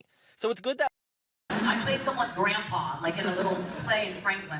Was the ones that were there with her at the time. Having Chapel Roan step in for some of the segments was just kind of weird. Like, I get it. Like, she's almost like the modern day Hannah Montana. She's connections to Hannah Montana's country roots and, you know, make up with you what you will of how to perceive that sentence. It just felt a little out of place. In a way, yeah. I mean, I don't know if you guys have thought of it that way, but I have. And yeah, it starts off super strong, and we finally get to see the sets. And yeah, this is one of my favorite parts, is the set. We have the main living room of Hannah's house in Malibu.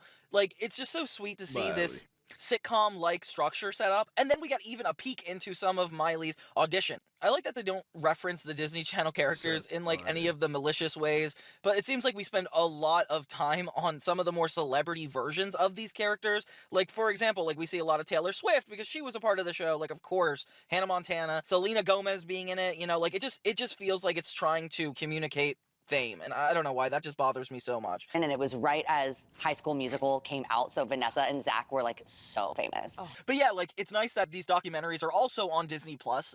Sometimes it just feels like this specific 58-minute special is just to promote the other things on Disney Plus, but I'm gonna try to turn a cheek to that because I'm just so happy Hannah's even back. I can't get ungrateful, you know? But yeah, the music is so good, and then for the final song, they actually have a new original song written by Miley to perform as Hannah. And this is very interesting because it's not not taking the nostalgia route and like pulling out from places we've been before or understand, but it's her personal journey now reflecting on Hannah. Something that could probably not be within the first 4 albums. You know, like you don't get that experience before you have a 20-year anniversary. It usually takes years to like fully get the experience needed for this. And the lyrics are very humbling to me because it feels like I am being like spoken to as a Hannah fan, and just looking at all the people in the audience wearing these Hannah wigs, watching her on stage. But yeah, great song to end it all. And you know, with these 6 or 5 full songs that were like featured throughout this special, I really wish I had more. And there was hints throughout this entire special of a bunch of different songs that like have been remade. Like Rockstar was featured for a second. We have a little instrumental toward the end. Nothing from Hannah Montana 3, which really breaks my heart. I don't know if you guys saw my video, but I like made a whole reflection of the Hannah Montana 3 album. It's my favorite of all time, and I really wish I got some, you know, solidarity here. Is solidarity the word for that? I don't know. But it is like clear that she recorded more than a few, and like more than a few updated tracks were definitely available. So we're all talking about it into it because it's just cool. Or even just the albums, just like its cultural impact, how everything affected, integrated into it, and she was just very protective of Miley, which she were like treated to come back. And like I feel like it was a little unfair of Billy Ray Cyrus to make a comment about Jackson. I feel like, dude, a musical that's kind of about the dark side of dual identities like Hannah Montana, but it's with this girl named Victoria Gray, focusing on logic and emotion and what is done in the public eye. You should definitely check that out. But anyway, now they're dressing like a lady helps me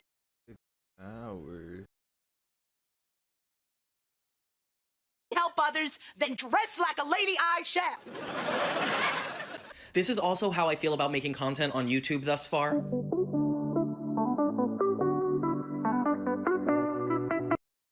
All right, so basically, there's a lot of white woman stuff going on, and I'm going to get, like, right into that in a second, in theory. But just a little bit of preamble. I expected this video to be about nothing. It was just going to be, like, a traditional yap session, but then it kind of became about something. So I'm kind of reordering the video. Me just yapping aimlessly, I'm going to put that at the end, but me getting to the point of what I'm talking about, that is going to be in the front. So it's going to be weird. Like, what I say after the whole, like, big thing I'm talking about is just going to be random stuff. So it might be clunky, and if you wonder why, like, that's absolutely why. I'm going to really give y'all something to chew on, okay? I'm probably going to call it something like the white woman wars, because that's all ridiculous.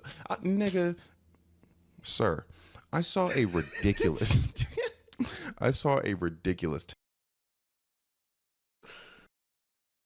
Nigga, sir. Something like the white woman wars. That is going to be in the front. So it's going to be weird. Like, what I say after the whole, like, big thing I'm talking about is just going to be random stuff. So it might be clunky, and if you wonder why, like, that's absolutely why. I'm going to really give y'all something to chew on, okay? I'm probably going to call it something like the white woman wars, because that's all ridiculous. Nigga, sir, I saw a ridiculous TikTok, bro. I saw a ridiculous TikTok. This woman was talking crazy, okay? For one, I gotta let you know, oh my gosh, there's so much lore. I'm so sorry. I've been defending white women a lot lately, okay? It all started with Bonnie Blue. And I promise you, I swear to God, bro, I think I might have mentioned it yesterday, so I'm not gonna talk about it too much. But I swear to God, I'm not joking. I was on stream watching the Bonnie Blue interview, and like she was cooking the interviewers, and I watched another one yesterday. She was cooking the interviewer again. Made me put respect on her name, but unfortunately for her, she got banned on OF. Thought I paused, but I forgot about.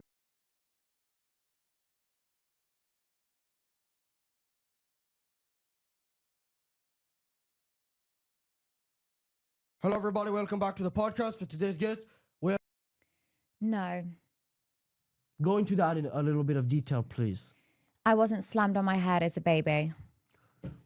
Were you like, you know, like RKO'd or something, or like drop kicked, or? Yeah, my family thought, you know what, she's going to turn out to be a really big so I want to drop her on her head, kick her head in, and really mess her up. Yes. Yeah. That seems pretty cool. And brave people, I'm claiming that they think you look 50. They just wouldn't say it to your face. No, and that's okay. I'm not bothered. I'm not offended by it. Is she? I think you're more offended that I'm not offended, that people think I look I'm old. not offended at all. I don't care. I almost feel bad for you. I mean, I don't like I'm more offended that she's not. you as a person, but I don't wish that you look 50. That's okay. I know the word falls in the politics section, but what do you think liberal means, if you had to take a guess? Honestly, I couldn't tell you. I don't know. Do you think that means being more like how you think about stuff, or me? I don't know. If you tell me the definition, then I can tell you who sits under what. You are truly an imbecile. You are like knowledgeless on what? Yeah. Just about everything? I honestly don't know much about things, but I know how to give a good I know how to pleasure people, and I know how to get myself You're out there. grossing out my body here. He just backed up from you. That's okay. I can back up on you if you want. Is there literally anything in the world you're not willing to do for money?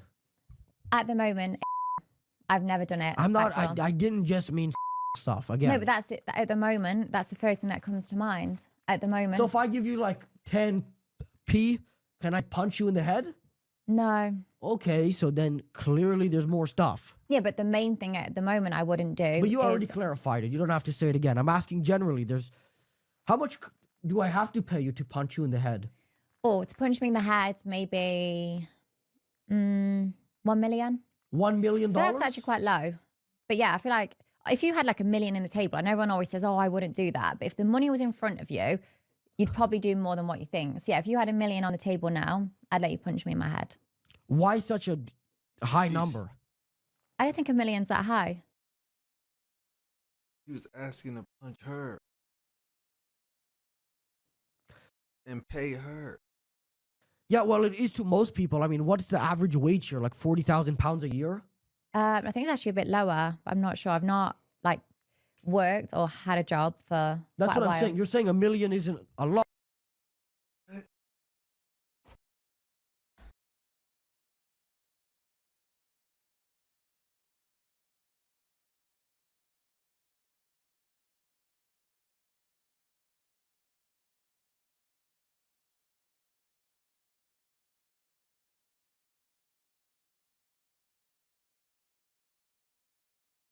That's like, what, around 25 He's so close. years of work here? Okay, well, don't punch me in my head then. Well, I want to. I'm trying to... Okay, I well, thought- get $1 million then. Unfortunately, I don't have £1 million. Cool, well, keep your fist down then. That's unfortunate. Hmm. Fuck.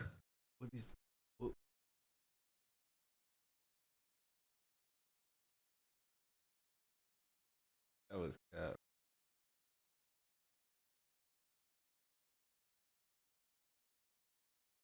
Should people kill their grandmother so they can inherit the money quicker? No, that's not very nice. Why? And I can't imagine that's very consensual either. I know some people obviously have got grandparents that are really rich and they just want their money, but go and earn your money elsewhere. Niggas in the UK think about murder. Consent comes into play, bro. I think it's just wrong. And if you're reliant on that money, you're clearly not clever enough to earn your own money, so you're probably going to burn That's not through. necessarily true. Somebody could be making £1 million a year, but their grandmother could have £1 billion. For sure, but if you've already got $1 million and if you're clever enough, you can earn a lot more money from that, so you don't need to go and kill your grandparents to earn more money. You're suggesting that somebody with £1 million can easily become a billionaire? Not easily, no, but you can make more money, is what I said. Yeah, but it would be tough if your grandmother had £1 billion. I mean, like, for If example... you've got $1 million and you I know can you earn... don't have any children, Yeah. but you're like 80, and if I was your kid, I would probably want to kill you to inherit your money. Okay. So can I punch you? As I've said, with your or yeah, but you seem to really struggle with the idea of listening and consent. Yeah, well, I clearly understand it, which is why I haven't punched you, because I don't want to go to jail. Okay. In Florida, there are these invasive lizards, and you can get paid to kill them. Did you know about this? I didn't know. Have you ever been to Florida? When I was young, yeah, I did Disney World. You did Disney World? What Yeah, does that like I mean? went to Disney World.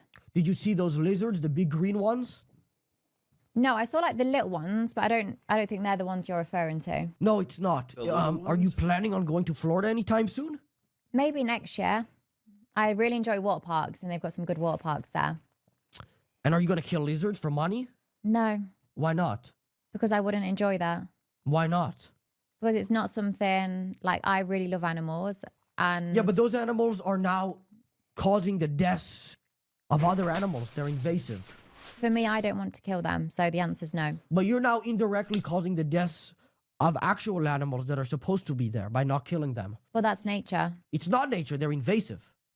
Yeah, but things and animals get killed all the time, unfortunately. If I was there to, pick up, say, a rabbit from not getting eaten by this lizard, someone's about to take your life and you don't consent, and so you just don't die. I would, but am I going to go and kill the lizard? No.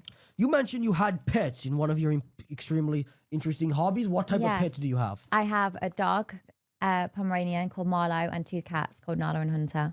Okay, and I mean, feels like a weird question to ask, but are you doing like weird things with these animals? No, of course not. Why, of course not? Do you think there's anybody who that'd be less of an obvious answer from? Yeah, I Who love would my be pets. Less obvious to say, of course not. I don't know, some sort of psychopath, a murderer. That was probably A murderer? I mean, you are like a psychopath, maybe a sociopath. Again, you don't have a soul just looking at your eyes. I do have a soul, but no, I adore my pets and do nothing but look after them and shelter them with love. Right. You said you have a soul, so are you like religious or something? No, I'm not religious, but I'm definitely not soulless. So you believe in soul? Film with you. I also have to film with Longneck and a couple others, but more importantly, Longneck, who is a little bit weird, but you've truly topped Longneck in disgusting filth. Okay, cool. Well, that will be all. You truly believe that? Does that help you sleep at night?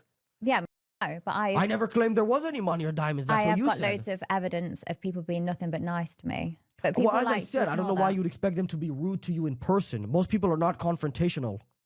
For sure, they're not. But in person, a lot of these people do really like me.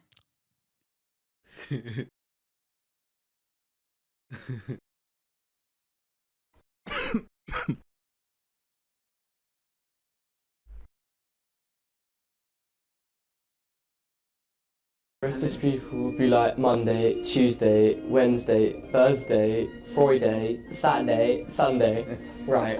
Okay. Tuesday, I don't get how you can say it any different. Friday.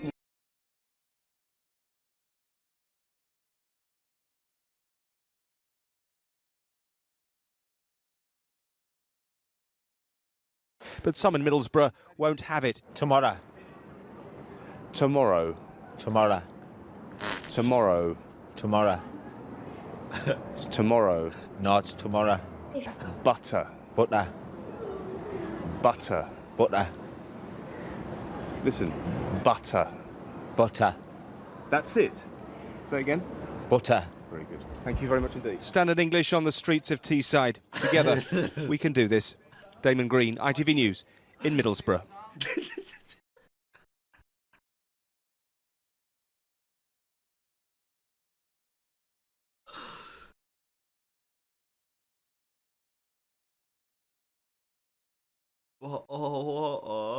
Hey, can I take your order? Hi, can I just get a cheeseburger with extra chips? I mean fries.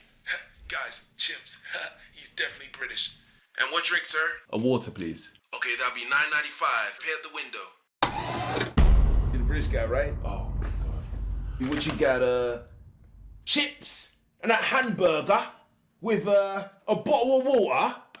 Are you done? Dude, I'm kidding, man. I love Harry Potter. Cool. I've got a discount coupon. Let me see. Sir, this is expired. It's valid until Wednesday. What day is it today, sir? It's Tuesday. It's Tuesday, isn't it? No, I'm kidding with you, man. I'm playing shit. Here you go.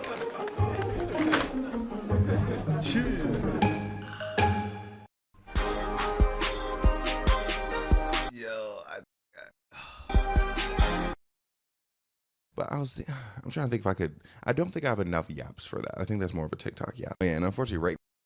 This is save for later. Save for later.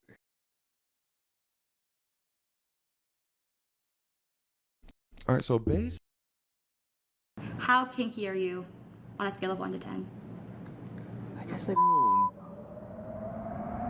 16.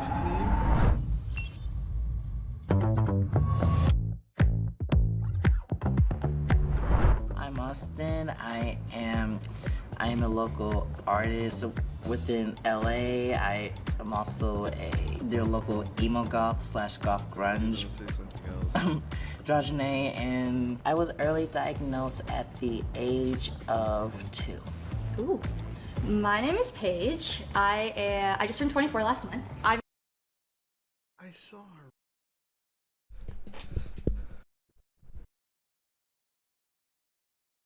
I'm diagnosed with autism for just hit my 9-year anniversary. Hey folks, my name's Aiden Boyer. I'm a professional touring musician. I was diagnosed at age 2, where I received years upon years of early intervention, intensive therapy growing up. Who do you guys think is going to be the best, the middle, and the least best? And the least best. The space that I'm in is like very heavily autistic. Like I'm an autism advocate for life, but I also am a teacher of the arts. And in the arts, there's so many autistic people. I think I'm either going to be really good or I'm going to guess everyone's autistic and be completely wrong. I would expect not to do super well. Like, if I get at least 3 people, then I'm like, okay, at least I was somewhere, but you know. I'd say I'm somewhere in the middle. So if we had to do a ranking, I'd put you at the top, if you're okay with it. What do you think? I can see that. I feel like if I'm at the top, then I'm gonna go. Then I'm Fine, gonna suck. I'll just be at the top. The most. I'll be at the top then. It's okay. I wanted to ask what kind of questions we're gonna ask, or like what we plan on doing. With a lot of common autism keys, a lot of people would see it, which is unfortunately what a lot of people relies on the most. I could see like the one person like that just starts like swaying. Oh, I and I'd see. be like, I see. Oh, a gotcha, bitch. or something that's called stimming. Yeah, and in this situation, it's gonna be a lot of people who are purposely trying to make us not see it. I'm sorry. These things that you two are saying are things that I never even thought of at all. So can I please go in the middle? Okay, yeah, sure, no.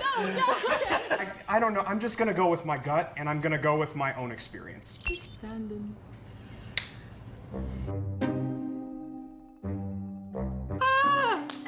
Yeah.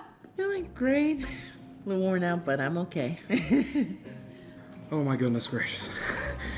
Okay, initiating conversations with 20 people. Wow. All right, we're gonna bring out the line. Do I get to watch them?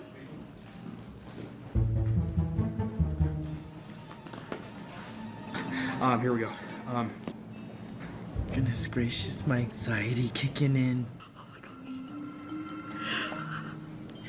I don't know why this is so nerve-wracking. Thank you. Okay, can we all just like maybe shake it out really quick?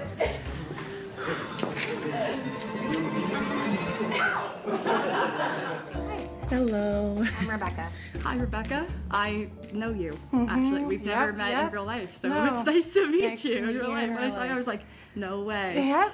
You look great. Thank you. And this Thank looks, the boots are really cool. Thank you. Dolls kill. What was a challenge that you had to overcome, or is still an ongoing challenge that you're still going through?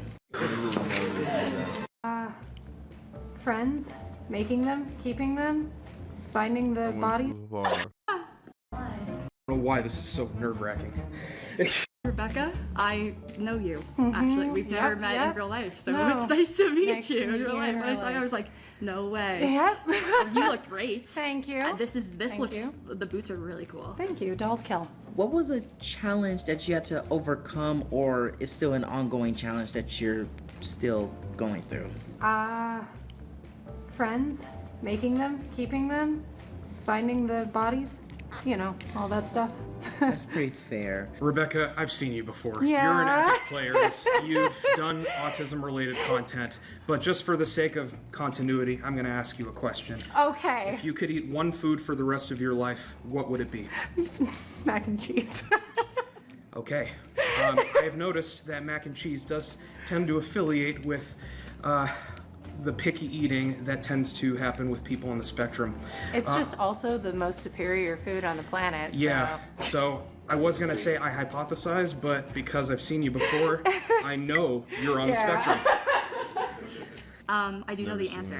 We are and have been online for a while, so I am gonna send you that way. Thank you so much. I think you are on the spectrum.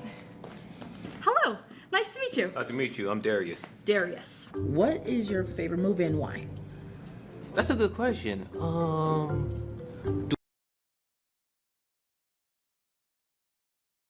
He is. The dude behind him isn't. She is. He is. He is. He is. She's not. He is.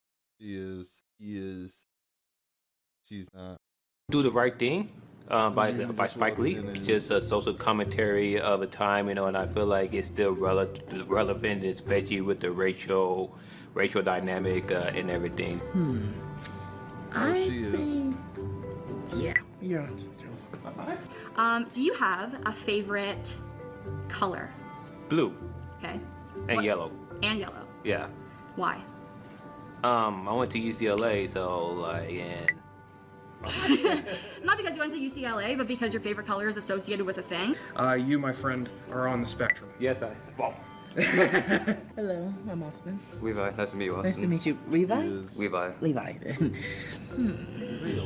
Let's see. I'm sorry. Now your show. Your eye contact is very strong. You're very strong at eye contact, just like I am. Do you or have you played any musical instruments? I do play guitar, so I also play a little bit of piano, and I'm also a music producer. Okay, finally, someone I'm not totally sure about. I hypothesize that you may be on the spectrum. Do you speak Spanish? Yes, I do. Nice. Yo aprendo español. Ah, qué bueno. Yes. I think you're not. I'm gonna be bad at this because I'm gonna think everyone's autistic. I'm gonna send you to the right as well. I'm gonna send you to the right as well. Sorry, no, we can talk. No, sorry. How are you? Who are you? Good, I'm Lilith. Lilith? Yes. Do you enjoy traveling? Yes, I do. Where do you like to go? I like nature, Yeah. because I'm in the city now, so I like to go out and be in nature, go on hikes and Cool. all that, I yeah. also like nature. What would you identify your style if you have one?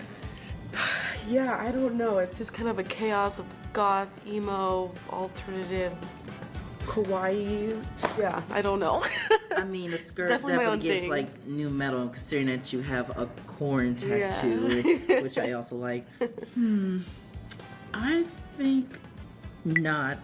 And it's ironic because there's so many people on Twitter that could be in the subculture scenes.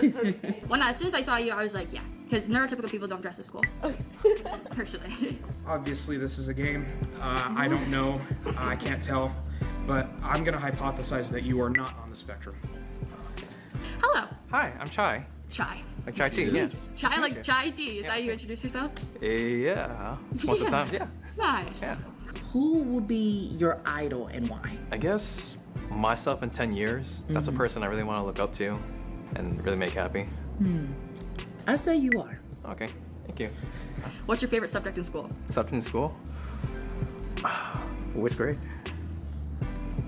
Well, now it's on me. Well, that's Because I guess it changed. Okay, that's an autistic answer. I'm gonna send you to well, the I mean, spec, you don't. but Okay. Also Well, answer no. oh, I want actually, to answer. Math and sciences. Nice. Okay, I'm gonna go this way. Wonderful. Oh my goodness. Dude. Why do I keep seeing people I've seen before? You're doing great, by the way. I just want to tell you that. Oh, thanks, man. Oh my goodness. Yeah, you just follow procedure and. I will follow my Just follow procedure. I mean, one might say that this is limiting to me, but Don't worry about it. I need to have my script. Don't worry about it. You're doing great. You're doing Thanks, great. man. Thank you. I appreciate you. Yeah, absolutely. Fellow Spectrum homie. Hello. Hi. How are you? Doing good. My name is Brayton. What is your favorite color and why? Green, because of Kermit the Frog. Have you ever taken something apart just to see how it works and put it back together? I have not, because I'm not really a big mechanical person, although I am curious to how a toaster will actually operate, because we can actually use parts of a toaster to actually build some futuristic tools that we can better use to benefit our planet. Awesome. I knew you were gonna do that. Who is your favorite music artist and band? I do like some Beethoven, I do Nice. like some Sinatra, as far as hip-hop, Bow Wow, jazz, John Coltrane. Nice. Well, I love the specifics because normally the folks I know who actively go out of their way to listen to most music say, oh, I just listen to everything. So I really appreciate the specifics, man. I hypothesize that you may be on the spectrum. Yes. I'll say you are. Hello. Hi, I'm Annika. I'm Austin. Your style, this is something that literally Billie Eilish will wear. It's very big, overly sized, very 2000s. How was your grade 9 year? I actually went to an all-girls Catholic school, so it was kind of a crazy jump. Had to make all new friends. Yeah. But I was friends with the theater kids. You were friends with the theater kids? But I didn't do theater. But you weren't a theater kid? No. So you're neurospicy, is what you're trying to say. No, sorry, that's what I'm trying to say. Okay, neurospicy. Where's your favorite place that you've traveled? I haven't really gone many places. I think maybe Venezuela or Mexico. Oh, well, Yeah. that's a couple of places, Well, and yeah. those are very far away. Well, just because I'm Venezuelan and Mexican. Oh, so okay. That's why I've been to both. What was a big challenge that you have overcome or you're still ongoing about? I know somebody already answered this, but it's also making friends. I know that And, feeling. Yeah. Okay, this one's a little tough. Like, you're a bit a little tough, so that's why I'm taking a little bit. If you could eat one food for the rest of your life, what would it be? I felt like you were gonna ask me that. I just went randomly. I would actually say Venezuelan food. It's called arepas. Oh, I've heard yeah. of that. I don't know if I've tried that before. They're my absolute favorite. I love Oh, it a cool. lot. Yeah. I'm not totally sure, but I hypothesize that you may be on the spectrum. Okay. I'm gonna put you as, no. I'm saying you're not autistic, but I'm saying that you're not neurotypical. Like, I'm feeling like you could be masking. You got me kind of like, are you or you're not? What is your biggest fear? I think being alone. Like, I like being with one person, but I like to do my own thing. But I just like making sure I'm not by myself somewhere. Yep, autism. Okay. Hello there. Hello. I love your outfit. Why, thank you. You are most certainly welcome. Okay. Hi, how are you? Quite well. Are you all right? I'm not too bad, yeah. Do you know that you're wearing the bisexual colors? I do. Nice. Awesome, cool, great, awesome, cool. See a lot of contrast and vibrancy. Color has a lot of association with community. What kind of music do you like to listen to? I do like hard rock, hip hop, and some metal. I dab with some pop every once in a while.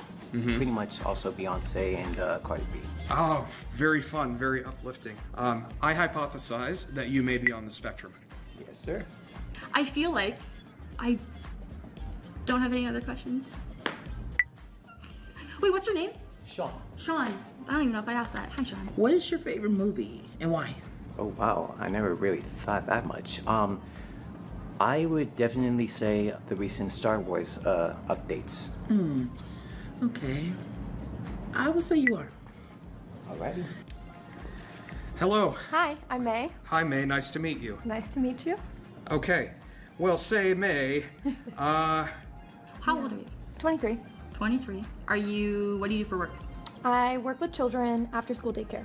Cool. Yeah. Have you in been doing that school for a still. while? Yeah, 2 years, but I'm still in school. So Yeah, 2 years still in school. We're swaying, we're swaying, Yeah. we're swaying. what kind of music do you like to listen to? I like mostly like 90s alternative. 90s alternative? Yeah. Was there somebody that gave you some advice that gave you a big change in your perception of life? I would say I take the advice of my friends very wholeheartedly, but personally for me, I feel like I'm in my own head all the time. So if something's wrong, like sometimes I'll seek help from other people, but at the end of the day, I feel like I kind of just got to figure it out in my own head because I know myself best and I'm kind of just in my head all the time. Yep. Thank you. No problem. Solely because I've gone through 8 people and I have only said one person is not on the spectrum, I'm going to hypothesize that you are not on the spectrum. All right, thank you. Solely because of that, and that alone. Oh, you definitely are in the sphere. You're definitely around. Ask me about my clothes. What? Okay, what about your clothes? What are these So- clothes? What are you wearing? This is a Girl Scout shirt Yes. from the 60s. It's like 60 years old. Love it. 60s, 70s, like probably takes up like 80% of what I wear. Okay. Yeah. Thank you. I'm gonna send you that way. Hello, I'm Austin. I'm here. Nice to meet you. Nice to meet you as well. Kind of, Laura, I feel like somehow this feels like a very, some TV stereotype.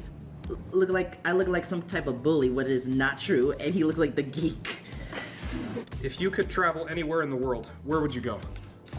Probably Canada. I'm going there in a couple of weeks. So. Oh, nice. By the way, I have a shirt that's very similar to that. It's that, but it's light blue stripes. Green's the way to go. And I like how there's a slight green on your shoes too. I'll I try- like try to to do a very little matching. severely match my outfits Yeah. as well. Amazing, man. Did you grow up around here? No, I'm from Connecticut. Why are you here? My girlfriend lives here. We drove across country to come here. What was your major? Reverse. Computer science. No. Okay. Classic geek, you know. And yet, what did I say? I'm not sure why. But just for the heck of it, I'm gonna say I hypothesize that you may not be on the spectrum. I was saying you're not. On a scale of 1 to 10, how kinky do you think that you are? I don't know. I'd put myself on the lower end, maybe Okay. like a 3.5, 4. Okay, vibe. Okay. I think that if you are autistic, you may not know it. I'm gonna send you that way. How are you? Good, how are you? Divine Austin. Arena. Was there a time in your life that you will never forget and that helped you this very day? I guess when I met my fiance. Oh, He really- congratulations. thank you. He really helped me through a tough time. Well, I have some thoughts. Love to hear them. I'm autistic. All right. Ball game. Oh, he's cool. Good job. Okay. Long leg club.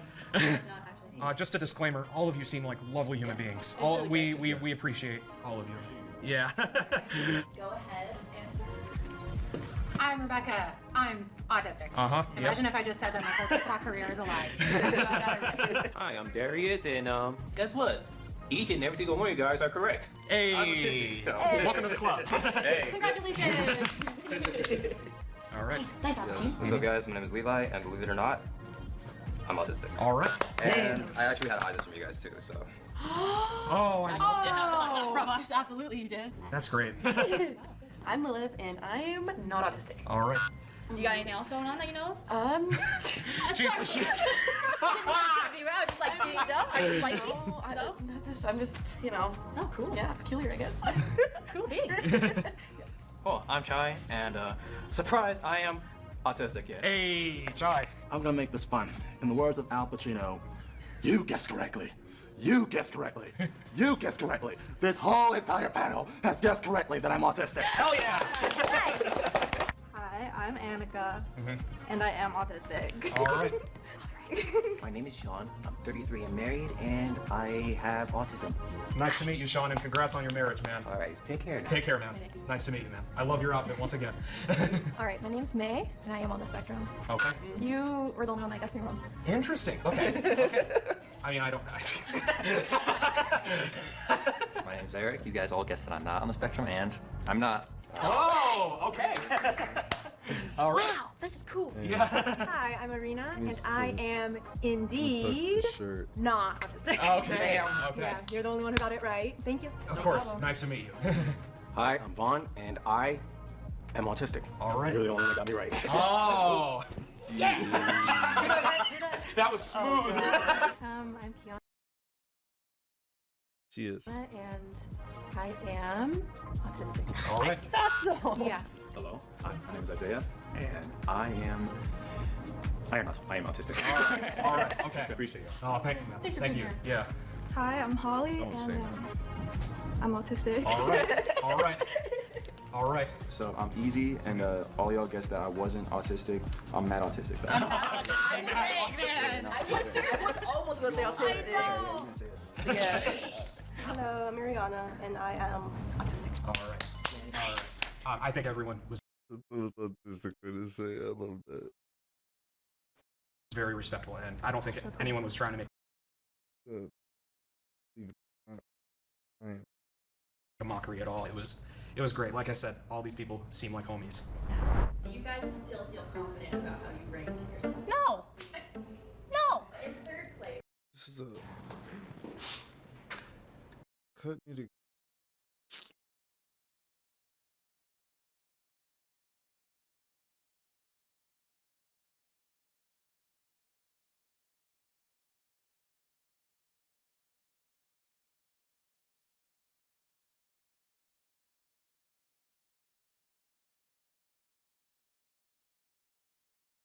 When I was ago, and I'm just happy to have them. Good for her, bro.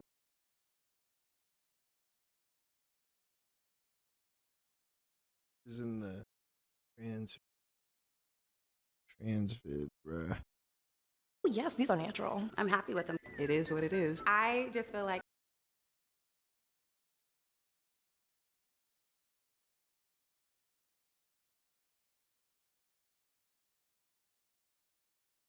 Guys, it's Kiwi, and I have someone here with me. Do you mind if I show you?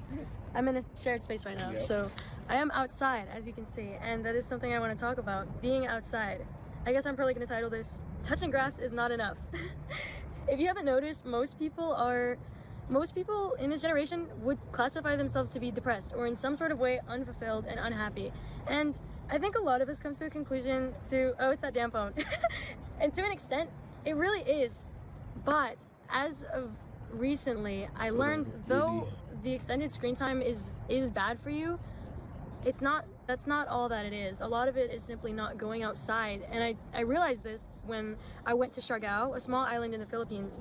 They really didn't have much there. All they had was maybe surfing, some restaurants, some nightclubs, and hotels and resorts. That was it. Women only make 25,000 pounds a year in the UK. Median. They didn't have anything there. And when I went there, I like to ask people everywhere I go, especially in America, because everyone in America, if I ask them, where do you want to go, what do you want to do, what are your dreams, everyone says something like, oh, I want to live in New York, I want to go to Spain, I want to see Japan. Everyone's got places they want to be. But Siargao was different. When I went to Siargao, and not even one person I asked, I think most, if not everyone I asked, when I asked, what is your dream, where do you want to go, do you want to leave, they all said, this is my dream, this is my paradise, I could stay here for the rest of my life. And I thought that was so bizarre because, I mean, it was such a small island. Like, they didn't have Walmart. Not to say that Walmart is magical or anything, but they didn't have all these crazy things. I don't even think they had a mall on the island. Maybe they did, but they just didn't have a lot. And even then, the island was so small, and since there was so much water around it, they often had power outages, and you didn't have service all of the time. And the people there, I became friends with some of the people there, and I noticed, because I have some of them on social media, they're just as active as I am. So they're always posting about their life and they're always doing things. But the difference is they don't really yearn for more, and they don't seem to be unhappy with their life. So it can't strictly be the extended screen time, because they do the same thing we do. They scroll on reels. But the difference is that even as they do that, they're outside for most of their time, whether it's surfing or whether it's selling things on the side of the road or just being outside. Most of their architecture is built to where you have to go outside to go to different rooms and different places. And of course that seems like a given, like of course go outside, but I think we forget that as humans, being animals, we were meant to be outside not just for a period of time, not just to go on a walk outside or take a fresh breath of air in the morning before you go to your office for the next 8 hours of the day, but actually to be outside in an equivalent amount of time, if not more, than you are inside. Like most animals that even have shelter, they still wander in the daytime. And we forget that. So we try and say, oh, here's our outside time. We're imprisoning ourselves. To say it, to not say it lightly, we're imprisoning ourselves and allowing us only such a certain amount of time for therapy just to go outside for 20 minutes when it's not enough, and it's not really gonna have the same effect as if you were to make being outside a part of your life. And I recognize that with the way that things are in our societies, at least Western society, it feels like you have to, but you almost have to compromise certain things. For example, I prefer to do a lot of things inside because I'm sheltered, but I started, if I want to write poetry, maybe I'll go outside, or if I want to work out, I'll try and work out outside, or just even eat. Sometimes I'll go outside and eat just because I need to be outside. And that brings me to another thing, because some people don't like being outside. It's uncomfortable. A lot of things are uncomfortable, and we've gotten so used to trying to minimize the amount of cortisol that we intake just because it's so easy. It's so easy to become comfortable, because if you want to go inside, you can go inside, and if you don't want to do anything, you don't have to do anything. But it gets to a point where you realize that the way that we are structured biologically is to experience a certain level of stress. So you can't just low cortisol your way through life. You're gonna have no purpose, no meaning. You're gonna feel apathetic, if anything. You sure won't be stressed, but you sure won't be happy either. And I think it's unfortunate, because we have built a society around not experiencing outside, and it is really just something you have to take upon yourself and do it, because if you care about yourself, then you want to take care of yourself. even people that are, for example, I always like to say that I'm nocturnal, and I think a lot of people say that too, when realistically as humans we are diurnal, we work on the daylight schedule. But I think the reason why we say these things like, oh, I'm nocturnal, I'm always a night owl, I always do this, is because we feel so much more peace at nighttime. And that's not just because of your personality, it's actually a result of our body's interactions with the environment. For example, back then, when we were cavemen, or whatever you want to call it, we weren't as industrialized. We had to have a reason to go outside so that we can hunt and get our food and just put the work in. So our bodies naturally produce more cortisol when we see the sun, when we're receiving the energy from the sun. We create stress for ourselves so that we can get into that mode, so we're not just sluggish and lazy. Because imagine if your body didn't put yourself in a stressful position come daylight, then you wouldn't hunt for food and you would just starve. You'd get lazy, and then come nightfall you're like, oh well, I really wish I caught something today. So that does explain why at nighttime you feel more peace, because the sun goes down, your cortisol levels are going down, your body's quite literally telling you, okay, it's not time to hunt anymore, we don't have to, and you're more inclined to do creative things and you feel more at peace. But the conclusion of this is, even if it feels bad, you have to put yourself outside. Even if it's blazing hot outside or if it's freezing cold outside, you must experience it, because that's it. I don't think I need to say any more. It really is just a matter of balance. You cannot have ultimate peace and you cannot have ultimate, discipline and everything needs to be struggle and I'm stoic and blah blah blah blah blah. You simply have to find balance, and I hope you guys can figure out a way to do that in your own way that works with your lifestyle. Bye.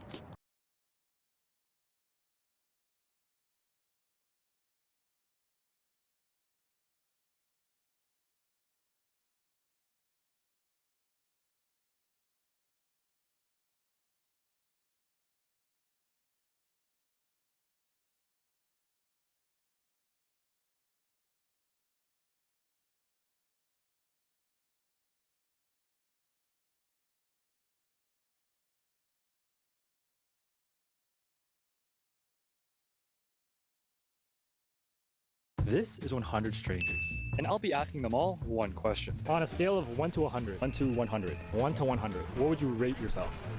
Here are the 3 rules. First, you'll give yourself a rating, with 100 being the most attractive. Then, I'll take a Polaroid of you and place it on a board that is numbered 1 to 100, putting you at the number that you chose. But here's a catch. If your number is already taken, you must compare yourself to the people already on the board and pick a new number that still makes the most sense to you. The goal? To have 100 people accurately ranked in order of physical attractiveness, with 100 being the most attractive. Hopefully. On a scale of 1 to 100, 100 being the most attractive person in the world, what would you rank yourself? 83. I'll go 79. So you feel like you are less attractive than him? That's not true. But you don't know what I would have rated him. That is true. Much lower. We go with like a 76. What is something you would change about yourself to make you more attractive? I feel like a little more muscle mass would do me. A little bit more muscle Yeah. A 78. Why is that? I think there's always room for improvement, but I feel pretty confident as well. A solid 70. What do you think is the most attractive trait about yourself? My eyes. Can we see your eyes? Blue eyes. Very, very, very nice eyes, I must say. Okay. Thank you. I'd rank myself at 72. 93. 93. And Yeah. why is that? I would give myself 100, but I'm trying to be strategic and pick a number not on the board. Trying to be strategic. Yes. Okay. I would give myself an 89. So you think you are less attractive than her? Oh yeah, definitely. What do you think is your least attractive trait? I currently have a chipped tooth, my chipped front tooth. How did you chip it? I think I opened a can with my mouth, With which your my tooth. mom has always told me not to do, and I did it anyway, and it did not work out. 70? 70 is already taken. So out of the remaining spots, what number would you give yourself? In that case, I'll go with 75. So you believe you are more attractive than 70 and 72? Yes, I believe so. 80. 18. 80. Okay. Why do I? Yeah, 80. What is your most attractive trait? Being humble is what I Humility. 85. People generally find me attractive, but I'm very tall, so like... How tall are you? I'm 6'2". You're 6'2"? Yeah. What height do you look for in a partner? Honestly, I don't really care. Really? Yeah, no, not very much. I wouldn't want someone to write me off as my height, and so like short guys. So you love short kings? I wouldn't go that far, but the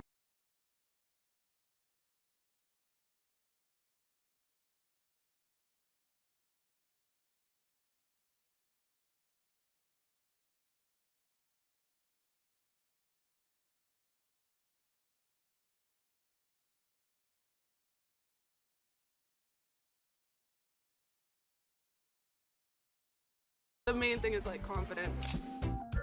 On a scale of 1 to 100, what would you rank yourself? Oh my god, 100. 100? Yeah, I think that if you don't think you are an 100, then you're crazy. Do you feel like you were always 100, or did you have to work on something to become 100? I think I always was 100, but I didn't know I was always 100. 82. If you had to look at all of the people on the board, is there anybody that you feel like is too low or too high? That bloke with the fanny pack has a good smile, so maybe I'll put him a bit higher. Is he 83 or 66? Yeah, so that's 83. No, you can stay there. We'll go with He said he's too high. No, we'll go with the guy with the blue and white stripes. I like his jumper. Number 72. Yeah, I'll go with 72. 72. Right now, obviously, you see my get up after a long night of drinking, Okay. having fun with my friends, Yeah. like not trying to impress anybody. Ooh, it is taken. 72 is taken. Okay. So out of the remaining spots, where do you feel like you fit? 71. Bonus question. Is there anybody here that you feel like has rated themselves too high? I think 88's a little high. 88's a little high. I think 88's a little high. I think I would put 88 closer to like a 74. 75. What would you say is your most attractive trait? People would probably say my height. How tall are you? I'm 6'9". 6'9"? Yeah. You play basketball? I used to, yeah. Used to? I mean, I used to play in college, but Oh yeah? I'm just recreationally now. 75's taken. 70, 74 then. 77. Yes, I like very proportional, like my face. 65. Why 65? I don't like my nose. What's wrong with your nose? I like it. I think it could be better. I'm gonna go for a hard 64. Why 64? I don't know. Have you ever seen Charles Leclerc? Like, there's no chance I'm getting 7s, 8s, and 9s. Really? Yeah, I think I'm pretty heavily tattooed. That probably knocks the number down for some people. Looking at all the people on the board, who would you say is the most attractive? Just physically. This is kind of ironic. 65 right next to me. Like a 90. I don't know, I just like the way that I look. I would say 72. What do you think is your most attractive feature? I feel like I have nice shoulders. I may have to go lower. 67. 78. I guess I'll go 81. So you think you're more attractive than 80? Less attractive than 82? Yeah. Yeah, oh yeah, for sure. 66. 60, because a 60 would be like from 1 to 10 it would be 6, isn't it? If you had to pick one person who you feel like rated themselves too high, who would you say? Okay, so probably the 77. You think 77 is a bit too high? Yeah. 65? 65? Yeah, I feel like I'm above the 50 mark, but I wouldn't go higher than like 80. What is your most attractive trait? My smile Your smile. and lips. I'm a 68. So you think you're a little bit more attractive than 67? Nobody's adorable. What the heck? Sorry, 67. 64. I don't want to go above 70, so I'd probably say a 69. Maybe I'll be a 67. I was going to go into the 70s or 80s. I was, but I was like, let me calm down. I'll do 73. All right, so we're 26 people in, and if you look at the board, you may notice a bit of a problem. The 60s to 70 ranges are starting to fill up. This is unfair because someone who may be more deserving of a 60 or 70 will now be forced to take a number too high or too low. So here's the twist. From now on, each person will be able to pick one person that they feel like should move down on the board. Yes, I did say move down. The reason, I just want some drama. 73? I'll take 63. Looking at all the people on the board, you have to pick one person who rated themselves a bit too high and move them down to an open slot. What slot would you pick? I would move him down. 77? Yeah. And what number would you move him down to? Probably move him just below me. 62? Yeah. 34. 34? Yeah. Why are you saying 34? It's a nice number. Come on. But no one has taken 34. You have rated yourself the lowest out of everyone so far. 73. I've been working on my confidence and I've been going to the gym. You're going to the gym, okay. Every day. Okay, I'll take 77 because it's open. If you had to pick one person to move down. Down?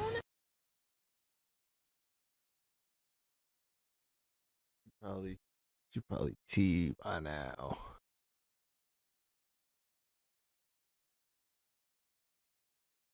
Maybe this guy in 76 because I can't see his face. 76. He's covered, like he has a hat, he has sunglasses. You move him to 61. 76 to 61. 75. Yeah, I think 77. Who would you move down? Okay, I'm gonna be so real. The girl who has that 90, I feel like her confidence is not there. So you'd move down 90. And Yeah. to what number? 84. I think she's younger and still has to figure herself out. I probably say like a 70. I feel like I see a lot of beautiful people, and I feel like I'm just like in the mid. I guess I'll take 86 then. Yeah, I'd say 70. 70. Okay. I'd move him. Would you move him? The 59. one beside him, 59. Yeah. Okay. You Let's gotta go pick one. 67. Let's go 67 Okay, because I feel like yeah. 6'7", right? You know what I'm saying? Exactly. Okay, I feel that. This man has your spot. Okay. Can I see 100 real quick? Take a look. I'm thinking if she gonna be taking 100, might as well take one. But 100 taken, so you can't take 100. I know. I wouldn't take 100. You I'm saying saying one just because. You're going it's number open. one. I think so, just because it's open. I mean, like. We got a humble man. He's taking number one. Okay. Yeah. I'll give myself a 70. 73. I'll go down. I'll go down to 58, I guess. Damn, I don't know. I mean, this girl put herself at 100, so I'll move her down. Okay, and where would you move her? We're at 95. 71. You know, I'm gonna back myself on a day. I'll give myself an 87. So you think you're more attractive than 86? She seems cute and a nice person, but I think I'm more attractive than 86. I maybe move this guy to 57. You move 63 to 57. If one is worse than 100 is best, I'm gonna back myself and say 57. 57? Yeah. Why not higher? Well, I want to be humble. What would you say is your least attractive feature physically? Everyone says my calves. Here, we'll highlight them. Ooh! We're going higher. 63, okay. To an open spot, to a worse? Yes. Oh, Jesus. I'm not a mustache man myself. I have to move the mustache. move the mustache. Yeah. He's got to shave it. That's a personal preference. Maybe like a 70? I'll do 64. 75. I don't know, I wouldn't say I'm that good looking, but I'm not ugly. Okay, 89. You're going 89? Yeah, I'll take 89. I'd say him because he's not smiling. 57. I would put him at 50 then. Myself a 63. 63. Why 63? Probably there's some areas I can improve on, like in terms of being conventionally attractive, like, you know, lose some face fat, etc. This man right here. Okay. Give me 57. Honestly, 62 is looking a little bit too confident. 55 maybe. Move 62 to 55? Sure. Like a 60. 60? Why 60? I don't know. Average-ish. You think you're average? Yeah. She's...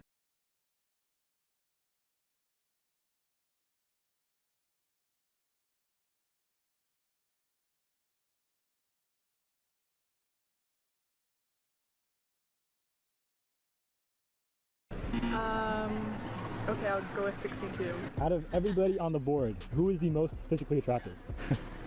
Everybody's attractive. Everybody's attractive. Yeah. Okay, great answer. Yeah. He's so nice. I'm a 67. Why not 70? Oh, because I don't want to, because I'm quite humble. I'm not pretty or That's this humble. girl, but this guy could be a less. She could be more. Okay, put me on the 90, fine. I'm not going to be rude. I'm going to keep him, and it's like 52 is a good one. So you would move 87 to 52? 88. I would choose 87 because it's close to 88. I feel like I want to say 100 because I gotta think that I got confidence. Oh, I'll say 90. Okay, so you're gonna be a little humble. You can go 90. I'll say 90. I think I'll just do 91 then. Who would you say, in your opinion, is the most attractive physically? 73? Yeah, that's very cool. It's a beautiful man. Yeah, no, he has a beautiful voice too. Really? Yeah. He does look like he has a beautiful voice. 30. So you say 30? Yeah. 30? 30. Why 30? I don't think I'm the most attractive. What is something you would change about yourself to become more attractive? Is there anything you want to change? I've already reached my... Your potential, really? My potential. A 4. A 4? Not 40? Not No, 4. A 4? Why 4? I don't know. Just how I feel. Did you always feel like a 4? Sometimes. Yeah? Yeah. What are things that make you feel more than a 4? Better outfit. 20. 20? An 81? Just to not say the number, I probably do. So 92? 75. This is an interesting way the numbers work. Like, I'm just thinking out loud here. Like, a lot of people probably feel confident saying they're somewhere in the middle, so all the middle numbers are taken. Right, yeah. And then now it's like you either put yourself extremely low or extremely high. Yeah. Give myself confidence, I'm just gonna say 94. So a while ago, I started to allow people to pick one person on the board that they feel like should move down. Well, in case you haven't noticed, things have not been going too well. If you had to pick someone and move them down, I think everyone's safe where they are. I think everyone is just on the right spot. I don't want to do that. Can I opt out of the bonus question? I can't do that. people feel bad moving other people down. So here's the new rule. Instead of moving someone down, each person will have the option to swap two people. Two people they feel like should switch numbers in order to make the board make more sense. 84? Yeah, I'd go for the 54 then. So if you had to swap two people so that the board makes more sense, which Like two numbers? number-wise? Yes. I think I'd switch 50 with 76. Yeah. 76 and 50. Yeah, 50, yeah. 77. Looking at 77, is she an accurate 77? Yeah, she seems like a 77 to me. I'm gonna go 53. So you feel like you're more attractive than this man right here? Yeah, that guy's ugly as hell. Okay, yeah. Which two numbers would you swap so that the board makes more sense? I think I would swap 95 and 1. I think he's the most attractive person on the board. But you understand that means that you're saying 95 is the least attractive? I guess, yeah, that's what I'm saying. Also, in case you're curious, this is what the board currently looks like. 74? Yeah. I would think that 51. 20, yeah, 20 with 91. You swap 20 and 91. Maybe 86. 86 is taken. I'll take the 96. The number one. Yeah. I'm gonna swap it with 76. 88. I wanted it above 50 because I think I'm pretty. Did you always think you were pretty? Or No. what changed that now it makes you think that you're pretty? Caring less about what other people think about me, aging, growing up, and maturing helped me realize everybody's beauty is different. 88 is taken by the man in the white shirt. Yes. Do you feel like he's an accurate 88? Oh, yeah. In your opinion, would you say No, he's cute. Yeah, he's cute. He's cute, okay. Let's go humble and go 49. 65. Let's do 48 then. 96 with 42. 60%, like 60. In that case, I would say 97. So if you go 97, that means you believe you are more physically attractive than everyone below you. Yes. Swap two people. 94 with 70.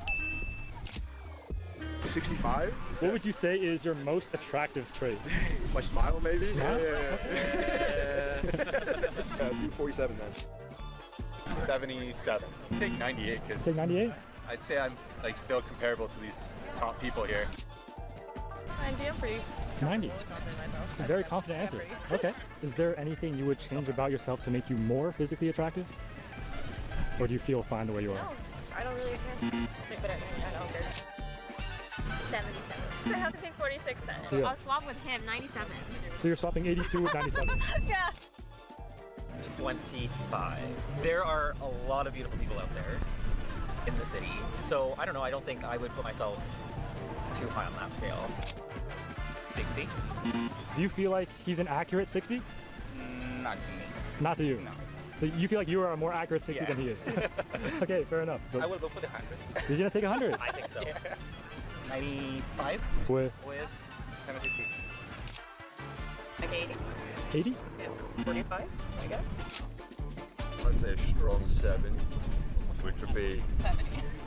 No, it would be 75 if it's strong. Why 75? Because there's a charisma, a confidence, there's history to it that makes you believe that you want what you want, as well as the self-confidence on top of that. How did you develop your charisma? It really depends on your family. I think it's passed down. I don't think it's something you're born with, you know. That would be the advice when they kind of want it. It's something that you can learn. Do you feel like you are a more accurate 75 than she is? I think so, yeah. Yeah? Look at the geezer that's taking 100. Brilliant. There might be some North American confidence coming in right there, but the top 10's laughable in Europe. Let's put it that way. I'm also British, so let's not be afraid. Let's go 43. 50. Yes. Yeah. 50. Do you think you are more attractive than him? I don't think so. You don't think so? Yeah. Okay. 21. 20? 2-0. 44? So you gave yourself 21, but now you take 44. You go higher. 71. In your opinion, what is your most attractive trait? I would say my eyes. Eyes? Yeah. Okay. So what is your least attractive trait?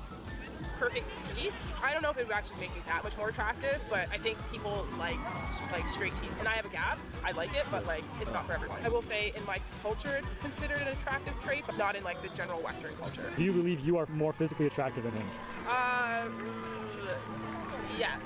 I'm gonna go with 42. 47? Maybe the guy with the mustache. 82? Yeah. The mustache is like a hit or miss. 45. Why 45? I don't know, just self-consciousness about my appearance, historically. I'm gonna put myself at 7. I feel like I am below average, and all of these people are at least average, so I need to give some space for people above me. Very humble answer. 83? Do you feel like you are more attractive than this man? Yeah, maybe. Okay, 41, so you're taking 41. 62 would be 100. That's right. 162. Probably a 50. No, I think I could just go to 24. 82. Why 82? Because I think the most is like 100 would be like Bella Hadid or like Margot Robbie. Okay. And then like that's a whole league of its own. So I feel like 90 to 100 is like unattainable. Anywhere in the high 80s is still like the insta baddies maybe. And I don't have any work done or anything, so I feel like it can't be higher than like, I would say 80, but I feel like someone took 80, so 82. If you were to get work done. Boob job, nose job, Okay. and then Botox on my forehead. Oh, it seems like you thought it through almost. Yes. Yeah. Okay, you had your answer pretty quick. Do you feel like you are more attractive than this man? Well, yes. Well, 40, of course. You gonna take 40? Yeah. Okay. I'm just a little sad. Who would I that be? swap these two. 91 and 72. 74. Well, I'd say 39 from the remaining ones. Okay. Maybe we could swap like 82 and 78. 85. Like I think I've got a really good base, and I think there's like another like big 15% that would have a big difference. I'll take a 38 then, I guess. Okay. This fine lady right here has got a pretty unfair deal there. I think I'd probably swap her with this. 71. Yeah, I'll pick 37. Let's use 71 as an example. He's got pretty handsome. Okay. I'll trade him with this guy here. 76. 76. Yeah. 60? Yeah, so it's the number under it. Okay. So you take 36. Yeah. I don't know. Maybe this guy. 98? You would swap 98 with 82. Yeah. 65? I think that guy's a 30 guy looks pretty cute, but he only gave himself a 30. Maybe 29 for me? Who on this board, in your opinion, is the most physically attractive? I think it's a 30 guy. 75. 35. Okay, then 35. I think she needs to be bumped up. 21. 21. I'm gonna swap him with him because he doesn't look happy. He doesn't look like he's confident to be a 55. I'll go in the middle and say 50. I'll go 32 and leave 33 for my number. A 70? I guess I'll do 31. You say 31? 33 is open, you know that. Oh, then yeah, I'll do 33. Okay. Your boyfriend, you know why he took 32? Why? He left the spot for you. What a gentleman. Yeah, I'll do 33. Okay. 27. 27? Yes, 27. Out of 100? Yes. Why 27? I just say well because it's my age. Okay. It's the best time to live here, till now, and live just perfect life in Canada. So you swap 59 with 38? 88. Why not 90? Because I think there is a lot of things to grow and a lot of things to improve. What would you say is your most attractive trait? I would say everything overall. It's not something specific, but I think the way you look overall, I think that's important. If I saw 31, I would pass it because I don't feel like it's a 31. Sorry, if I don't have an option. 78. 78 is the man with the curly hair. Okay. Do you feel like he's an accurate 78? Yeah. You say so? Yeah, I would say so. The highest available number is 28. Yeah, so hey, it's not 11, at least 28. I mean, I guess I have to go with 28 then. Go. Maybe 50. 50? 26. 26. 95 on a 96. 68 probably. I'll take the 23, I guess. Yeah, 23. I'm gonna switch 31 with 51. Got 58, probably 22. I'd probably swap 57 with 78. I'll go 67. I'm decent, but I don't think I'd say I'm not Megan Fox, I'm not Jennifer Aniston. I'll go 11. I would swap 54 with 97. Say 82? I'll take 18. It's a lucky number in Chinese. Am I swap with the 82 versus 76? Like an 84. I guess 19. Okay, maybe 94 and 51. Someone's already said 75, so probably 76? Do you feel like you are more attractive than that man? Maybe like slightly. 72, let's swap the guy you're talking about and then guy above him. 48. Why not 50? I feel like that's probably already taken. And you're going just two below? Yeah, I feel like 48 is a random number. Do you feel like you are more attractive than she is? No, I'm less attractive than she is. I feel like a 12. I think I can hit 12 there. In your opinion, who is the most physically attractive on this board? You know what, 94? I'd say 94, yeah. 80. Okay, so you go 80? Yeah. Why 80? I've been told that I'm pretty sometimes, but from my perspective, other people are prettier than me. 15. The 11 to the 12, I swap them. 73.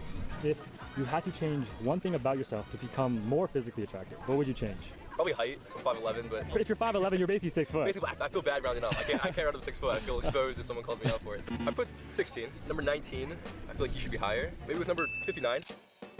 Give myself like a 68 probably. I would just go 14. I think I'd swap number 73 and number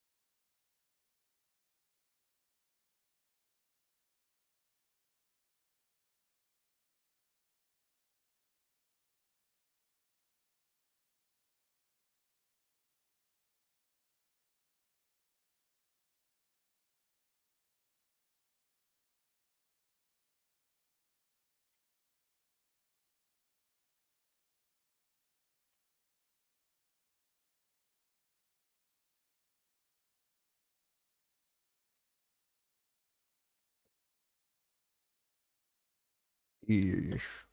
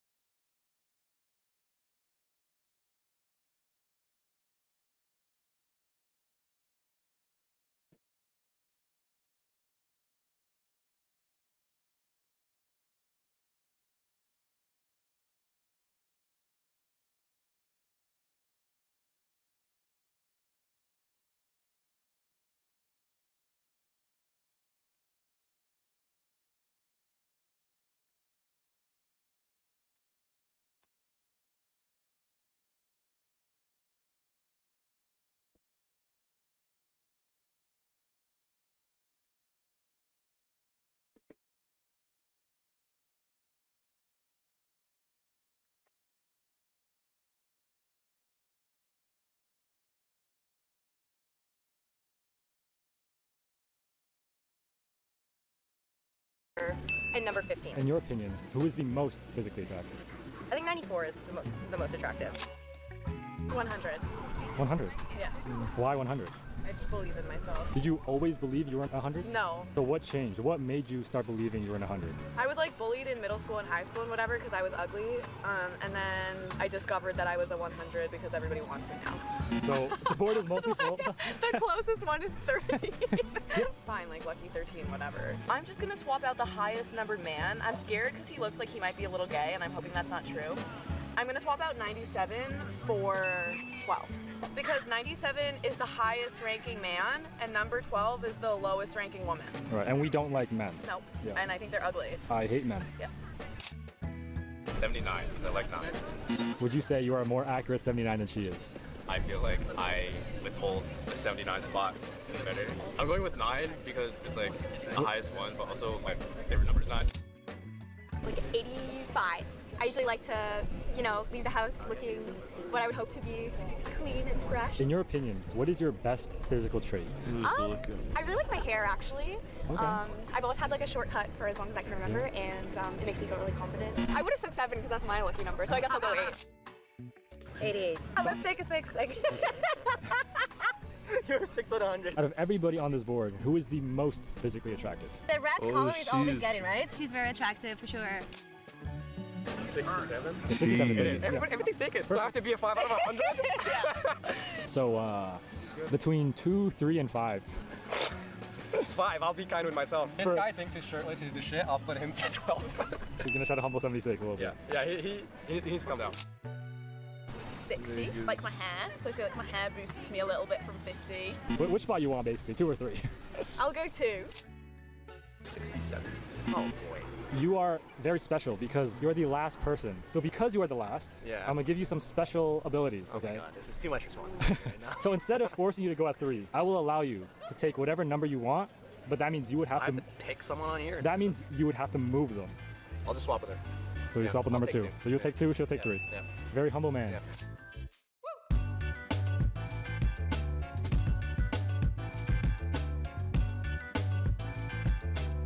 Allegedly. Let's see what this video is, because that's probably not true. Would you be down to go on a date with me? I'm straight. Today, I'm going to be asking 100 guys on a date with the goal of actually going on a date at the end. The only problem, I'm straight. No, like I promise I'm straight. So why am I doing this? See, there's this fancy restaurant that serves a drink called a peach Bellini. And ever since Drake talked about it on social media, I've been wanting to try it. But I don't have a girlfriend to go with me. So why not make it a bros night instead? Would you go on a date with me? Sure. Perfect. Would you go on a date with me? Yeah. Honestly, yeah. Where are we going? Are you paying? Okay, 2 very important questions. Cactus Club? Yes, I'm paying. Assuming. Yeah, you're paying, yeah. Yes, sir. Appreciate Yes, it. Sure. I'll say no because I don't want you to pay for everything. Oh, okay. You're trying to help me save money. Yeah. Yeah, why not? So I'm a straight man. Me too. You're straight I'm man? also straight, yeah. Okay, I like the confidence. I like that you came up to ask. Appreciate You were that. respectful as well. Yeah, good vibes. I go on a date with you. Things were going really well, but eventually the no's started to catch up. No. No. No? No. It's like a religious thing. Oh, okay. No. No. Oh, he asked during Okay, fair enough. Ramadan. I respect that. Take care. That's dumb. He should have waited. Okay, I'm so sorry. I'm so sorry about you. Okay, no? No. No. Yeah. No? You're sure? Would either of you two or both of you at the same time go on a date with me? I think so. Yeah. Appreciate it. I'm into Asians, bro. Huh? Okay. My girls see that one. We'll cut that part. Don't worry. Okay. I appreciate it. Thank you. What's your name? Steph. Steph. If you pay. Sure. If I was a girl? Or as a guy? As a guy. Of course. You would? Appreciate it. What about you? What's the date entail? A bros hangout. Yeah, that's fine. I do that with my friends. I'm okay, brother. I mean, I'd hang out with you. Nah, I'm good. That's your girlfriend? Yeah. Is it okay if I go on a date with him? Just one night. Oh, so that's a yes. Would you go on a date with me? I'm obviously not gay. Okay. It's very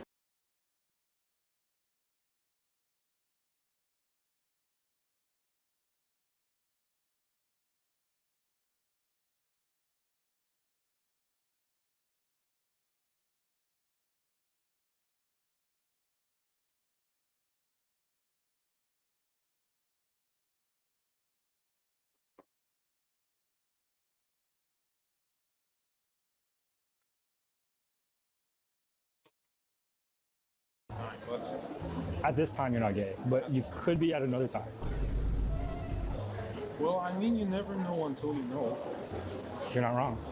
I would probably ghost you after. So yes, and then you would ghost me afterwards. Most probably. Well, now that I think of it, I might not even ghost you. Really? Thank you. Can we hug?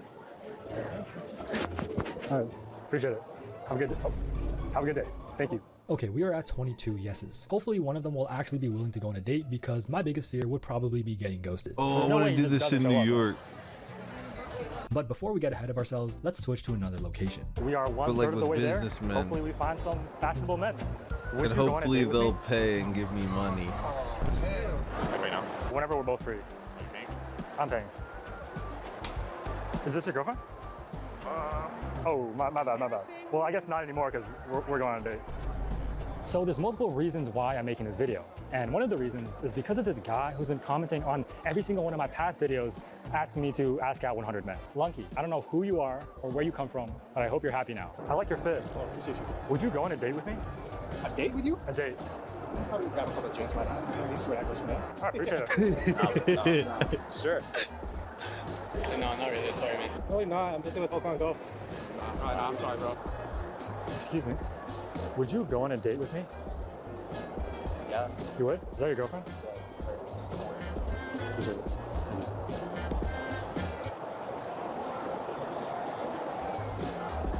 The girlfriend didn't even know what was happening. I just told her, man. No, man. This is my girlfriend. That's your girlfriend. Oh, you guys are such a cute couple. Thank you. Okay, no worries. Take care. No. Sure. Yeah. Sure. That's my fiance. Oh, that's your fiance. Does she treat you well? Very well, yeah. I love her. I think I could treat you better. This is one of I'm those flattered. I appreciate the offer. Sure. I'm not gay, man. Sorry. Nope. Girlfriend right here. Girlfriend? Just because there's a goalie doesn't mean you can't score. What? Would any of you? The nigga said I'm not gay to me asking him on a date. That would be pretty gay. You're assuming that I want to have sex with you because we're going on a date? Or relations? Sexually? That's pretty homoerotic. You guys go on a date with me. With you? With me. No. No. Can I ask why? I'm straight. Oh, I'm also straight. Oh, like just for fun? Yeah, like a bros night. I'm looking for a friend. Is your friend a girl? Oh, it's another dude. So you already have another dude, so you don't want me. Okay, no worries. Have a good one. Did he You can't? just... Did he just say No he's... worries. Have a great day.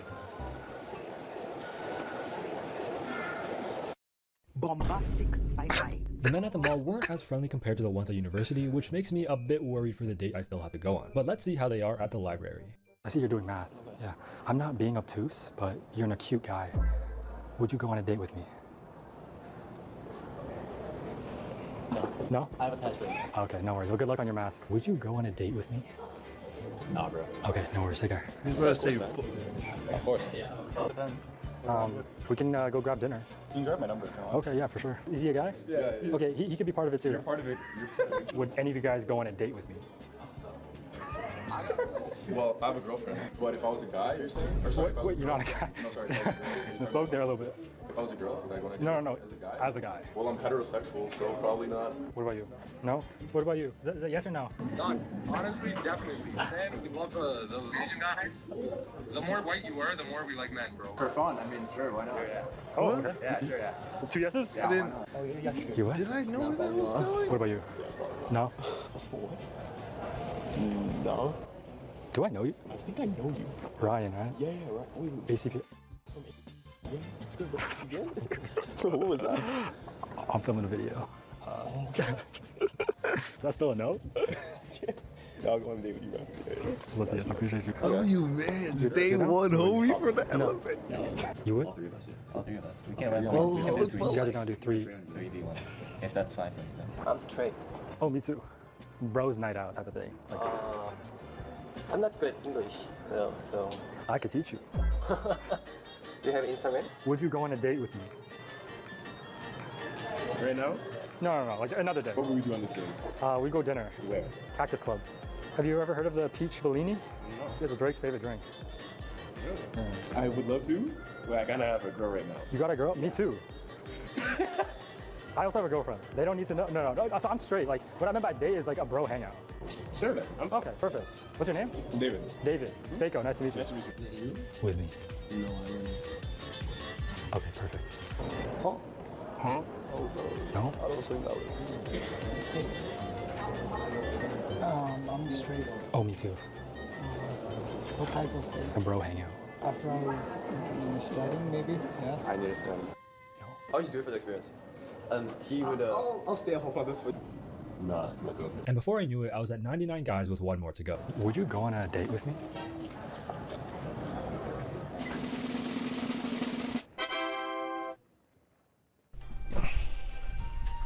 I am tired of asking men out.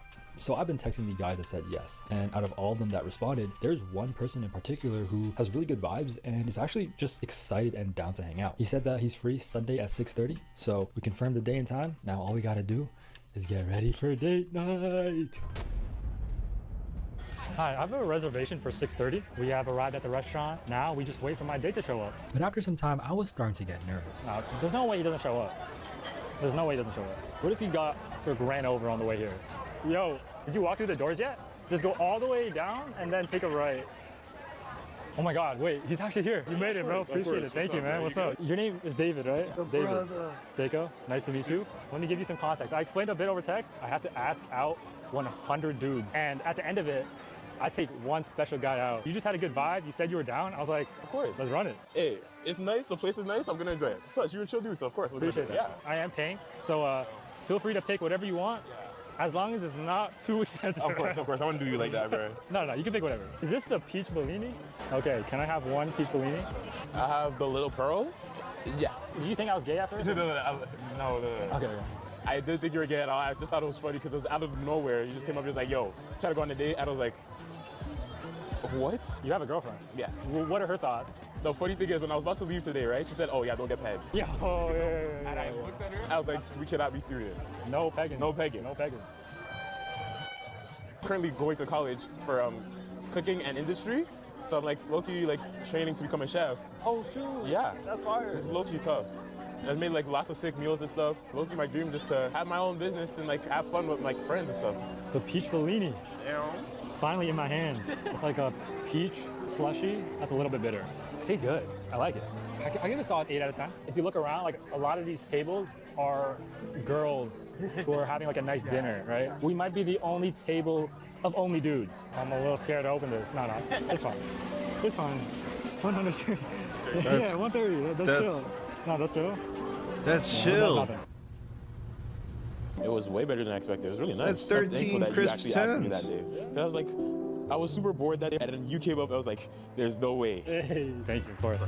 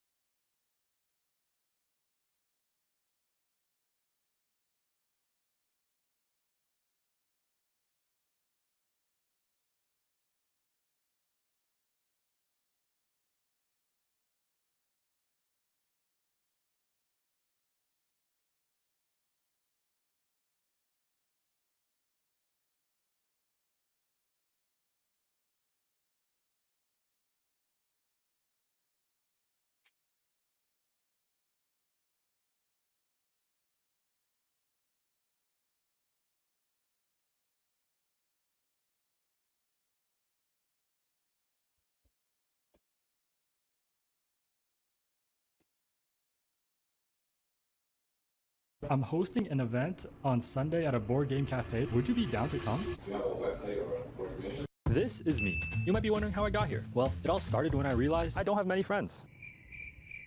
So I'm setting a challenge for myself to see if I can get 4 strangers to hang out with me at a board game cafe this Sunday. But the twist? Each person has to come from a different location, and the spots get more and more awkward as we go, starting with the library.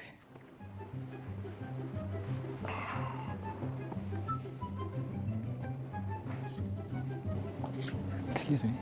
I'm so sorry to bother you. I have like a super random question. I'm planning to go to a board game cafe this Sunday. Would you be down to go to a board game cafe? Nope. You're busy? I don't know if this is a good point to be up right now, but... She does. Is anyone sitting? Okay, thank you. She's going. Excuse me. I plan to go to a board game cafe this Sunday. Would you be down to join me? But I have to work on that day, actually. You work that day? Yeah. No worries though. Yeah, okay, have a good day. The man is busy. It's 2 no's, but all you need is 1 yes. Is it cool if I sit here by chance? Go ahead. Thank you. You like this book? It's been a while, yeah. It's my favorite book. That's good, that's good. I was wondering if you'd be down to go to a board game cafe this Sunday at 2 p.m. Are you from here? I am from here, yeah. Born and raised? Yeah. What house did you go to? What, high school? So basically, he spent the next few minutes just grilling me with every single personal question you could think of. Maybe he thought I was gonna kidnap him or something. I have no clue. Would you be down or no? I'm good, thanks though. I appreciate the invitation. No pressure. After 3 rejections, my confidence was not doing too great. This is a lot harder than I thought. But I knew I had to push through. Excuse me. Excuse me. I would be down to go to a board game cafe. Are there people there? Trying to get other strangers, like make some new friends. Would you be down? Is it cool if I grab your Instagram? Sounds good. Yeah. All right, okay. You like, you know? I appreciate that. Thank you. I appreciate that. Okay, thank you. All right, have a great day. We did it. We did it! Securing the first friend went surprisingly smooth, but what I didn't realize at the time was that things were about to get a lot harder. Board game cafe this Sunday. I have a boyfriend. Sorry. Oh, me too. Oh, me too. just. Behind me is the infamous Toronto subway station. If you're from Toronto, you know that the TTC is not great. There's constant delays, there's bed bugs, crazy people. But today, none of that matters because I will not be leaving this subway until I get somebody to hang out with me this Sunday. Maybe this city's better? All right, so it's time to sit and wait for somebody to sit near me. Looks like there's nobody on the station. All right, surely next station there'll be more people.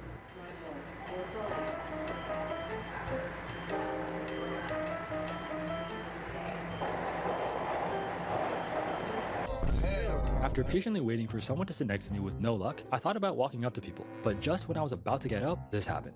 And I could ask this man right here, but I don't know, I don't think he would want to go to a board game cafe. Am I overthinking this? Maybe overthinking this. No, this is not the shot. He missed. Ah, she has the AirPods in. I can ask her. Should I ask her? There's a guy behind me. Yeah, you can sit. Yeah. I got a super random question. Would you be down to go to a board game cafe on Sunday at 2 p.m.? Board game cafe? Yeah. On Sunday? 2 p.m. Oh yeah, sure. Why not? You're down? Yeah. Nice. Yeah. Yeah, boy. Okay. Can I grab your contact information, like your IG or something? What's he Black? being like that? Nice to meet you. My goal of getting a yes was complete, but now came the real challenge, which is getting off the subway without totally weirding him out. Pretty cold outside today, huh? True, yeah, we are in Canada. We just got out of the subway. I can't believe that actually worked. Like, that was literally our first try. But hey, I'm not complaining, we take those. After making the first 2 friends pretty quickly, I was feeling confident. Little did I know what was about to come next. Do you want to go to a board game cafe with me on Sunday? That right there is an escalator. So I'm gonna get on it and make a friend. Hopefully. I'm kind of nervous for this one. Is it weird if I get behind them and then I ask them? Well, then they're gonna have to turn around. Excuse me, would you be down to go to a board game cafe this Sunday? Oh. The thing is like, I can kind of choose my victim. I mean, you're not my victim, but like the person that I'm gonna ask to be my friend. So I'm just gonna look for a friendly person and then I just gotta do it. God, this is bad. Excuse me. So sorry to bother you. This is super random, but would you be down to go to a board game cafe this Sunday? Okay, no worries. Have a great day. What was that restaurant? Last video. Now, why is she walking fast? Why is she walking? Would you be down to teach? So ask where to go.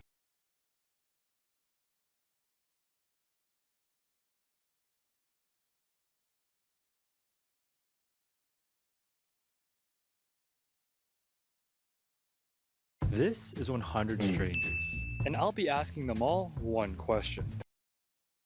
I'm hosting an event. This is 100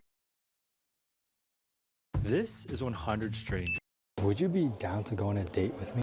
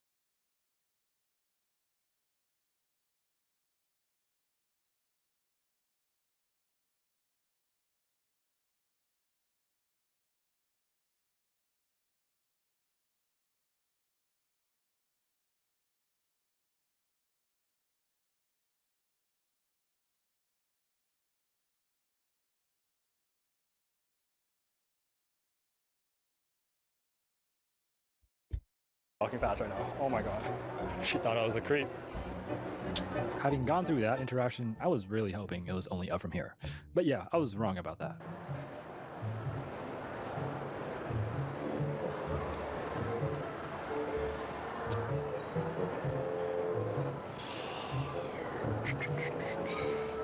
Damn it.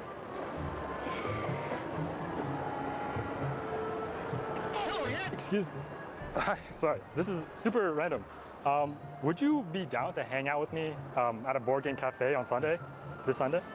I'm like trying to make some new friends, and like there's gonna be other people who like also don't know each other, kind of like a way for people to meet people. Would you be potentially down? Yeah, plans. Oh, you got plans on Sunday? Would you be down to go to a board game cafe this Sunday? I'm not available. You're not available? I have something on that. Oh, you have plans? Would you be? Sunday, I'm looking busy. Everyone's busy. Everyone's busy Sunday. What is happening on Sunday? Excuse me. Hi, sorry, this is super random, but would you potentially be down to hang out with me at a board game cafe this Sunday? I have a boyfriend, sorry. Oh, me too. What? I'm leaving for Japan tomorrow. Oh, really? Oh, okay. Actually, I want to go to Japan soon, but nice. Okay, have a great trip.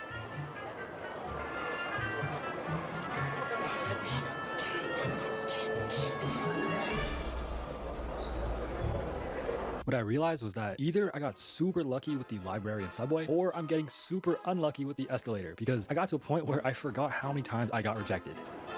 Why are you running? Why are you running? I'm an international student, so I'm leaving this Sunday. I gotta work. You got work? I have to have work. I think this Sunday we're actually super busy. Nah? I am working. You are working? Okay. Oh, watch out. Okay. No worries though. Yeah. Okay. Okay. We'll have fun at work.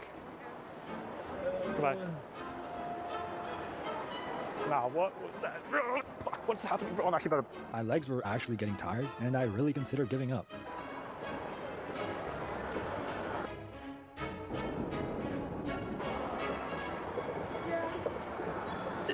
Excuse me, sorry. This is super random, but I'm trying to make some new friends, and I was wondering if either of you two would be down to hang out at a board game cafe this Sunday. I mean, she would. You're free. Oh, and there's free drinks, by the way. It's called, I think they have escape rooms, but there's also like a board game cafe area. Can I grab your Instagram? Okay, sure. So I'll text you the contact info. Okay. Okay, yeah, have a great day, guys. No, my legs are getting tired. How long have we been doing that for? I literally lost count. I'm happy we finally got a yes, but I'm also not happy because now that means we have to do the last location, which is... I really don't want to do this one. I'm gonna be honest. I don't want to do this one. I guess I'm gonna go in. I'll see you guys in there. You did this at a mall?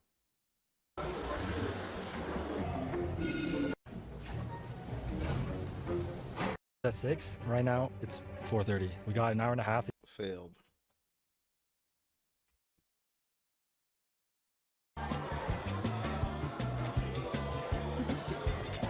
Do you push us?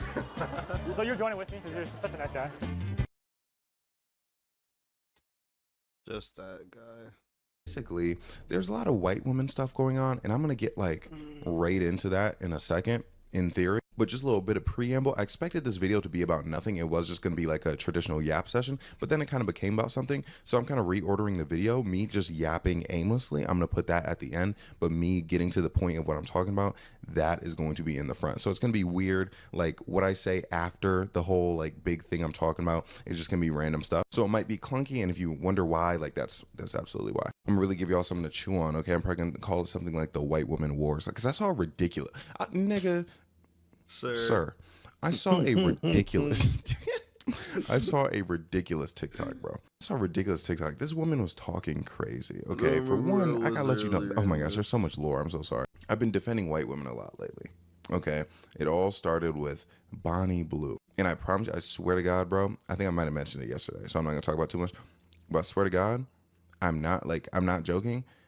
I was on stream watching the Bonnie Blue interview, and like she was cooking the interviewers, and I watched another one yesterday. She was cooking the interviewer again. Made me put respect on her name, but unfortunately for her, she got banned on OF.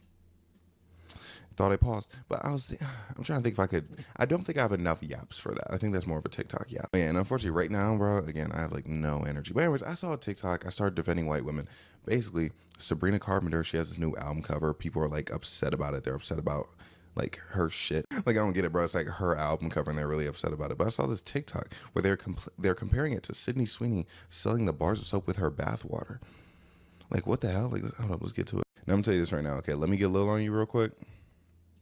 Her video is 5 minutes long, which I know we're on YouTube here, but it's gonna feel like forever for me, so I don't know if I'm getting all the way through it. But you know, I'll chop in, make my points, and then you'll see. See, I actually stitched this video, but she's just yapping for so long. I need you to see like how she's coming. That she's coming out with an album called Man's Best Friend, and the you cover. back there? Sabrina Carpenter announced that she's coming out with an album called Man's Best Friend, and the cover photo is her on her knees, bent down, mouth slightly open, while a man who's not fully pictured pulls on her hair like this. And Okay, you heard how she described that, right? I'm not sure if you guys have seen the cover yet. The way she described that sounded pretty heinous, right? This is the this is the album cover in question. Bro, she gassed it up, didn't she? Hold on, can I open it in new tab? Oh, I love when I can do that. But you know what I mean? Hold on, let me control plus plus plus plus. I'm a computer guy. Yeah. No, but you see what I mean, bro? Okay, now I'm over here. Okay, she was like on her knees, mouth slightly open. Like, what do you, like, this is just like a cunty position, not gonna lie. Like, she's dragging it with like the mouth open. But you know what I mean, bro? Like, it's not that deep of a thing. So already I'm like, dude, she's cooking. Like, I mean, she's like cooking bullshit, bro. Like, she's in a bad kitchen right now. And what are the modern mainstream feminists doing? Okay, by the way, I'm so sorry, but like over 400,000 likes on this post. And that's what's alarming to me, because she's talking complete bullshit. Iconic queen, mother, applauding, so excited, repost on the story. But last week when Sydney Sweeney was talking about how she's selling her bath water and working with this company, and she was posted up in a bathtub for this ad, it was a problem. She was setting women backwards. Oh. Now, this, like, the things I might not even need to play anything more, because this is the main point where I was like, are you, I'm gonna be nice, but it's like, are you silly? Are you playing with me right now? In case you didn't know, Sydney Sweeney is apparently selling her bathwater. I mean, selling her bathwater as like bars of soap or something like that. It's soap infused with bathwater. I don't know. It's something very, very weird. Okay, very weird. Something for all my gooners out there. You know, some y'all can. By the way, okay, this is so random. Some random dude made a response video to my gooning video. I mean, my video, I was like, when gooning goes too far. And mind you, this man, he's like clearly over 50. And I would find the video, but like I can't do that right now. But basically, he was like, he's much more into like that incel stuff, like genuinely incel, like not just like man who's mean, but like he was like, I was saying, like I was talking, I was like, hey man, like we should like, or in general, most people shouldn't watch porn like too much. Like it shouldn't become a problem. And he was like, no, what's wrong with male pleasure? What's wrong with gooning? And he was basically saying I was getting cucked by my girlfriend because I didn't want to watch pornography, because I felt like that was, kind of a weird thing to do with someone in my life. And she actually told me that. She told me she didn't tell me that. Initially, I remember when we like first got together, like it just came up in conversation, and she said like, she's like, oh, if you want to watch like adult videos, I wouldn't mind. And I was like, nah, like I wouldn't want to do that. And then I explained, because I have my whole explanation. I'm like, bro, I wouldn't, like, imagine I'm like looking at other people's like, members and whatnot, you know what I mean? Like, I wouldn't want you looking at other people's members, parts of their body. So it's like, why would I do something like that? So she sees the vision. Not that she was on that kind of timing. Like, she just meant for me. Like, she's very into like, oh, if you want to do this, you can do it. And I'm like, nah, like I'm sure. So yeah, so basically it's like her whole like mentality switch is kind of funny. She's like, oh no, it's fine if you do it, to now like she would be mad if she found out I was doing that, which is funny. I forgot where that came from. Oh yeah, no, Sydney Sweeney bathwater. Okay, it's for the gooners. Sabrina Carpenter releasing this album with this album cover, right? This is for women. This is an album that women are gonna listen to. I promise you. And look, do I think this is a nice picture as a man? Yeah, I think it's a cool picture. Like I think it's a bit dope. But like, it's like people are saying like she's doing this for like men. Dude, I'm telling you right now, I'm not gonna listen to that fucking album. Actually, no, I will. I will, because of this controversy, which I guess is working. But it's like, if I just saw this, it still would probably take me months before I'm like, you know what, let me see if that Sabrina Carpenter's any good. But I'm gonna let her continue. And if I see that she keeps bullshitting, I'm gonna stop her like for good, forever. Okay, you need to pick a lane. You either need to be completely coherent with your feminist worldview. It's funny. little slip right there. She said coherent, because she's not coherent. Why are we comparing bars of soap with bath water to? Oh yeah, by the way, Sydney Sweeney has a male audience. most of her fans are men because she was in Euphoria and she was taking her fucking top off every 2 seconds for no reason. Carpenter makes music a lot of women find to be relatable. Like how do we not see the difference in that? You, where you believe that all women should have complete autonomy over their bodies and should be allowed to do what they want with their bodies so long as it's consensual. You need to be logically consistent with the fact that you believe sexual liberation is an amazing form of empowerment to free women from the patriarchy, because you believe that in the past... Is this really sexual liberation? All her fucking clothes are on. I'm gonna be honest with you, bro. This is barely a scandalous picture. Like, it literally, the only thing that makes it scandalous is that bro's right here. Like, on God, this is not the same as like I didn't see I don't remember what the Sydney Sweeney ad looked like, but I'm sure she had her titties out. I don't even want to show you that ad, right? I don't even want to look it up to see it. That's how much I know. Like, there's a difference between this and what Sydney Sweeney did. You know, men have used that to oppress women, to keep them bound, so and so. You either fully align yourself with that idea and that worldview, or you don't. Yeah, bro. Bro, like I said, me and my girl were drinking yesterday. I was drunk as fuck, and I knew this video was stupid when I saw it. I was like, what the fuck is this? Well, bro. I'm You know how I'd be like, I thought I paused, I thought I played. Get it? not one to completely disregard any kind of nuances, but when it comes to a thing... No, clearly you are. Clearly you're, bro. The thing is, in this instance, the nuance isn't even small. The nuance is like a massive thing. Like, again, Sydney Sweeney's fans are men. She's giving these bars of soap to men who will undoubtedly masturbate and ejaculate on them. Oh. This is an album that you're going to listen to. Do you think... Sydney Sweeney, when she released the bars of soap, she knew what the men were going to do. Do you think Sabrina Carpenter is anticipating men ejaculating to this photo? Now, mind you, unfortunately, for being a woman, you know, in the limelight, men will do it to like any picture, right? But my point is, do you think that was at the forefront of her mind here, as opposed to Sydney Sweeney with the soap? Things like a thing like this, I cannot see how there is a balance and how there is a middle ground. And sure, some modern feminists could argue that yes, women are allowed to do whatever they want with their body, but... Bro, she's bullshitting, bro. Dude, she's literally bullshitting because she's making this like a whole, like, she's making this under the guise of, oh my gosh, it's the same thing. It's not the same thing. What's her name? Yasmin? It's certain not. Ideas and certain choices feed into the patriarchy as opposed to, you know, abolish it, overcome it. But where's your scale? Where's the line? How do you police that? How do you...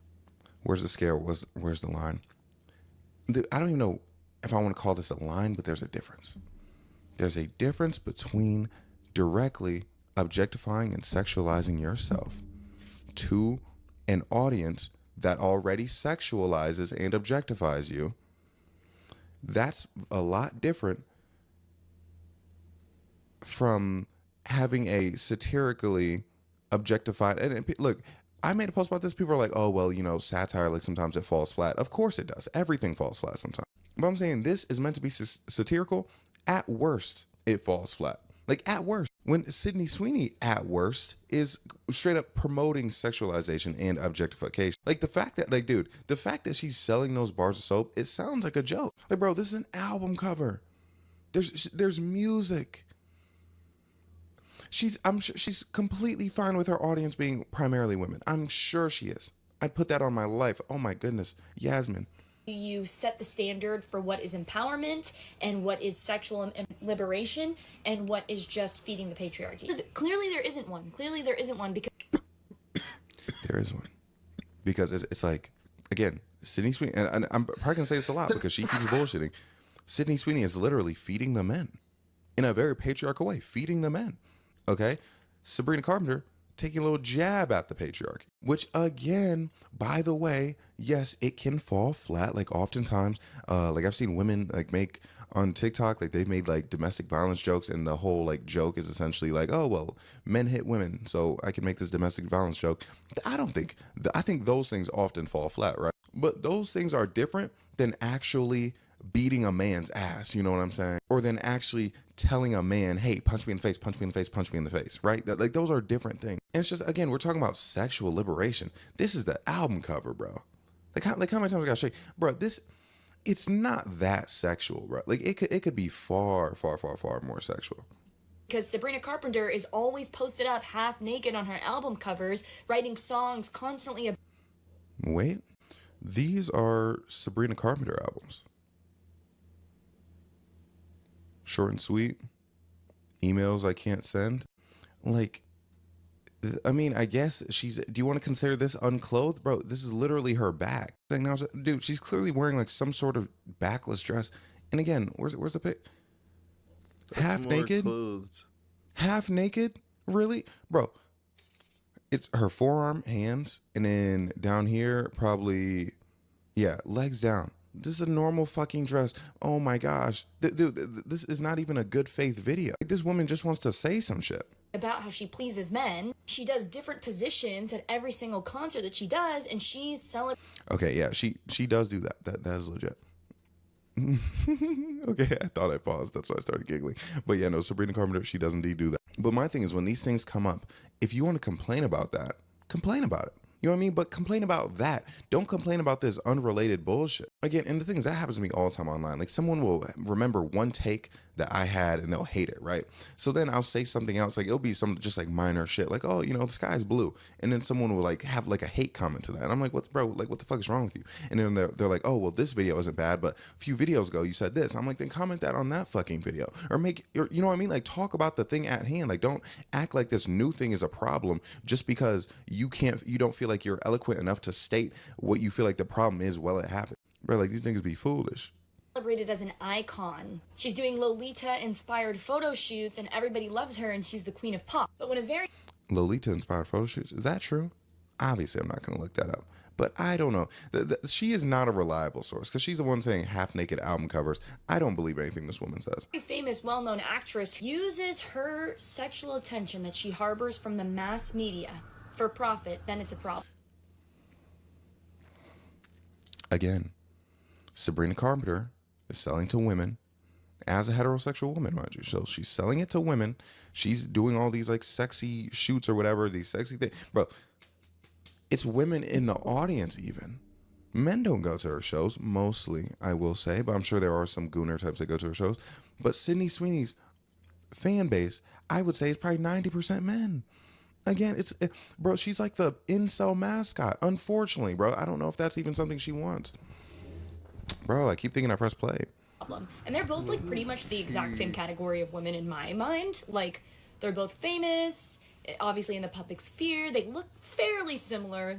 No, they fucking don't. No, they fucking don't. Not even close. Not even. I'm sorry. Two blonde white women don't inherently look alike. They both are Hollywood blank symbols, but one is hated on and one is demeaning towards women, and the other is a princess. I think I'm at the point where I'm genuinely curious and asking. I don't have any super like radical liberal feminist friends to ask, so I'm just reaching out to the internet and going, how does this make sense? Where is your line? And how do you not notice the logical inconsistency in this? Like, do you not understand? She's talking about logical inconsistencies. Like, not gonna lie, bro, she doesn't say anything of note in like the next 30 seconds. I'm gonna cut the video short. Understand the gaps and holes in your worldview that not only led us to this point, but also allows you to be so wishy-washy, picky-choosy about who's empowering and who isn't. Because at least with like the... Okay, what's killing me, and again, over 400,000 likes. What's killing me is it's so obvious. It's so blatantly apparent. It's clear why one is treated one way, one's treated the other way. And I've said it like 5 times in this video alone. So it's just her being here being like, I don't know. Why is it? And it's like, oh my gosh, bro. It's like asking why 2 + 2 = 4. Average, conservative, maybe anti-feminist woman, there is a line, there is a standard for what is empowering towards females. There is a moral ground on what is appropriate and what is inappropriate. And so it's kind of easy for us to point and go. No, okay. She didn't say anything of note, but I will say, I mean, niggas be pissing me off in my comment section sometimes. I made a video responding to this, which again, in short, I was saying, oh, one person's fan base is this, one person's fan base is this is their history, da da da da da da da. And also, a fucking album is different from selling fucking bars of soap with your bathwater. Oh my gosh, people are so dumb. The more, like, saying it out loud, why is this something that I have to explain? Oh my God, bro, over 400,000 people, bro. Why is this? She's making thousands of dollars from this video, where she's like, hey, where's common sense? Can someone tell me some common sense? Okay, so I kind of ranted for a bit and it got a little mean, so I'm going to take that all out. But yeah, I don't remember what I was talking. Oh yeah, anyways, I was saying, at the end of my video, you know, after I explained the obvious, again, I was like, yep, this is what happens when, you know, people think someone sounds smart on the air. And I said something like that. You know, people think someone sounds smart. People think they're a good speaker, but they don't actually listen to what they're saying. There are multiple comments where they're like, she doesn't sound smart. I think she sounds dumb. It's like, nigga, okay. Like, bro, I hate when niggas will like watch a whole video and then like find just one little thing. Now, mind you, this is not the same as if you saw my third account, the girl who misdefined logical fallacy. And that was like a pivotal point to her video. Like, that was literally a borderline throwaway line I said at the end of the video. And the thing is, it's not even about whether or not in particular people think she sounds smart, okay? Objectively, she speaks well. She can articulate the things, even if they're not the smartest things, she can articulate them well. But it's like these people, it's like they want to, I don't know what they want to do. I don't know if they want to suck up to me or something, or it's like, oh my gosh, someone followed while I'm recording a video. Oh, thanks, Adam. Well, I hope he sees this. But it's like, I don't know who they're trying to impress, but it's just like, oh, nope, she doesn't sound smart to me. I think she sounds like an idiot. Like, bro, I obviously, again, when you listen to what she's saying, that's my point. But my point is, to other people, she sounds smart and profound. And those people are the problem. Oh my gosh. Okay, anyways.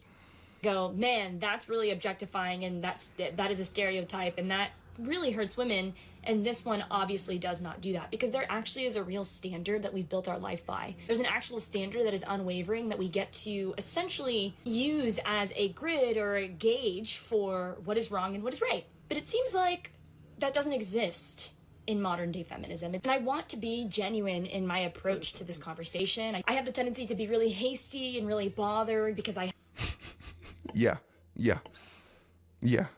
have very settled opinions about modern day feminism. If you know me, you know that. So I'm trying to be genuine. I'm trying to maybe see the nuance and trying to understand, but I just can't. I don't get it. And I just feel like, bro, the thing is, I'm being genuine, bro. I feel like it takes like 30 seconds of like real thought. I feel like the least intelligent person I know, it will take them 30 seconds. For someone who has a semblance of a brain, maybe like 5.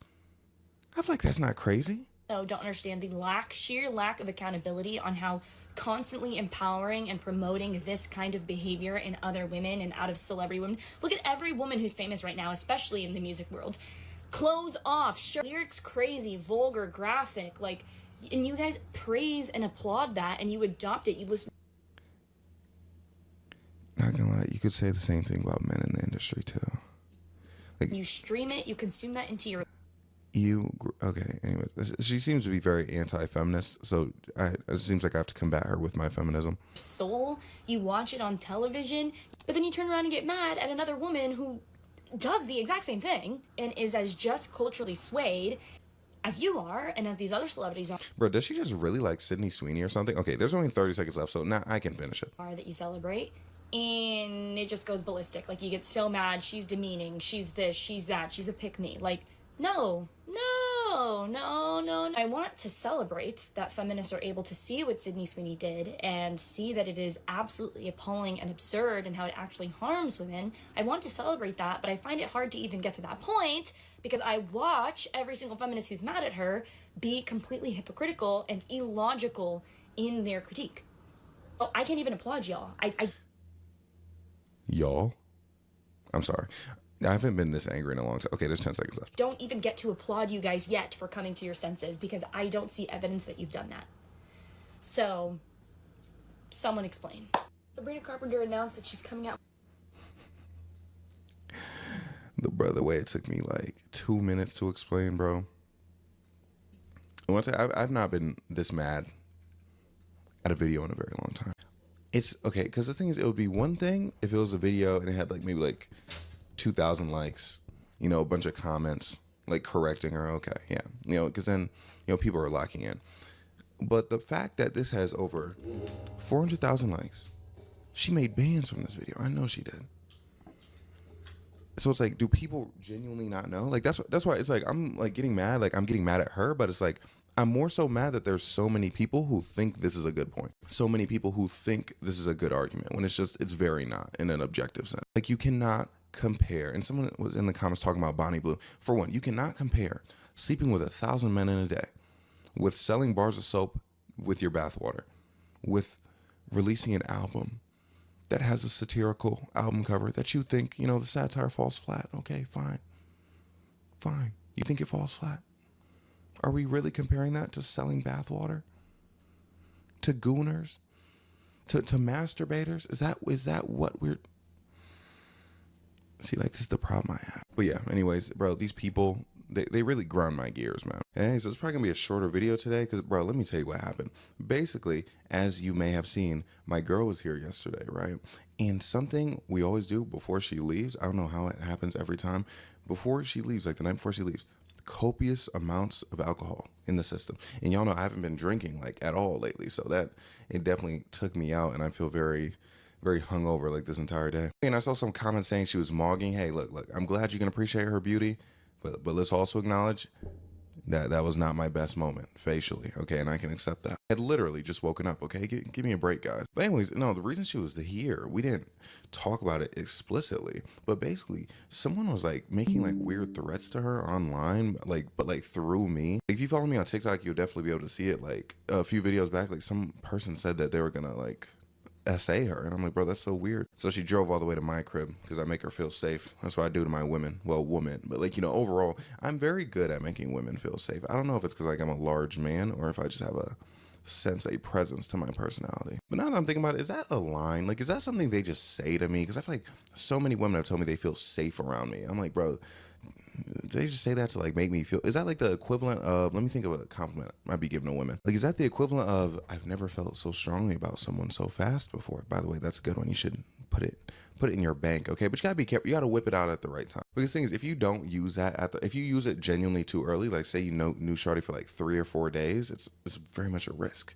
Because like, what do you mean you haven't felt it? Like, you shouldn't be talking about, ooh, feeling this way 3 or 4 days in. Now maybe couple months in, throw it in there when you're not actually, couple weeks, go weeks, but play it by ear. Like, you know, if someone like in the midst of your week, okay, has been very like all over you, not week, but like, you know, like say 2-3 weeks, has been all over you, has been seemingly wanting to get to know you, they have things that they want to say, but you know, you can tell they're holding back a little bit.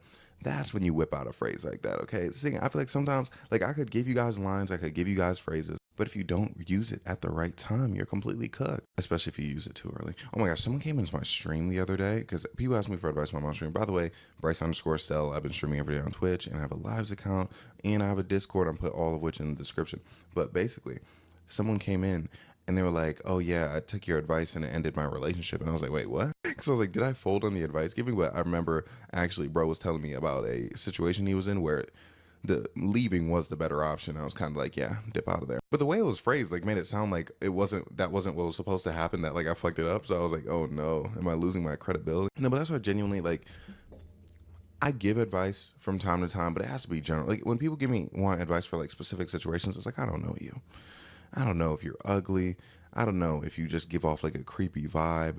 I don't know if I can even give you like the full picture again of like the timeline of when to say these things and the signs to look for of when saying those things is okay. Like truly everything's about timing, and it's like there are signs where I'm like, hey, I can explain the signs when they're happening for me, like when they're in my life, but I don't know if I could explain them happening for you. There's a lot of nuance to the game, okay? And that's something people don't talk about. But actually, let me not, look, this is a yap session video. It's gonna be full on yap session, but basically, I'm also gonna get to something else. Yeah, but anyways, okay, see, it's me. The person in the beginning of the video, that was me. Yeah, yeah, when I was like, oh man, let me give you the preamble. Yeah, that was me talking. But, yeah, basically, oh my gosh, oh, we gotta be careful. Yeah, that's the video. I hope you enjoyed it. Yeah, I think I'm...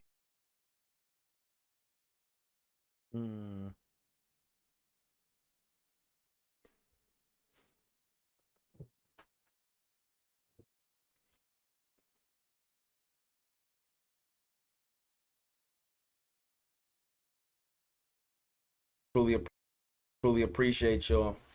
He's talking about your Niners. I don't know if got to a point where. All right, so basically, there's a lot of white women.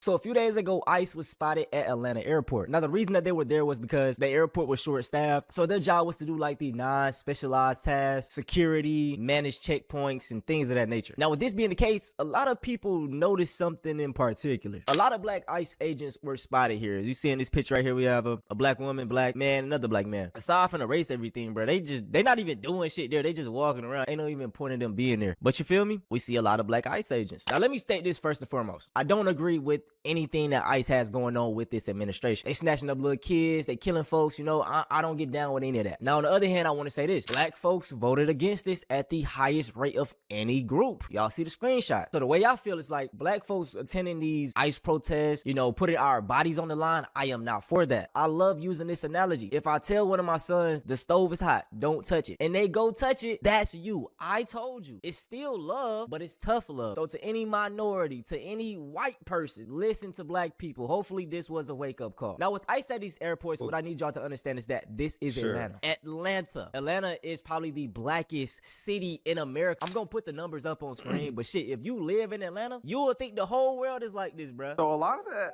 ICE agents in Atlanta are black, and this is because everybody in Atlanta is black. Like, it's no surprise that you're gonna have a lot of black cops, black ICE agents, regardless of the ethics of the situation, because everybody in Atlanta is black. And this is what I'm telling you. If you're a young man or a young woman, you have to remember that if you live in that city, you are going to be exposed to black people in the same way that when you are white and you live in like Arkansas, you're going to be exposed to white people. So it's one of those things where you still live in a white world, but there's black people everywhere. So you're not exactly engaging with the true like demographics of the country, because once again, your cops are black, your teachers are black, your banker's gonna be black, the restaurant chef is gonna be black, and then you're gonna look at beside you in traffic and you're gonna see more black people. And it's for better or worse, right? Like, it is a good experience to grow up around people that look just like you, but also it's kind of weird then when you leave and you're like, oh my god, there's actually like no black people in America. What the fuck is happening? And I think that it's just, people don't understand Atlanta. This kind of resonates with me as well. I live in South Carolina, Columbia. I don't know our population exactly, but I grew up around a lot of black people, went to pretty much all black schools. And it wasn't really until I got my license and started driving to different parts of my state and my city where I started seeing like, okay, it's not really that many niggas. And this especially happened when I started traveling, you know, going to places like New York, LA, anywhere but down south. You truly get a glimpse of how small black people are in America. So bringing up this video, he most definitely is on point. I don't think that obviously we represent a large group of ICE. And I think this is real predatory of Trump to even send them there like that. Because what you will notice is that most of the time with these ICE agents, they're covered up in masks. When we saw those two incidents of the white woman and white man get killed, those officers were in masks. So I found it ironic that they're in this public all willy-nilly, no masks, and it's mainly black people. It's like, all right, bro, what are you trying to do? So the whole situation is weird to me, and I am extremely conflicted. I side-eye most police. ICE fits in that same category. And what you will notice is that with black police officers specifically, it seems like they'll be more disrespectful to you, or kind of more, I don't know, I can't explain it, but it's like they try to prove themselves to their white counterparts. So it's like they'll be worse to you than a white police officer at times. So I think that is why people are having this perception right now that these black ICE agents are sellouts. But on the other hand, I look at it like, damn, bro, they got a job. They not out here killing nobody, not out here selling drugs. Hopefully they gonna put this money they make back into their community. That's how I look at it. And on screen, I'm gonna put up the ICE numbers of like the races that are in ICE. A large portion are white and Hispanic. So we not gonna try to use this as a scapegoat to make black people look bad. Y'all know that's how I look at everything. Now, a thing that I don't like though is the reaction, because what I've been seeing is that a lot of these people are using this as a enabler for racism. All the racist people out there, y'all ain't got nothing but space and opportunity now. Go up to the airport to these black ICE agents and call them the N-word. Go up to these black ICE agents and call them. No. Y'all, bro, as black people, bro, stop. Please stop doing this. Now, trust me, I'm all in for seeing a raccoon get a wake-up call, but I'm not telling you to say the N-word. That is wild to me. Bruh, am I the only one who thinks that if you are a black ICE agent, that Tourette's guy should be allowed to call you a nigga? White people do not respond to this. And someone commented, absolutely not. Why would you even post this? Yeah, you're the only one. Now, this was a situation that happened a few months ago, but I want to add it into this video. 9.9% of the time, it is wrong for a white person to call a black person the N-word. But we may have found the exception.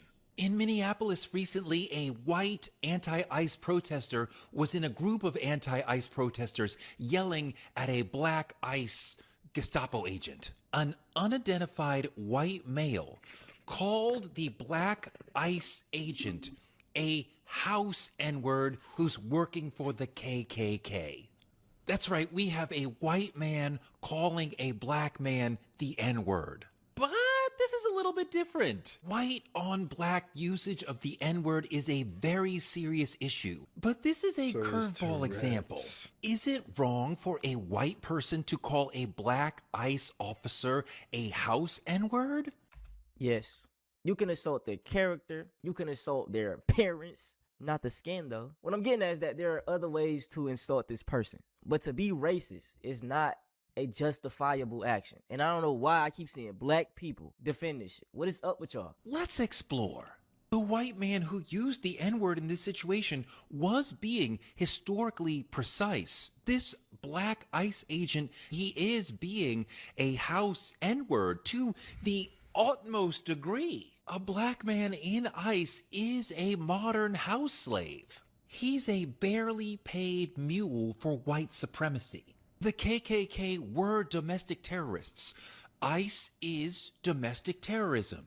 I think this is a valid usage of the N-word. He's not attacking his blackness per se. He's attacking his bootlicking choice to be in ICE. Call him a bootlicker. Say you're a bootlicker. You don't gotta say the N-word.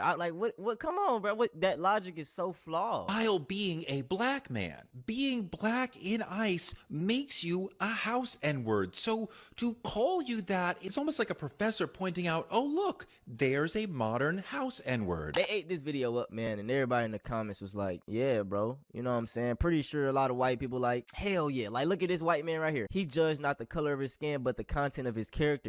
They literally sound like these conservatives that say, oh, if you're acting like hey, bro, Malcolm X said you can't trust the white liberal either, man. So shit, boy, shit. A young black woman is going viral for working as an ICE agent. A lot of people are upset. Do you think it's a problem? I find it so funny that out of all of these ICE agents, you know, even with what happened to Renee Good and I can't remember the other man's name, you know, rest in peace to both of them. But even the killers of them, I don't remember them finding their information. But guess what? They found her information with the swiftness. So this is her page right here. This is a video of her. And in the comments, man, they just, you know, they commented this, such a bird. Okay, this comment right here really pissed me off. He said, our history, by the way. And it's a photo of a Hispanic man with the Black Panther. Like I'm going to keep saying, that black and brown unity shit ain't real. A lot of Hispanics are anti-black, okay? That shit is false. Colorism is rampant in y'all community. Y'all got so many, all these names for us. Stop with this. Please stop it. Just out of respect, please. Y'all can't even stop saying the N-word when we ask y'all. Stop that. That black girl who became an ICE agent and was trending, they already found her TikTok, found all her personal information, found out everything about her. And they tagged her under my video, and I went, and it was kind of weird because like, what is that? Like, what?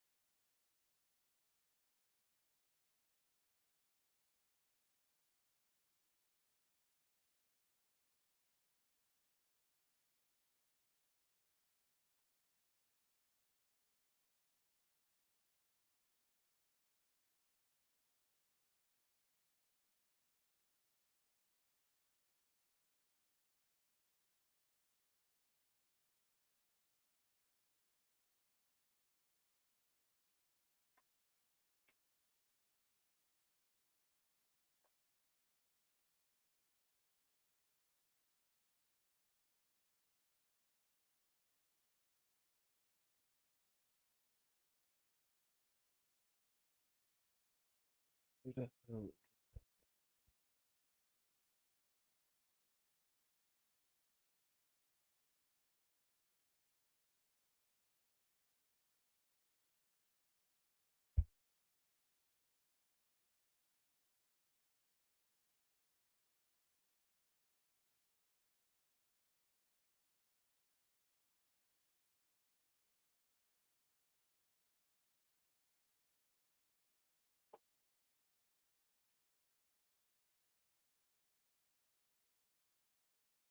Oh shit.